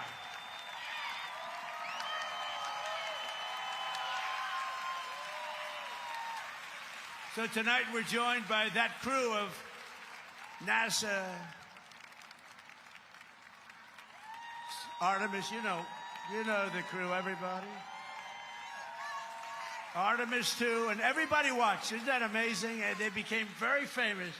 Everybody watched. I was watching. I don't know what it was. That one got the attention of everybody. And along with the last man to walk on the moon, Apollo 17 astronaut Jack Schmitt. Thank you, Jack.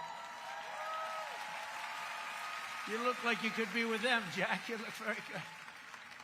You look very good, Jack. Thank you very much. What a job. Everybody was watching. I was with a group of people that normally wouldn't be watching, and we were having a big dinner, and they all said, we want to turn on, we want to watch Artemis 2. A lot of people said, what is that? By the end of the evening, they knew. It was amazing. And along with Jared, where's Jared? He's so great. He's running NASA. What a job he's done.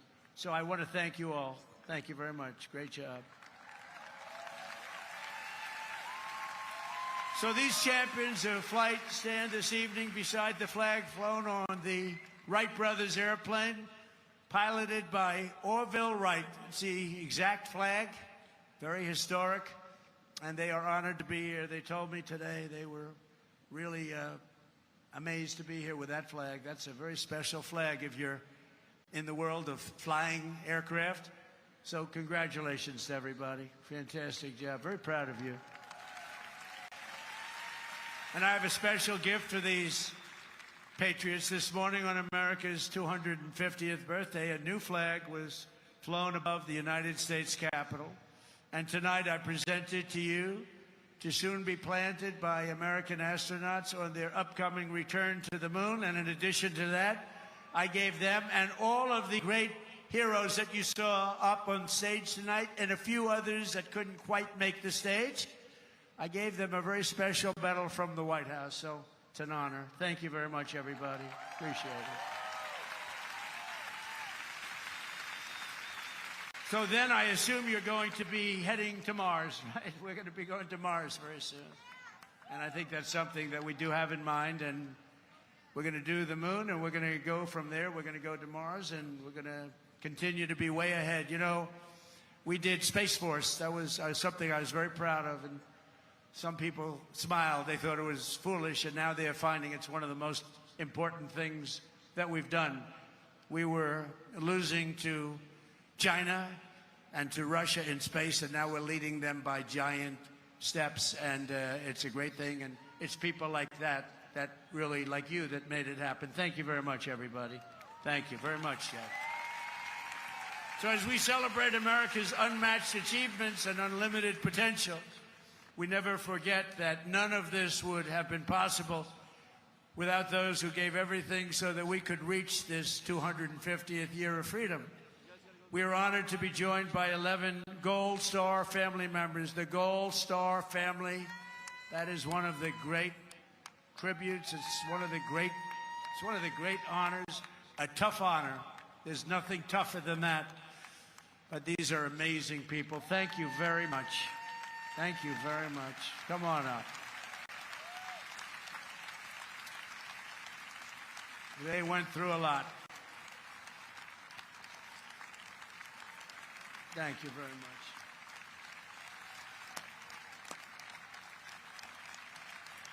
And that special person is looking up there and looking down at mom and dad, husband, wife, but they're looking down with great pride. You know that.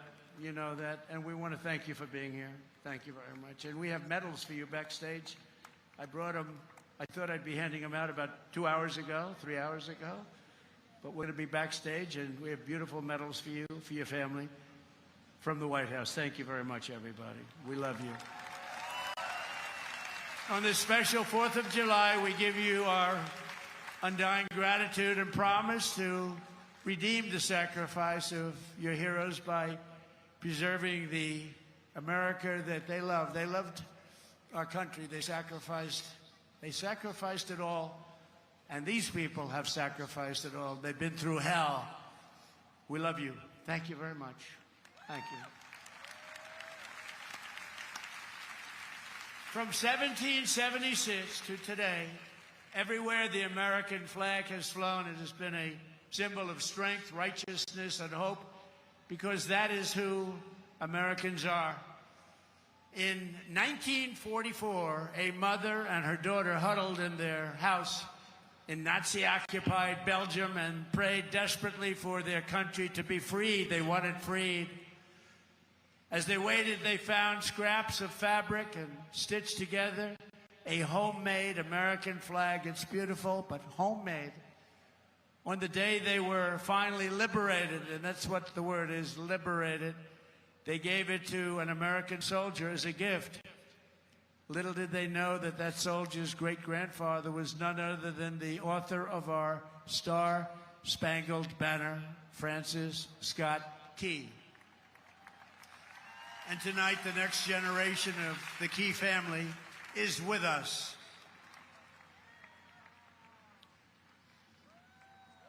Thank you very much. Please. Thank you.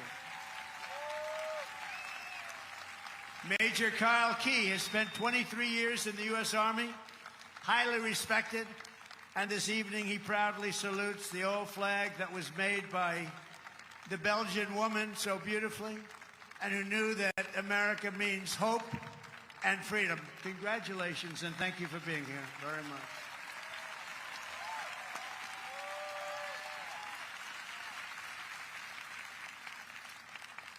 And in conclusion, from a declaration in Philadelphia to victory at Yorktown, from the bustling factories of the heartland to the towering snow-capped summits of Alaska, from the endless frontier of the open Wild West to the magnificent sand dunes at Kitty Hawk, from the glimmering skyline of Manhattan to the far side of the moon, you just saw that, and from the now safe and beautiful capital of Washington Think of it. Washington, D.C., our capital. Our capital is now safe, gleaming, and beautiful again. It's safe again. Went from a very unsafe place 2 years ago to one of the safest cities in the country and one of the most beautiful. To the gleaming waters of the Gulf of America. There is no challenge Americans cannot overcome. There is no place we cannot go. There is no goal we cannot reach, and there is nothing that Americans cannot do, and we're proving that right now. Our stock market is the strongest it's ever been. We have $19.2 trillion being invested in our country, which is 6 times more than ever happened before. We're building more factories in the United States than ever before. Everyone's 401ks are at the highest number they've ever been. And more people are working today in the United States than any time in the history of our country. But in this country, we can achieve the wildest and most impossible dreams.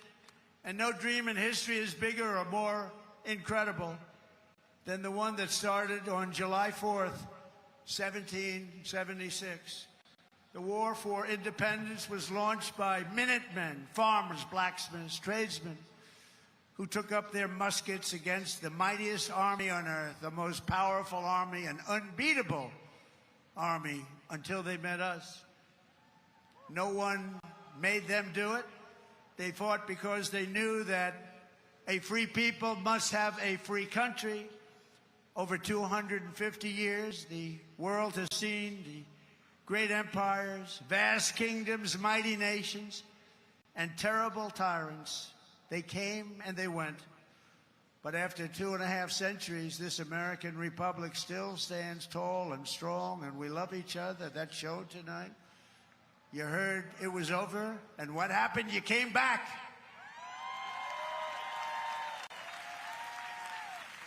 And this American flag still waves proud and free and beautiful. We have thrived and flourished because our founders were great. Our cause was just. Our people are brave. Our culture is exceptional. And our destiny is written by God.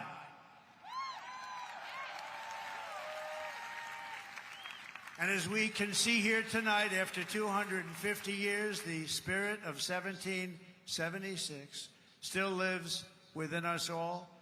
It still roars in the hearts of our nation's capital. It still burns in the heart of every patriot, thunders through every city and town, and it still lights the entire world with the glow of American liberty. And there is nothing like that.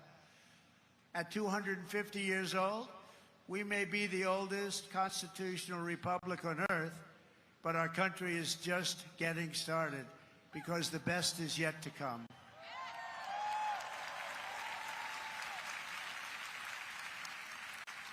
This is only the dawn of the golden age of America, and on this 250th 4th of July, we declare, just as they did 2.5 centuries ago, that for our country and for our children and for the cause of liberty, we are going to take our country to new levels, to levels not reached. We're going to make it bigger, better, stronger, and we're going to love it even more. And I just want to thank you, and the inconvenience of lightning can do that, but lightning will never stop you. And I want to thank everybody, and we love you all, and it's an honor to be your president. Thank you. God bless you all. God bless you all. Thank you.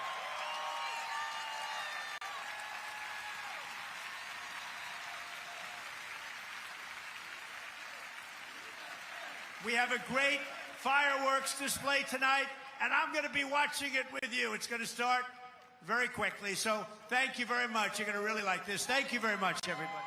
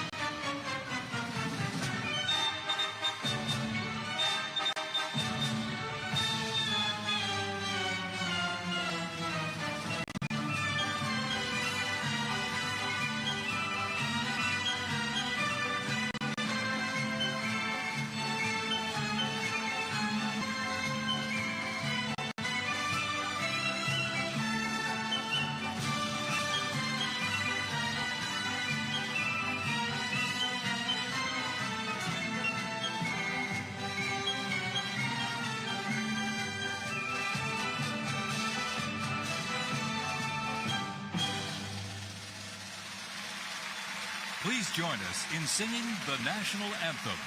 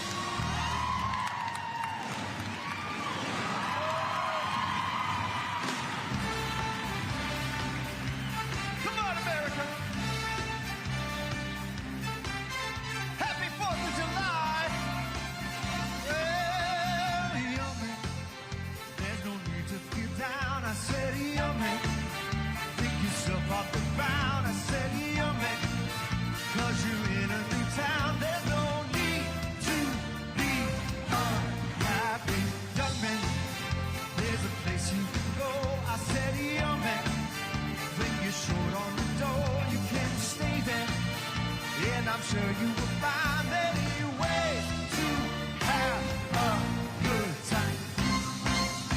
Sing it! It's fun to stay at the YMCA. It's fun to stay at the YMCA. They have everything for your men to enjoy. You can hang out with all the boys. It's fun to stay at the YMCA. It's fun to stay at the YMCA. You can get yourself clean.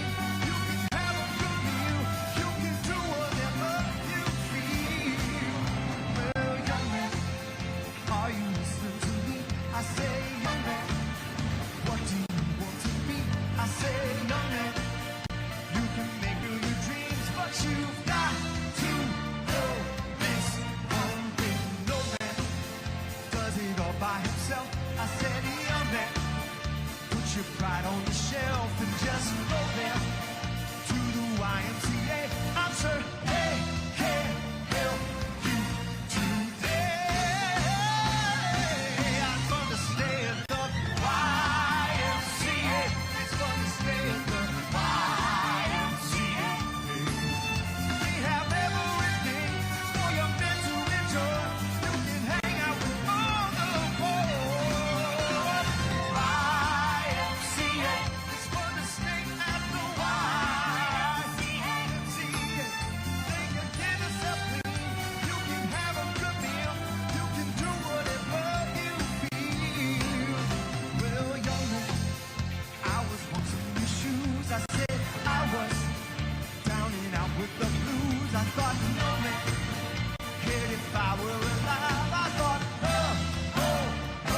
was so jive. That's when someone came up to me and said, young man, take a walk up the street. There's a place there called the YMCA.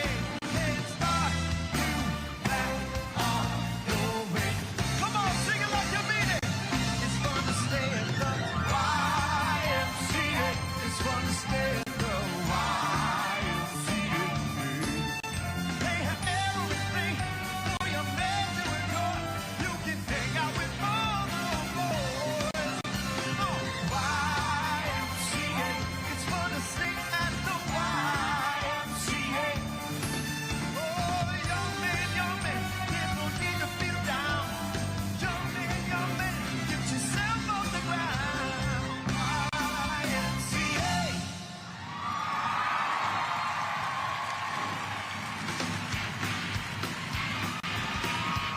And if the elevator doesn't bring you down, go crazy. Reach a higher floor.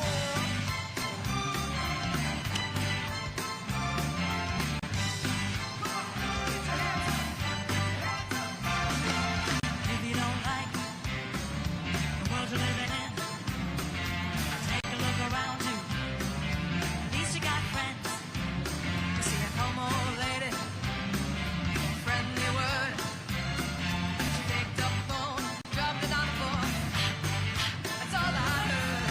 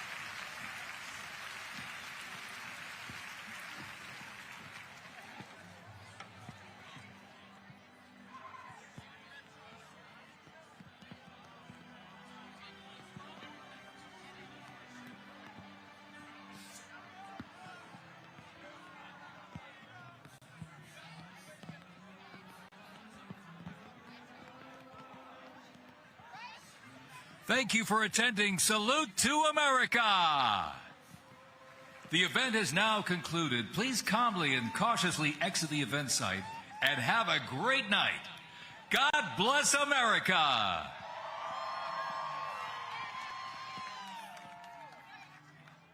And we were just listening to our president, President Trump, giving his 4th of July speech this evening after a delay in the events this evening, but he came through. He showed his resilience as well as the crowd showing their resilience. And we all here at the table have showed our resilience. We have our wonderful guests here that joined me this evening, Dave Martin and Grace Moreno. Thank you so much for being here with us tonight and keeping me company as we waited for our president to come on. And of course, that concludes our coverage of Freedom 250 Salute to America. It's been an honor having you with us on this historical day. NTD wishes all of you a happy Independence Day, and may God continue to bless the United States of America. 各位观众朋友，今晚的美国250周年特别活动到这里就要告一段落了。现场一幕幕充满象征意义的画面，是美国对自身250年历史的回望。250年来，美国经历过建国、战争、分裂、重建、民权运动，也不断在不同族裔、不同信仰、不同背景的人群之间寻找共同的方向。这一幕幕也提醒我们，自由是需要被守护的，才能被一代一代的传下去。感谢您与我们一起收看这场美国250周年特别节目，祝大家独立日愉快，再会。